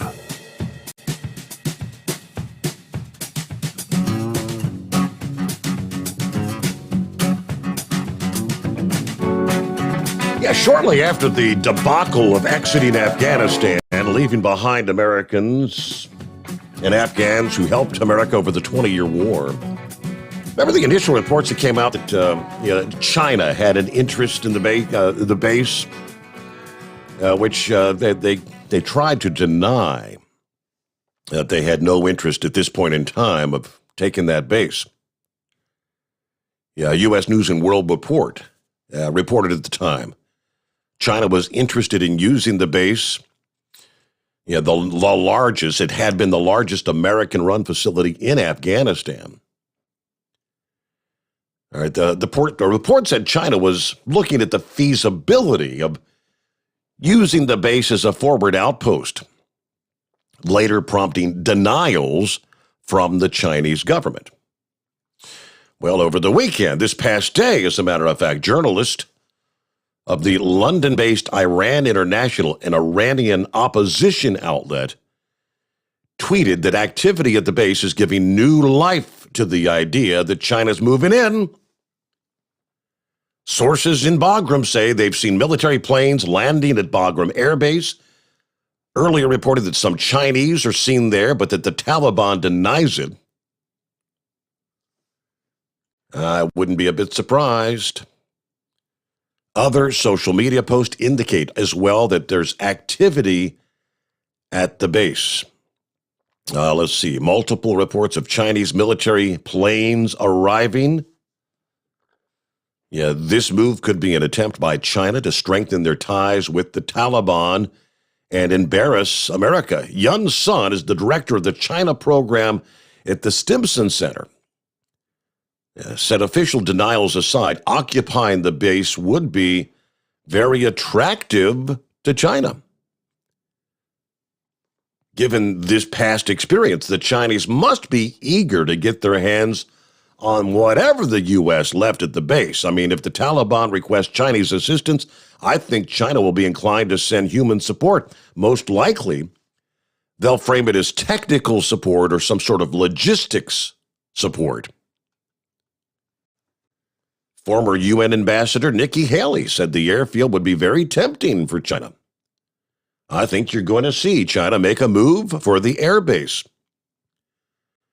While not confirming Haley's comment, a Taliban spokesman noted that China is a Taliban ally. China is our most important partner and represents a fundamental and extraordinary opportunity for us because it's ready to invest and rebuild our country, which we know that the trade-off with China is going to be the rare earth minerals. I don't know how much lithium do they have there. China's going to be building all these batteries so we can electrify the automobile world. The auto public here in the United States, I'm sure they'd be chomping at the bit to get in there and pay a decent price to the Taliban to begin mining for some of those rare earths and whatnot. All right, let's get back to the calls. Is this Jay? Good morning. Hey, what's on, Steve? Hey there. I didn't know. Did you see where that state cop got killed Friday morning there in Chicago? That was On 94 just a shooting on the interstate, wasn't it? I don't know what it was. I didn't hear if he was sitting in his car and got shot, or I didn't hear what happened. I didn't see nothing more on the news about it. I just saw it on Facebook, and I didn't hear nothing else. He died. So I'm not sure what it all was. So I didn't know if you heard anything about that or not. Yeah, I mean, I know it was a shooting on the interstate, but I'll do a quick check here to see whether he was just rolling down the interstate or whether he was at a traffic stop or what the deal was. Yeah, that's what I couldn't figure out. They said they found him in his car. I didn't know. I didn't see nothing else, and I don't know. It was kind of strange. Didn't see nothing on the news all weekend about it. I'm looking here. I mean, according to this, it says, I guess the update on Saturday was that it was a suicide. Suicide from a self-inflicted gunshot wound, according to the medical examiner Saturday. Okay. Found in his squad car. That's why we didn't hear any more about it. Yeah. In the northbound local lanes of I-94. Yeah. Yeah, right there, 43rd Street. That's not a very good neighborhood. We go up there all the time. Well, that explains it then. Yes, sir. Yeah, I took my truck in July. Had to get it worked on. I went in there and he said, "Hey, you're about 3 days behind." I was okay. And I waited about 4 days to call them. No, it won't be till next week. Took them a week and a half to get my truck in to look at it. And then another week and a half to fix it. They was not enough mechanics. That's Kenworth dealer in Indianapolis. I couldn't believe it. Like anywhere else, I can't find help these days. Yeah, I kept calling. I said, "What? We got 5 trucks in front of you. Well, you think 5 trucks ain't very many trucks, but." I said, "How y'all say in the business 5 trucks?" They said, "Well, we got other priority work we have to do first, too. You just ain't the only one in here. We got big fleets in here or whatever." I said, "Yeah, I figured that." But I called them again. My truck done the same thing here a week ago. Called them. "Yeah, we're still a week behind. We're still a week behind over here." Oh, well, Jesus. So they've probably got some. They've got some contracts with some fleets or companies or whatever, and so they get priority. You come in, you got to be behind all their work. Yep, that's it. They got the big fleets come in there and they take care of them first. But well, like I said, I just heard that State Cooper got shot Friday morning. And I didn't hear nothing else about it. I just wondered what happened. So that explains it. Yep. Well, the initial headlines made it sound like he was shot out there on the Dan Ryan. That's what I took the initial reporting as, but I guess that changed over the weekend. He was taken to University of Chicago Hospital, pronounced dead at 2:16. This is like Friday afternoon. You see, the initial statement was from the state police that the shooting was, quote, officer involved. A woman was driving on the inbound Dan Ryan about 1:45 in the afternoon. She saw his car smashed up against the median. Went to help, found the officer inside. She used his radio to call frantically for help.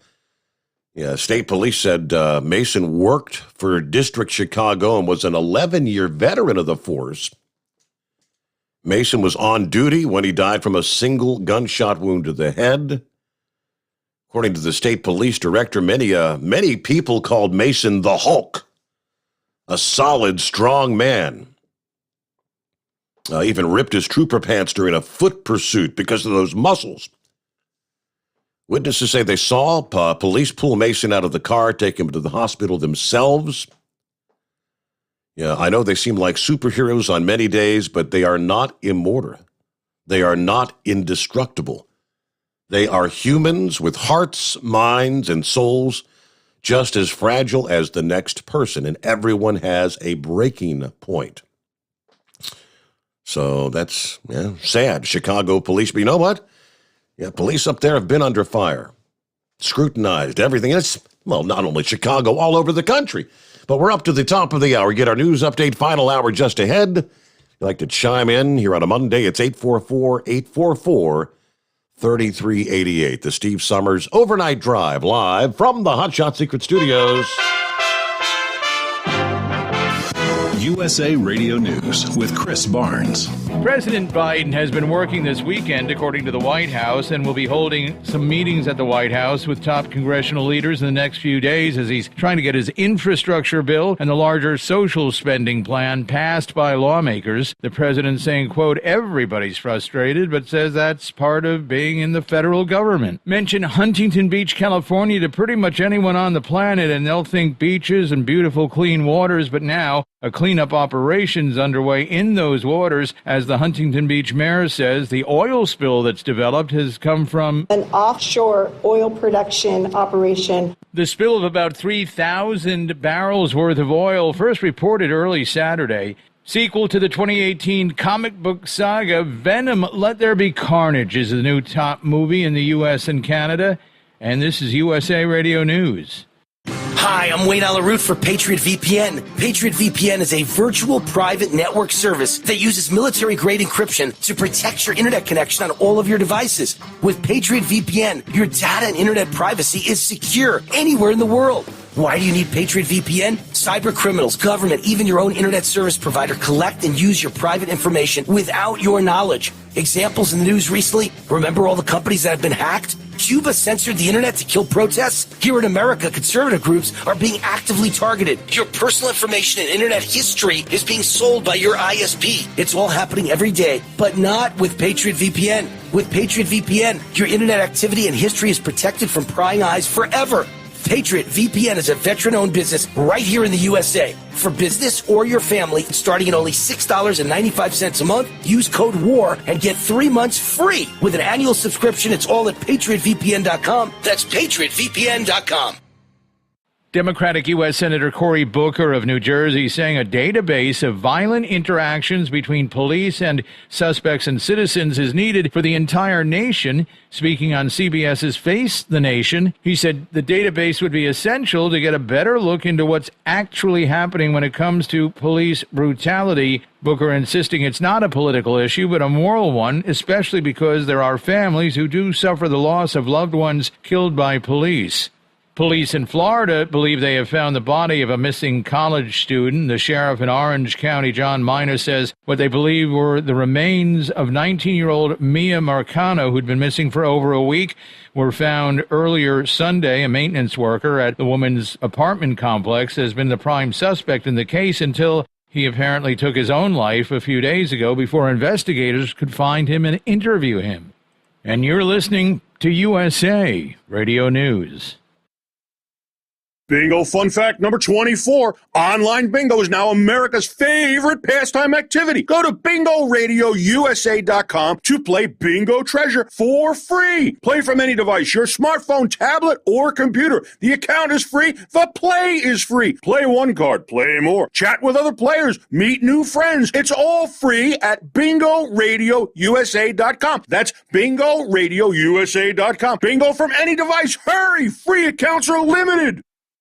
Some observers say the nation's top military officials should get combat pay for what they withstood on Capitol Hill at a pair of hearings over the past week. Others say, like many Republicans on the House and Senate committees which grilled them, that they actually should be fired. Republican Senator Josh Hawley of Missouri telling the Joint Chiefs Chairman, General Mark Milley, and Secretary of Defense Lloyd Austin they should both resign. And Republican Senator Rick Scott of Florida pressed Milley on his decision to speak with the authors of multiple political books, and that issue actually came up dozens of times. Here's Representative Matt Gaetz speaking to the Secretary of Defense Lloyd Austin, though he's referring to the chairman of the Joint Chiefs. And while the guy sitting next to you was off, talking to Phil Rucker and was off doing his thing with Bob Woodward, we were buying into the big lie that this was ever going to be successful and that we could ever rely on the Afghanistan government for anything at all. There was this exchange between Representative Mike Johnson of Louisiana and the Secretary of Defense. What we're trying to get to is, what did the president know? Did he forget what was told to him, or is he not being truthful? I view that as an inappropriate question, and I won't. Well, you may, but the American people don't. An issue that only got fleeting attention was last week's report from the Department of Defense showing that between 2015 and 2020, there was a 41% increase in the number of active military members committing suicide. And for USA Radio News, I'm Chris Barnes. At Hot Shot Secret, we share the science behind common diesel problems. For example, stiction. Found throughout the oil system, stiction is the sticky friction that negatively impacts your engine's ability to function at an optimal level. The molecular structure of oil is a hydrocarbon. The engine's extreme heat, tight tolerances, and high pressure cause the oil to break down and release hydrogen, leaving behind varnish, a carbon-based deposit. The varnish clings to the engine's moving parts, creating drag on the turbocharger, oil pump, and pistons. Symptoms of stiction include a rough idle and the loss of fuel economy and performance. Hot Shot Secret Stiction Eliminator delivers a 98% clean rating in third-party scrub tests. Its synthetic cleaner plus nano lubricant contains no harmful solvents and is formulated to be left in the engine to safely dissolve stiction for thousands of miles. It works as you drive. Stiction Eliminator is available at truck stops, Tractor Supply, O'Reilly's Auto Parts, and online at hotshotsecret.com. Hot Shot Secret, powered by science.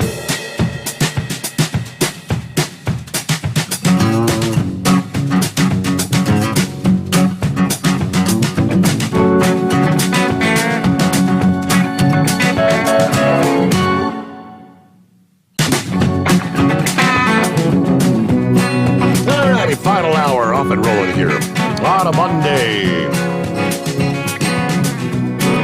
Yeah, so we lost Scenic Route. Who else was on the line? Yeah, lost our calls. So we're clean and green at 844-844-3388. Some of the climate activists like to highlight the headlines about the warmest year, warmest summer in recorded history and all that stuff. A record hot summer in large parts of the northern hemisphere. Yeah, they'll highlight the fires, the floods, the hurricanes. But while all that was going on, Antarctica was mired in a deep, deep freeze. I mean, that's typically the case during the southernmost continent's winter months. But 2021 was different. The chill was exceptional, they say, even for the coldest location on the planet Earth. The average temperature at Amundsen Scott's South Pole Station between the months of April and September was minus 78 degrees Fahrenheit, or minus 61 Celsius. The coldest on record, dating back to 1957.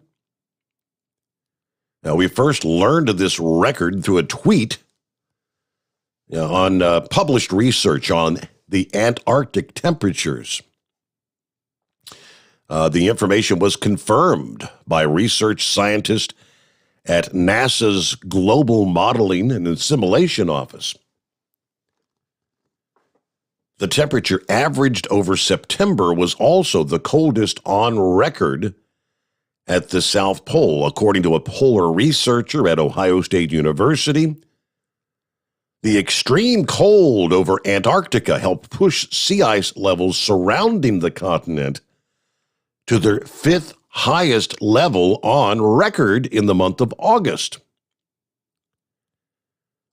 One climatologist who monitors world weather extremes said extraordinary cold continues to grip the Antarctic plateau.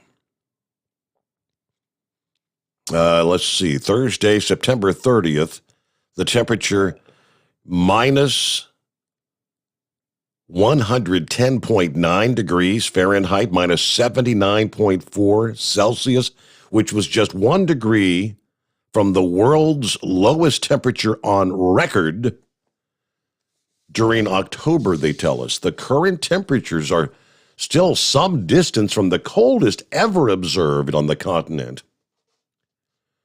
Apparently, in 1983, that station plummeted to minus 129 degrees, if you could imagine that. Satellites have detected temperatures as low as minus 144.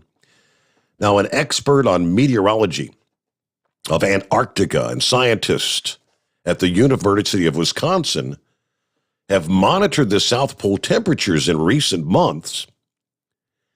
And he said, this is just amazing. In an interview, he said it was around minus 100 degrees on numerous occasions. Now, at these sort of temperatures, I mean, you can't even operate aircraft, he writes. Between minus 50 and 58 Celsius, you put the aircraft at the risk of hydraulics freezing up or your fuel simply turning into jelly. That sounds about right, but minus 129 degrees. All right, it is 844-844-3388. I'm not real familiar with Prince Edward Island. Are you? They've got a policy that will mandate COVID-19 testing for truck drivers entering Prince Edward Island, which is facing opposition from industry groups that say this is going to further delay shipments along the supply chain. The executive director of the Atlantic Provinces Trucking Association has said the island's requirement will have huge impacts, delays, and confusion. At one point, truckers were exempt from the requirements because, well, they were essential services, right? And now that we're vaccinated, now they're telling us we've got to get tested. Where is the end here? This can't continue. The supply chain will be crippled, he says. This went into effect September 30th, last Thursday, I guess that was, right? Everyone 8 years and older will be tested at the points of entry, regardless of immunization status or the amount of time outside the province.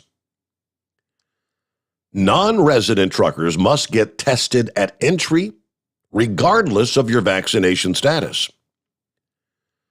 Truck drivers who are residents of the island do not have to self-isolate after they receive their first negative test result if they are registered as rotational workers and are tested at the required frequency. Non-residents do not qualify for that exemption as far as the self-isolation is concerned. So when not working, drivers must self-isolate to include not going to public areas, including grocery stores or other retail outlets. Restroom breaks and refueling your vehicle are permitted provided you maintain physical distance, wear a non-medical mask, and pay at the pump. Arranging no-contact delivery for medication and other essentials. Arranging for no-contact delivery of food, where at all possible. Drive-through is permitted, or fast food service provided you maintain physical distance from others. Wear a mask. Eating in or dining room service is not permitted. You are not to attend public events, places of worship, restaurants, bars, arenas, gyms. No visiting or hosting people, including friends and family.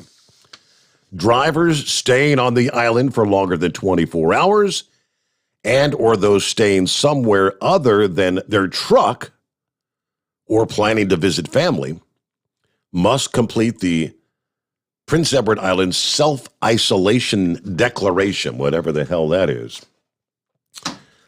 Yeah, where does... So now you got vaccinated. Everything's going to be okay once you get vaccinated. No, now you still got to self-isolate.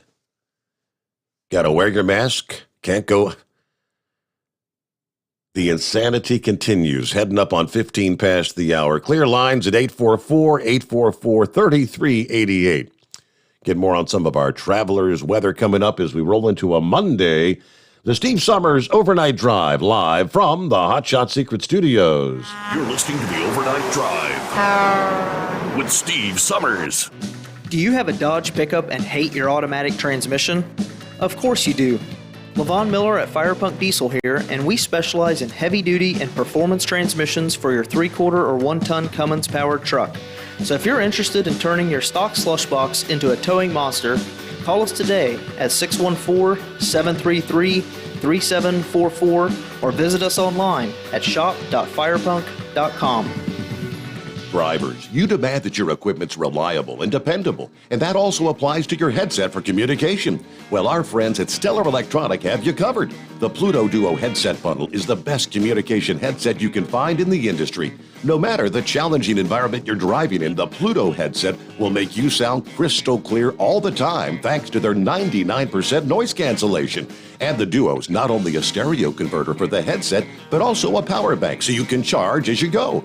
Learn more at StellarElectronic.com or visit them on Facebook. At Hot Shot Secret, we share the science behind common diesel problems and their solutions. For example, Hot Shot Secret Diesel Extreme. Today's ultra-low sulfur fuels are cleaner, but they leave injector deposits, causing frequent DPF regens and low throttle response. Hot Shot Secret Diesel Extreme is a 6-in-1 fuel additive recommended for all diesel engines. It is formulated with the most concentrated detergent on the market, a top-tier level cetane booster, lubricity enhancer, water demulsifier, rust and corrosion inhibitors, and a fuel stabilizer. Diesel Extreme is a once every 6-month treatment that will clean your entire fuel system, starting at the fuel tank and traveling throughout the fuel lines and fuel pump, and finally completely cleaning your injectors. Hot Shot Secret Diesel Extreme improves your diesel's fuel economy and eliminates excessive black smoke. Hot Shot Secret Diesel Extreme is available nationwide at truck stops, fine farm and auto stores, and online at hotshotsecret.com. Hot Shot Secret, powered by science.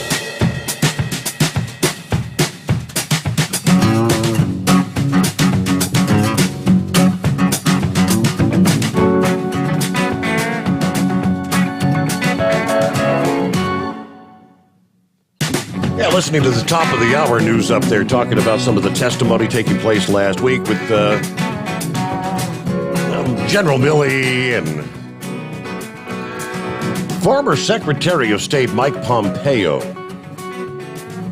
suggesting General Milley may have lied under oath to Congress about who had knowledge of those phone calls that he made to China in the final weeks of the Trump era, the Trump term.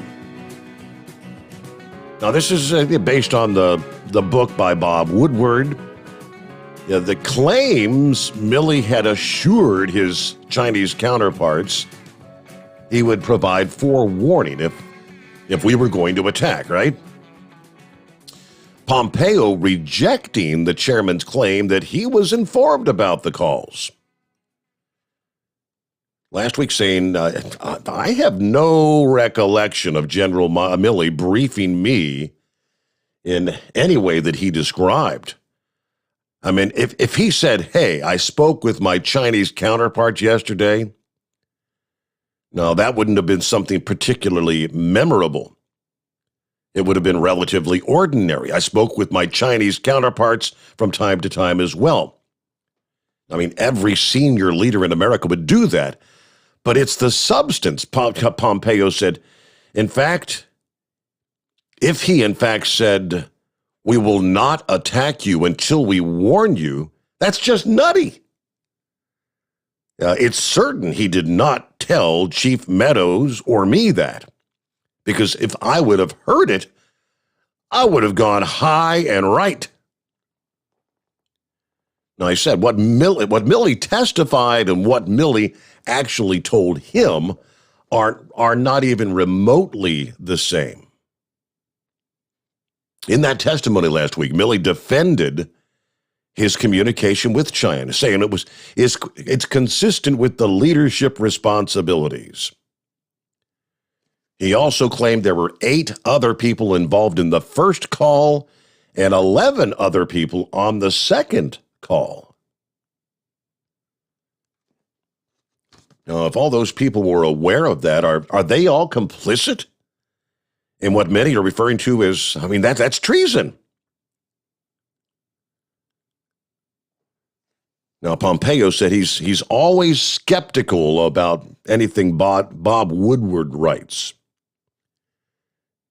We begin there. But if he did that, if Milley called and told the Chinese party, I promise I'll give you a holler before we attack, that is something deeply inconsistent with his responsibility. He's not even in the chain of command. Yeah, that would have been a tragic, horrible thing to do. So I guess it's going to continue on. Did he lie under oath would be the question. Hey, good morning, Vic. What's going on? Happy Monday. Yeah, happy Monday there. You were just talking about the telephone call there with General Milley. There is so much involved in making a phone call like that, and the whole nuclear protocol. You remember the red phone that Kennedy got started? I mean, that whole thing sounds extra fishy to me. But this morning, when the local news came on, I seen something that it's like, where will this foobar stop? There is some woman here in Indiana that wants people to donate their used cell phones and laptops because the Afghan refugees, the children, need to be technically smart, like a tech smart.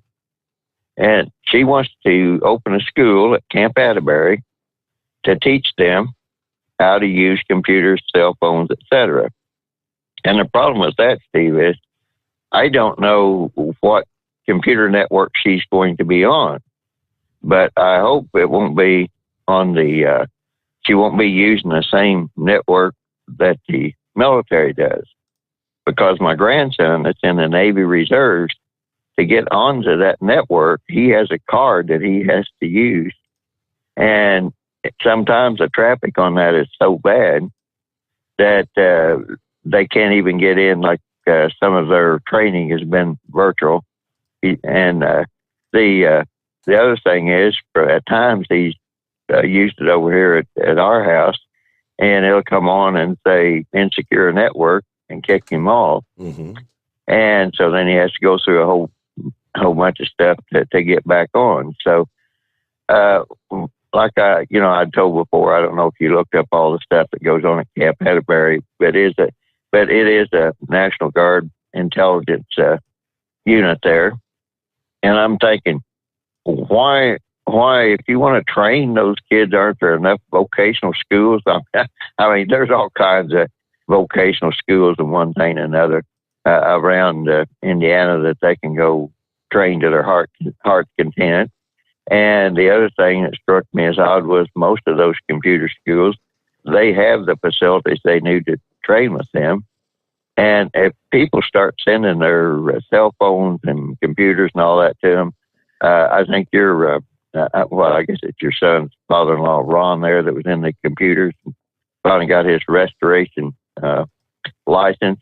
Just because you hit delete on your computer or cell phone or whatever, that doesn't mean it's gone. There are people that know how to get in there, and absolutely, So, and then we've had 2 hacks over here on medical facilities. One Eskenazi, the other one Johnson County Memorial. So, I'm thinking to myself, what was the military thinking even to approve this person to do that on their military base? I mean, like I said, I don't know how this whole thing came about. I only know, protocol that was 50 years old. And, you can't just in the military or civilian government or anything else, just up and call somebody overseas and you're not going to be monitored. And when they were talking about Milley, I'm sitting there thinking, wasn't this pretty much the same thing that General Flynn was ruined over? I mean, because he talked to somebody whenever Obama sanctioned the Russian people to try to calm them down. And so, I don't get it. And then they've got the Marine Lieutenant Colonel, and we have him in the brig. And, I'm not exactly sure how that might all turn out. I do know this, that I had a relative, about a second or third cousin, that actually spied for the Russians, and he was in Fort Leavenworth, and he got out because the government didn't follow all the proper procedures, and now he has to have the Marine lieutenant colonel that they said he defied authority or left the chain of command or something, and that's a very iffy situation too. But he has to have the same type of be like a Miranda rights or something of that nature, because even though under the UCMJ, he's still protected with all the constitutional rights. And so I was thinking it was Article 32. I didn't look it up because the hearing goes by the name of my family, and that's just how I remember it. But anyway, they let him out, and he became the largest drug dealer in Indiana. So he had several divorces. He had to keep up alimony payments. Not exactly the way to do it, but that's how he began to get in trouble. Wow. But anyhow, the lieutenant colonel there, the Marine lieutenant colonel, and another thing that conjured up was, with Lieutenant Calley there, he did things that he wasn't supposed to do and caused all those people to get massacred there at My Lai. And there were people that actually defied his authority. So that's why when you get into the point of defying authority, and when this Marine lieutenant colonel, seeing how bad the leadership was, and it just continues and continues and continues, and everybody keeps trying to pass the buck. And the simple fact of the matter is, it was a disaster in military parlance. It was a foobar to about the nth degree, and to try to claim that, well, no, this was the greatest evacuation ever and all this. No, it was an absolute complete rout. We have no idea what information we've left behind. I'm sure the Chinese intelligence experts are going to be over there, seeking every little bit of information. And then they turn around, and I don't know if this woman actually had authority from somebody to set up that school on there at Camp Atterbury. And like I said, I think you guys did a study to where that they're at Wright Pat, that's the space intelligence thing. And Crane, which is just, like I said before, basically borders Camp Atterbury. That's the Naval Special Warfare Intelligence Center. And we plopped them right down. Did we not have any place better than there to put them? We have an air base up there at Peru or Bunker Hill. It's called Grissom Air Reserve Base now. Used to be a SAC command, but it is now a combination prison and Votech Center up in northern Indiana. And I don't know, that's the old unit I used to belong to. Now they're air refueling wing. I don't know how much intelligence they have, but the selection of where we wanted to put the Afghan refugees was not very great. So, I just, when I'm looking at all this stuff, and when I seen that this morning, it's like, have these people in the military totally lost their mind? I just don't get how they're handling the whole thing. And real quick on the climate change thing, those of us that were raised in a Protestant religion or the Christian religion, Revelation told us that all this stuff was going to happen. So apparently somebody knew way back when that the way the earth and the moon and the sun and the stars were set up, that these things would happen. So the problem that I have, I'm not denying that a lot of these environmental effects are happening, but the problem that I have is they run around and say carbon dioxide is a big problem. Well, with carbon dioxide, you can't have plant life, and what they haven't, probably you haven't followed this either, but lakes around the world and water bodies around the world are losing oxygen, and they can't figure it out. Well, aquatic weeds provide oxygen to the water, and they can't do that if they don't have carbon dioxide. So, they might kind of think about that a little bit. So, was that last comment, I'll let you go. But like I said, this. Thank you so much, Vic. Great to have you with us. All right, we get, we're up against news update time here, bottom of the hour. Rolling into a Monday. Be right back. The Steve Sommers Overnight Drive live from the Hot Shot Secret Studios. USA Radio News with Chris Barnes. President Biden has been working this weekend, according to the White House, and will be holding some meetings at the White House with top congressional leaders in the next few days as he's trying to get his infrastructure bill and the larger social spending plan passed by lawmakers. The president saying, quote, everybody's frustrated, but says that's part of being in the federal government. Mention Huntington Beach, California to pretty much anyone on the planet, and they'll think beaches and beautiful clean waters, but now a cleanup operation's underway in those waters. As the Huntington Beach mayor says, the oil spill that's developed has come from an offshore oil production operation. The spill of about 3,000 barrels worth of oil, first reported early Saturday. Sequel to the 2018 comic book saga, Venom, Let There Be Carnage is the new top movie in the U.S. and Canada. And this is USA Radio News. If you are trying to quit drinking or doing too many drugs, listen to me. You don't know me and we'll never meet. I had a problem like you once. I drank and used to party a little too much till it got out of control and almost ruined my life. I realized I needed help to fix my problem before it totally destroyed me. If you've tried to fix your drinking and drug problem and you know you can't do it alone, you need to call the National Treatment Advisors. They'll immerse you into a 30-day program to replace your old habits with new habits and totally change your life. And if you have PPO private health insurance, the entire program may be covered. Fix your problem right now before it gets any worse. Get clean. Call now and learn more. 800-844-1675. 800-844-1675. 800-844-1675. That's 800-844-1675. Live from the Hot Shot Secret Studios, the Steve Sommers Overnight Drive. You work hard. You deserve a seat that works just as hard as you do. The Bostrom T-Series seat has provided drivers with comfort for millions of miles over the past 3 decades.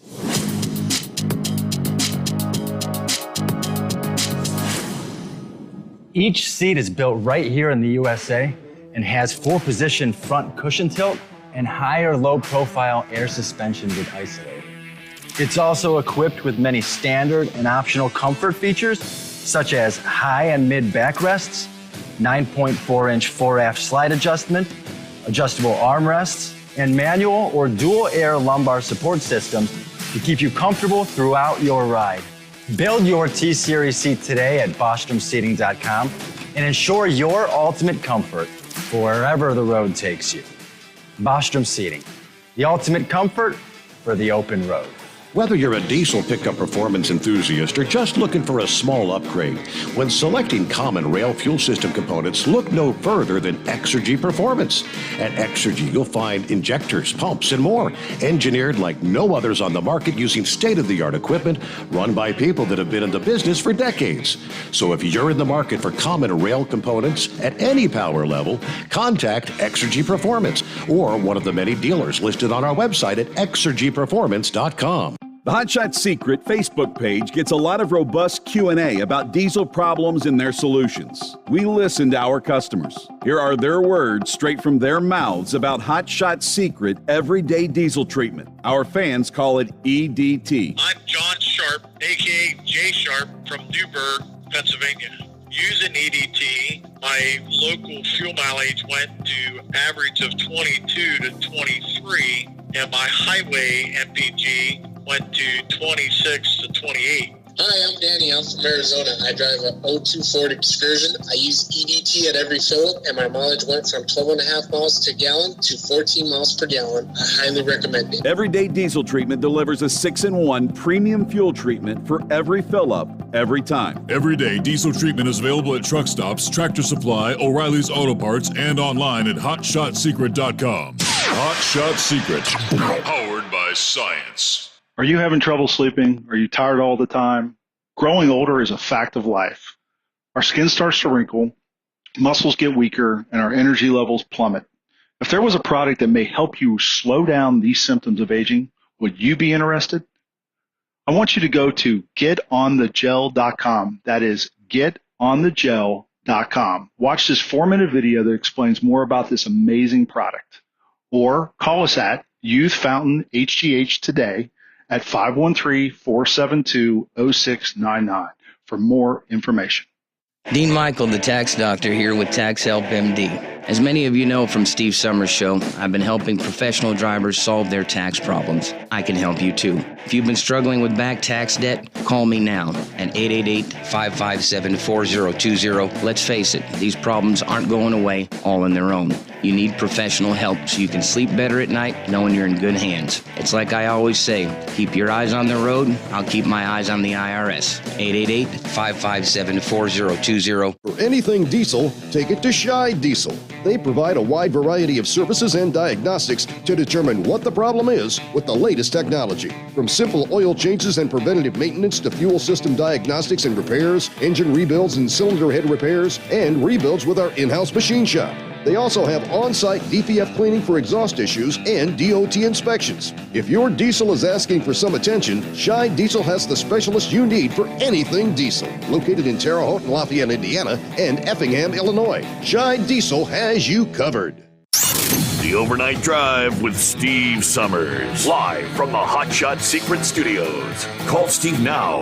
844-844-3388. That's 844-844-3388. All right. Hello to Truck and Phil out there. Yeah, Monday. Happy Monday. Morning, Steve Sommers in the Hot Shot Secret Nation. Coffee up, grind time. Back to work you go. Happy Monday. Ready to head out to Sterling Heights. Make the flip back to Fort Wayne. 82 days till Christmas. Yeah, have you started your Christmas shopping yet? Remember, if you haven't, you might actually, seriously, contemplate getting on some of this. Especially if you're going to be ordering things online with this whole global supply chain shortage. The term global supply chain disruption. We've been hearing it every day. The consequence of the pandemic. But most anticipated by now, it should be rectifying itself. We all remember when it first started, shortages of your toilet paper, medical supplies, groceries. People were stocking up. Many businesses and schools were closed. Things seemed to get better as things began to reopen. Many people believed the problems were resolved. This year, attention, however, shifted from soaring prices for lumber, which more than doubled in 6 months' time. A lot of people doing home renovations or buying new homes, accompanied by the surge in prices for used cars, car rentals. The term chip shortage has become a household word as prices for all these things surged. The Federal Reserve Chairman, as you recall, Jerome Powell, reassured consumers and investors that this was just temporary. There's no need to tighten monetary policy. More recently, Powell's begun to change his tune, though, acknowledging prices have stayed elevated longer than we originally envisioned. It's frustrating to see the bottlenecks and supply chain problems is not getting better. In fact, at the margin, apparently they're getting worse. Acknowledging the problems may continue well into next year, holding inflation up longer than we thought.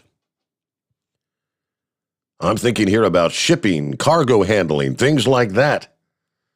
Washington Post article highlights what's going on, noting that commercial pipeline that brings in the $1 trillion worth of toys and clothing and electronics and furniture from Asia to the U.S. is clogged. And no one knows how to unclog it. The average shipping cost for a container from China to the West Coast has quadrupled to a record $20,586. He says the essential freight handling equipment too often is not there where it's needed. And when it is, there's not enough truck drivers or not enough warehouse workers to operate said equipment. The ports of Los Angeles and Long Beach reached the point, the boiling point last week. 70 container ships idling offshore. Not enough dock workers to unload the cargo. Not enough truck drivers to move the contents to the distribution centers. Just-in-time delivery works only if you can deliver. Bottom line is supply disruptions were initially tied to shutdowns of businesses when the pandemic hit. Since then, they've spread to a much broader spectrum of areas, and it's becoming more and more difficult to tackle. Yeah, how do you get things back in line, right? All right, let's get back to the calls here. What do you say, Steve? Good morning. How was your weekend? It was pretty short, Steve. Only had Saturday night off and back at work last night. Oh. So I was actually heading back from Hillbilly, Texas, neck in the woods up there on the Kentucky-Tennessee border. So I headed back to Nashville. It's dry now. It was raining pretty bad up there a few hours ago. But speaking of supply shortages, Steve, I was talking to Tex earlier. He told me he tried to go to the dollar store to get some toothpaste and deodorant and some paper plates and stuff. And his dollar store, Steve, in his neck of the woods, the shelves are empty. So he had to end up going to the main grocery store and further into town. Wow. Yep. Well, that's all that dollar store stuff is probably sitting in those containers out on the West Coast, right? If you got 500,000 containers out there, that's exactly what all that stuff comes out of China. Yeah, all those products in those dollar stores are all Chinese made. There's an article I was reading, Steve. I got to find it when I get back to the house. I'll send it to you. It was a pretty interesting article, and a lot of this blame is got to do with China on this, bottleneck and supply shortage and so forth.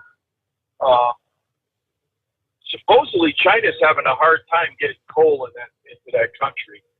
Their economy really isn't doing that well. We know about the couple of companies that went bankrupt and so forth, but they're actually rationing power there in China. There's some factories that are working by candlelight. That's how bad things have gotten over there. But they're not going to tell you that. But in this article, Steve, the main point of it was they basically said that this isn't going away. It's going to get worse before it gets better. And they also said that in 1 year, you are not going to recognize the United States of America as far as grocery shelves, retail shelves, so forth and so on, stuff like that. The shelves are going to be bare. And do you remember what happened, like you had just talked about during the pandemic, the panic buying? That's why these companies like Costco are, starting to ration their stuff a little bit so that really doesn't happen again. But even Costco is trying to set up their own ships to get their product in from Asia so they can stock their shelves, because of the bottleneck of containers out there. In about a year and a half ago, Steve, on your other program, when you had your weekend host on there, that if we let these people that are running our government now get in office, and this was way before the election, that this country is going to be like Venezuela, going from one of the richest countries in the world with the best economy in the world to one of the poorest third world nations in the world. Yep. And I'm telling you, the truckers out there that show, you better prepare yourself. Like I told you last week, every time I go to the grocery store, I buy an extra case of water, I buy an extra pack of towels, toilet paper, whatever. But it's also the food, Steve. You got to start buying stuff that's going to last. Like, when you see soup on sale, 10 cans for $10. That's, the other day I bought 20 cans of soup, and I just got it stocked in my pantry because I know that stuff's going to last a couple years, And I was telling Tex that on the phone tonight. You can live on chicken broth, crackers, and some water, and you're not going to starve to death. It may not be what you want to eat. You may not be getting a steak dinner or a chicken dinner, but at least you're not going to starve to death. So even just buying that stuff that's going to last a while, so at least if something does hit the fan, you're going to be a little bit prepared more than other people, and you don't have to worry about getting out to the store. At least your family's not going to starve. So just food for thought. Mm-hmm. I've been stocking up my freezer a little bit more here and there, even though the price of meat is, I look for stuff that's on sale. I'll buy like a 10-pound pack of burgers and I'll vacuum seal it all. At least it'll last 6 to 9 months. But, I don't know, Steve, the stuff I've been reading, you can find article after article after article about it, about this. It's not only the United States. This is going to be a global, they're talking a global collapse of goods. So it's not only here. But getting back to Millie real quick, because I wanted to comment on that when I heard you talking about it. Last I checked, Steve, the definition of one of the definitions of treason was giving aid and comfort to the enemy. So don't you think him and Biden should be like sharing a cell together somewhere? For giving the Taliban all them weapons and military hardware and ability for the phone call. But and the question whether the question whether he actually lied under oath there before Congress. Because Pompeo, being Secretary of State at the time, saying, "Yeah, he never told me no such thing."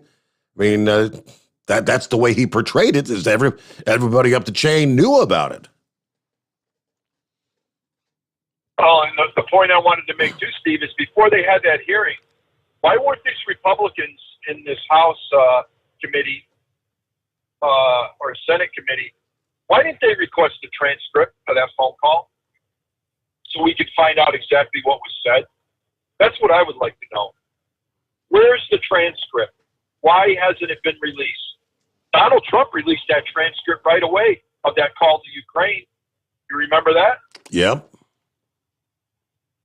Yeah, they were trying to paint this narrative that he was in cahoots with Ukraine to take down Joe Biden, and there was nothing wrong with that phone call. Trump came out, he had nothing to hide. So what has Millie got to hide? Why haven't they released that transcript? If there was 11 people on that phone call, then there's a transcript somewhere. And I don't know why these Republicans didn't have that in their hands before they questioned the damn fool. Now they'd probably say that they couldn't release that in a public forum, because those hearings were being held public. Well, they say, well, we could only release that because it would be national security. Oh yeah, it's national security, all right. Yeah. They just don't want to tell the American people the truth. That's the bottom line. They're not telling us the truth. They're trying to cover up everything, But if I was on the Senate or the House, I guarantee I'd be screaming for that transcript. First of all, the call was made unauthorized. The guy had no right to make that call. He's only an advisor to the president. We've talked about that before. He's not a military. He doesn't make military decisions. He only advises the president on stuff. So it was way out of line. And it was against the law what he did. But, nothing's going to get done about it. So who's going to prosecute him, Steve? There's nobody in the government that's going to do it. Mm-hmm. Because the DOJ is, a woke institution now. So, anyway. Well, good to get Monday under the belt, Steve. I will talk on you later. Have a great day. Thank you. As always, thanks for checking in. We return into the Steve Sommers Overnight Drive live from the Hot Shot Secret Studios. Live from the Hot Shot Secret Studios, the Steve Sommers Overnight Drive. Some say their truck reflects who they are, dependable and reliable. That's why you trust Blue Def. Now the best just got better. Introducing Blue Def Platinum, a revolutionary innovation with advanced system shield technology to significantly reduce harmful deposits. To maintain fuel economy, save money on costly repairs, and sustain the life of your SCR system, there's only one DEF to choose. Blue Def Platinum.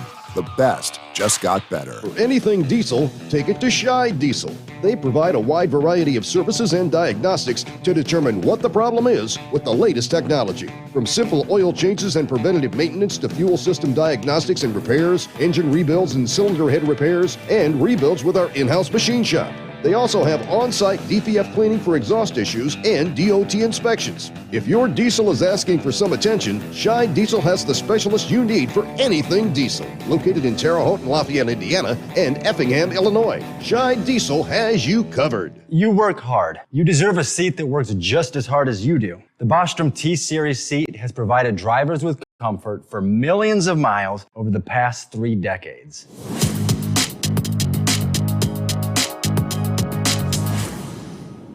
Each seat is built right here in the USA and has 4-position front cushion tilt and higher low-profile air suspension with Isolate. It's also equipped with many standard and optional comfort features, such as high and mid backrests, 9.4-inch 4-aft slide adjustment, adjustable armrests, and manual or dual air lumbar support system to keep you comfortable throughout your ride. Build your T-Series seat today at BostromSeating.com and ensure your ultimate comfort for wherever the road takes you. Bostrom Seating, the ultimate comfort for the open road. Keep the bugs off your glass and the smokies off your ass. This is the Overnight Drive with Steve Sommers.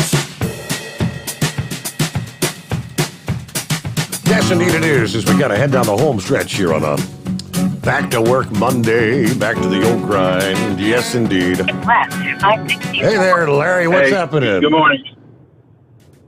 Morning, Steve. I got to be pretty brief because I'm en route to a vehicle fire, but I wanted to comment on that police officer that committed suicide. The unfortunate fact is that, I've said this before, when a police officer, first responder, military person dies in the line of duty, it's a national outcry, and we're sad about it. But unfortunately, suicide is kind of swept under the rug. We are seeing anywhere from 15 to 20 military veterans commit suicide every day. We don't talk about it. We're embarrassed by it. Wow. But at the end of the day, PTSD is alive, it's real, and we just choose to ignore it for some crazy reason. There was a fire captain or lieutenant down in Miami, Florida, that committed suicide about 5-6 years ago. His wife was a mayor of a small town, and what she did was she denounced the media for not, kind of talking about it a little more, because at the end of the day, that police officer that just committed suicide has a family, has coworkers who are grieving, but we sweep it under the rug. Yeah, I know the numbers. I hate to be a Debbie Downer, but yep, it's like 20. It's like 22 a day for the military. Last I checked. I hate to be a Debbie Downer, and I really don't like to talk on the negative side. I always love to be positive, but this is something that really, really annoys me. That's why he didn't hear much about it on the news after he initially heard that a police officer had been killed, but then the media ignored it. And I think we've got to get past that. There's just too much of it going on. Like you said, the police are under such great scrutiny right now. The stress level for those folks in the line of duty is horrendous. Yep. And so again, just wanted to touch base on that, and I got to jump off. All right, have a great morning. Yeah, good luck, and we'll look forward to hearing from you maybe later this week. And let's see, I'm going to try to get Chris in here. Morning, Chris. Morning, Steve. Yeah, on that Millie, I read someplace that Obama advised, or Biden advised Obama not to listen to the generals ever because they always wanted to start a war or something. That's just an aside. But this thing about the temperature at the poles, the funny thing is about that is they won't ever tell you that the bigger the ozone holes get, the colder it gets at the poles. And they keep telling you, we're going to patch the hole in the ozone and get the poles to refreeze, which is just completely it's impossible.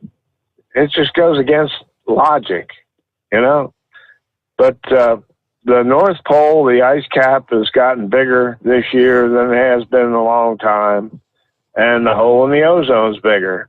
And just what you were reporting with the South Pole, that's what it is. And I think it's directly related to sunspots. We've had a ton of sunspots, and there haven't been many for the past 20 years.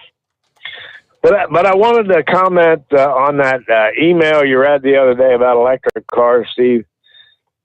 That guy made some good points about the power grid and the load. Mm-hmm. Wait till they outlaw natural gas. But he was off on one thing. The price of electricity, they are actually cheap to charge. But he had his electricity at $1.80 a kilowatt hour. He moved his decimal point there. It's 18 cents. But okay. he screwed up a lot of things on that. Okay. He was talking about the charger for the Tesla, and that's their high-powered charger. He said the Chevy has a 16 kilowatt battery, which I guess that's true. But if you put a 75 amp charger on a 16 kilowatt battery, it'll charge in an hour. But the Tesla's got like 6 times the battery. But it started with the Prius, and you never had to charge the Prius. All it did was recover a little power when you put on the brakes, and you had a battery assist. And people complained that they couldn't plug in their car and drive without buying gas. And it really didn't compete. Like Philip was saying, his Honda gets 40 miles a gallon, and that Prius couldn't compete. I think it might get 50. And the extra expense of that car and all the technology in it just wasn't worth it. Well, thank you for checking in, Chris. You're going to be our final call here on a Monday morning, because as we look at the clock, we got to call it a day, wrap it up for a Monday. And we're going to have some special guests, new products we're going to be talking about this Wednesday morning, Friday morning, if all goes as planned. Chris Gabrelchik will be joining us because we had to postpone our Friday morning, October 1 get-together. So got a busy week on tap. Hope to see you back at the midnight hour tonight for another edition of the Steve Sommers Overnight Drive, live from the Hot Shot Secret Studios.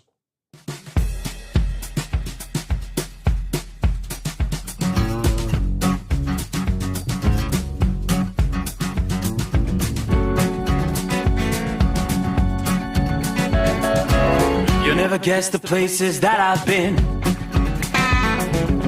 You never guess the places that I've been.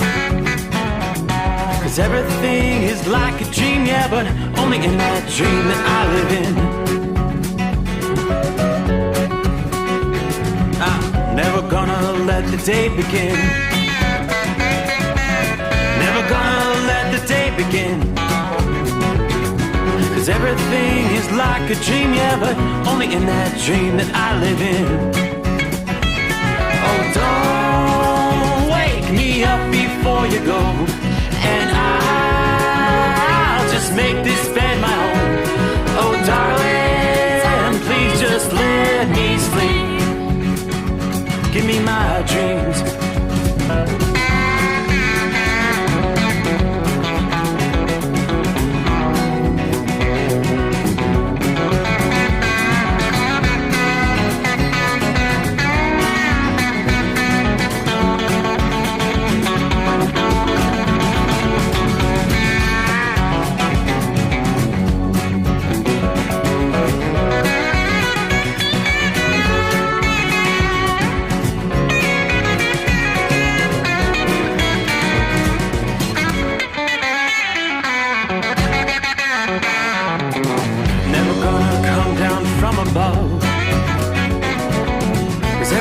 looks better from above.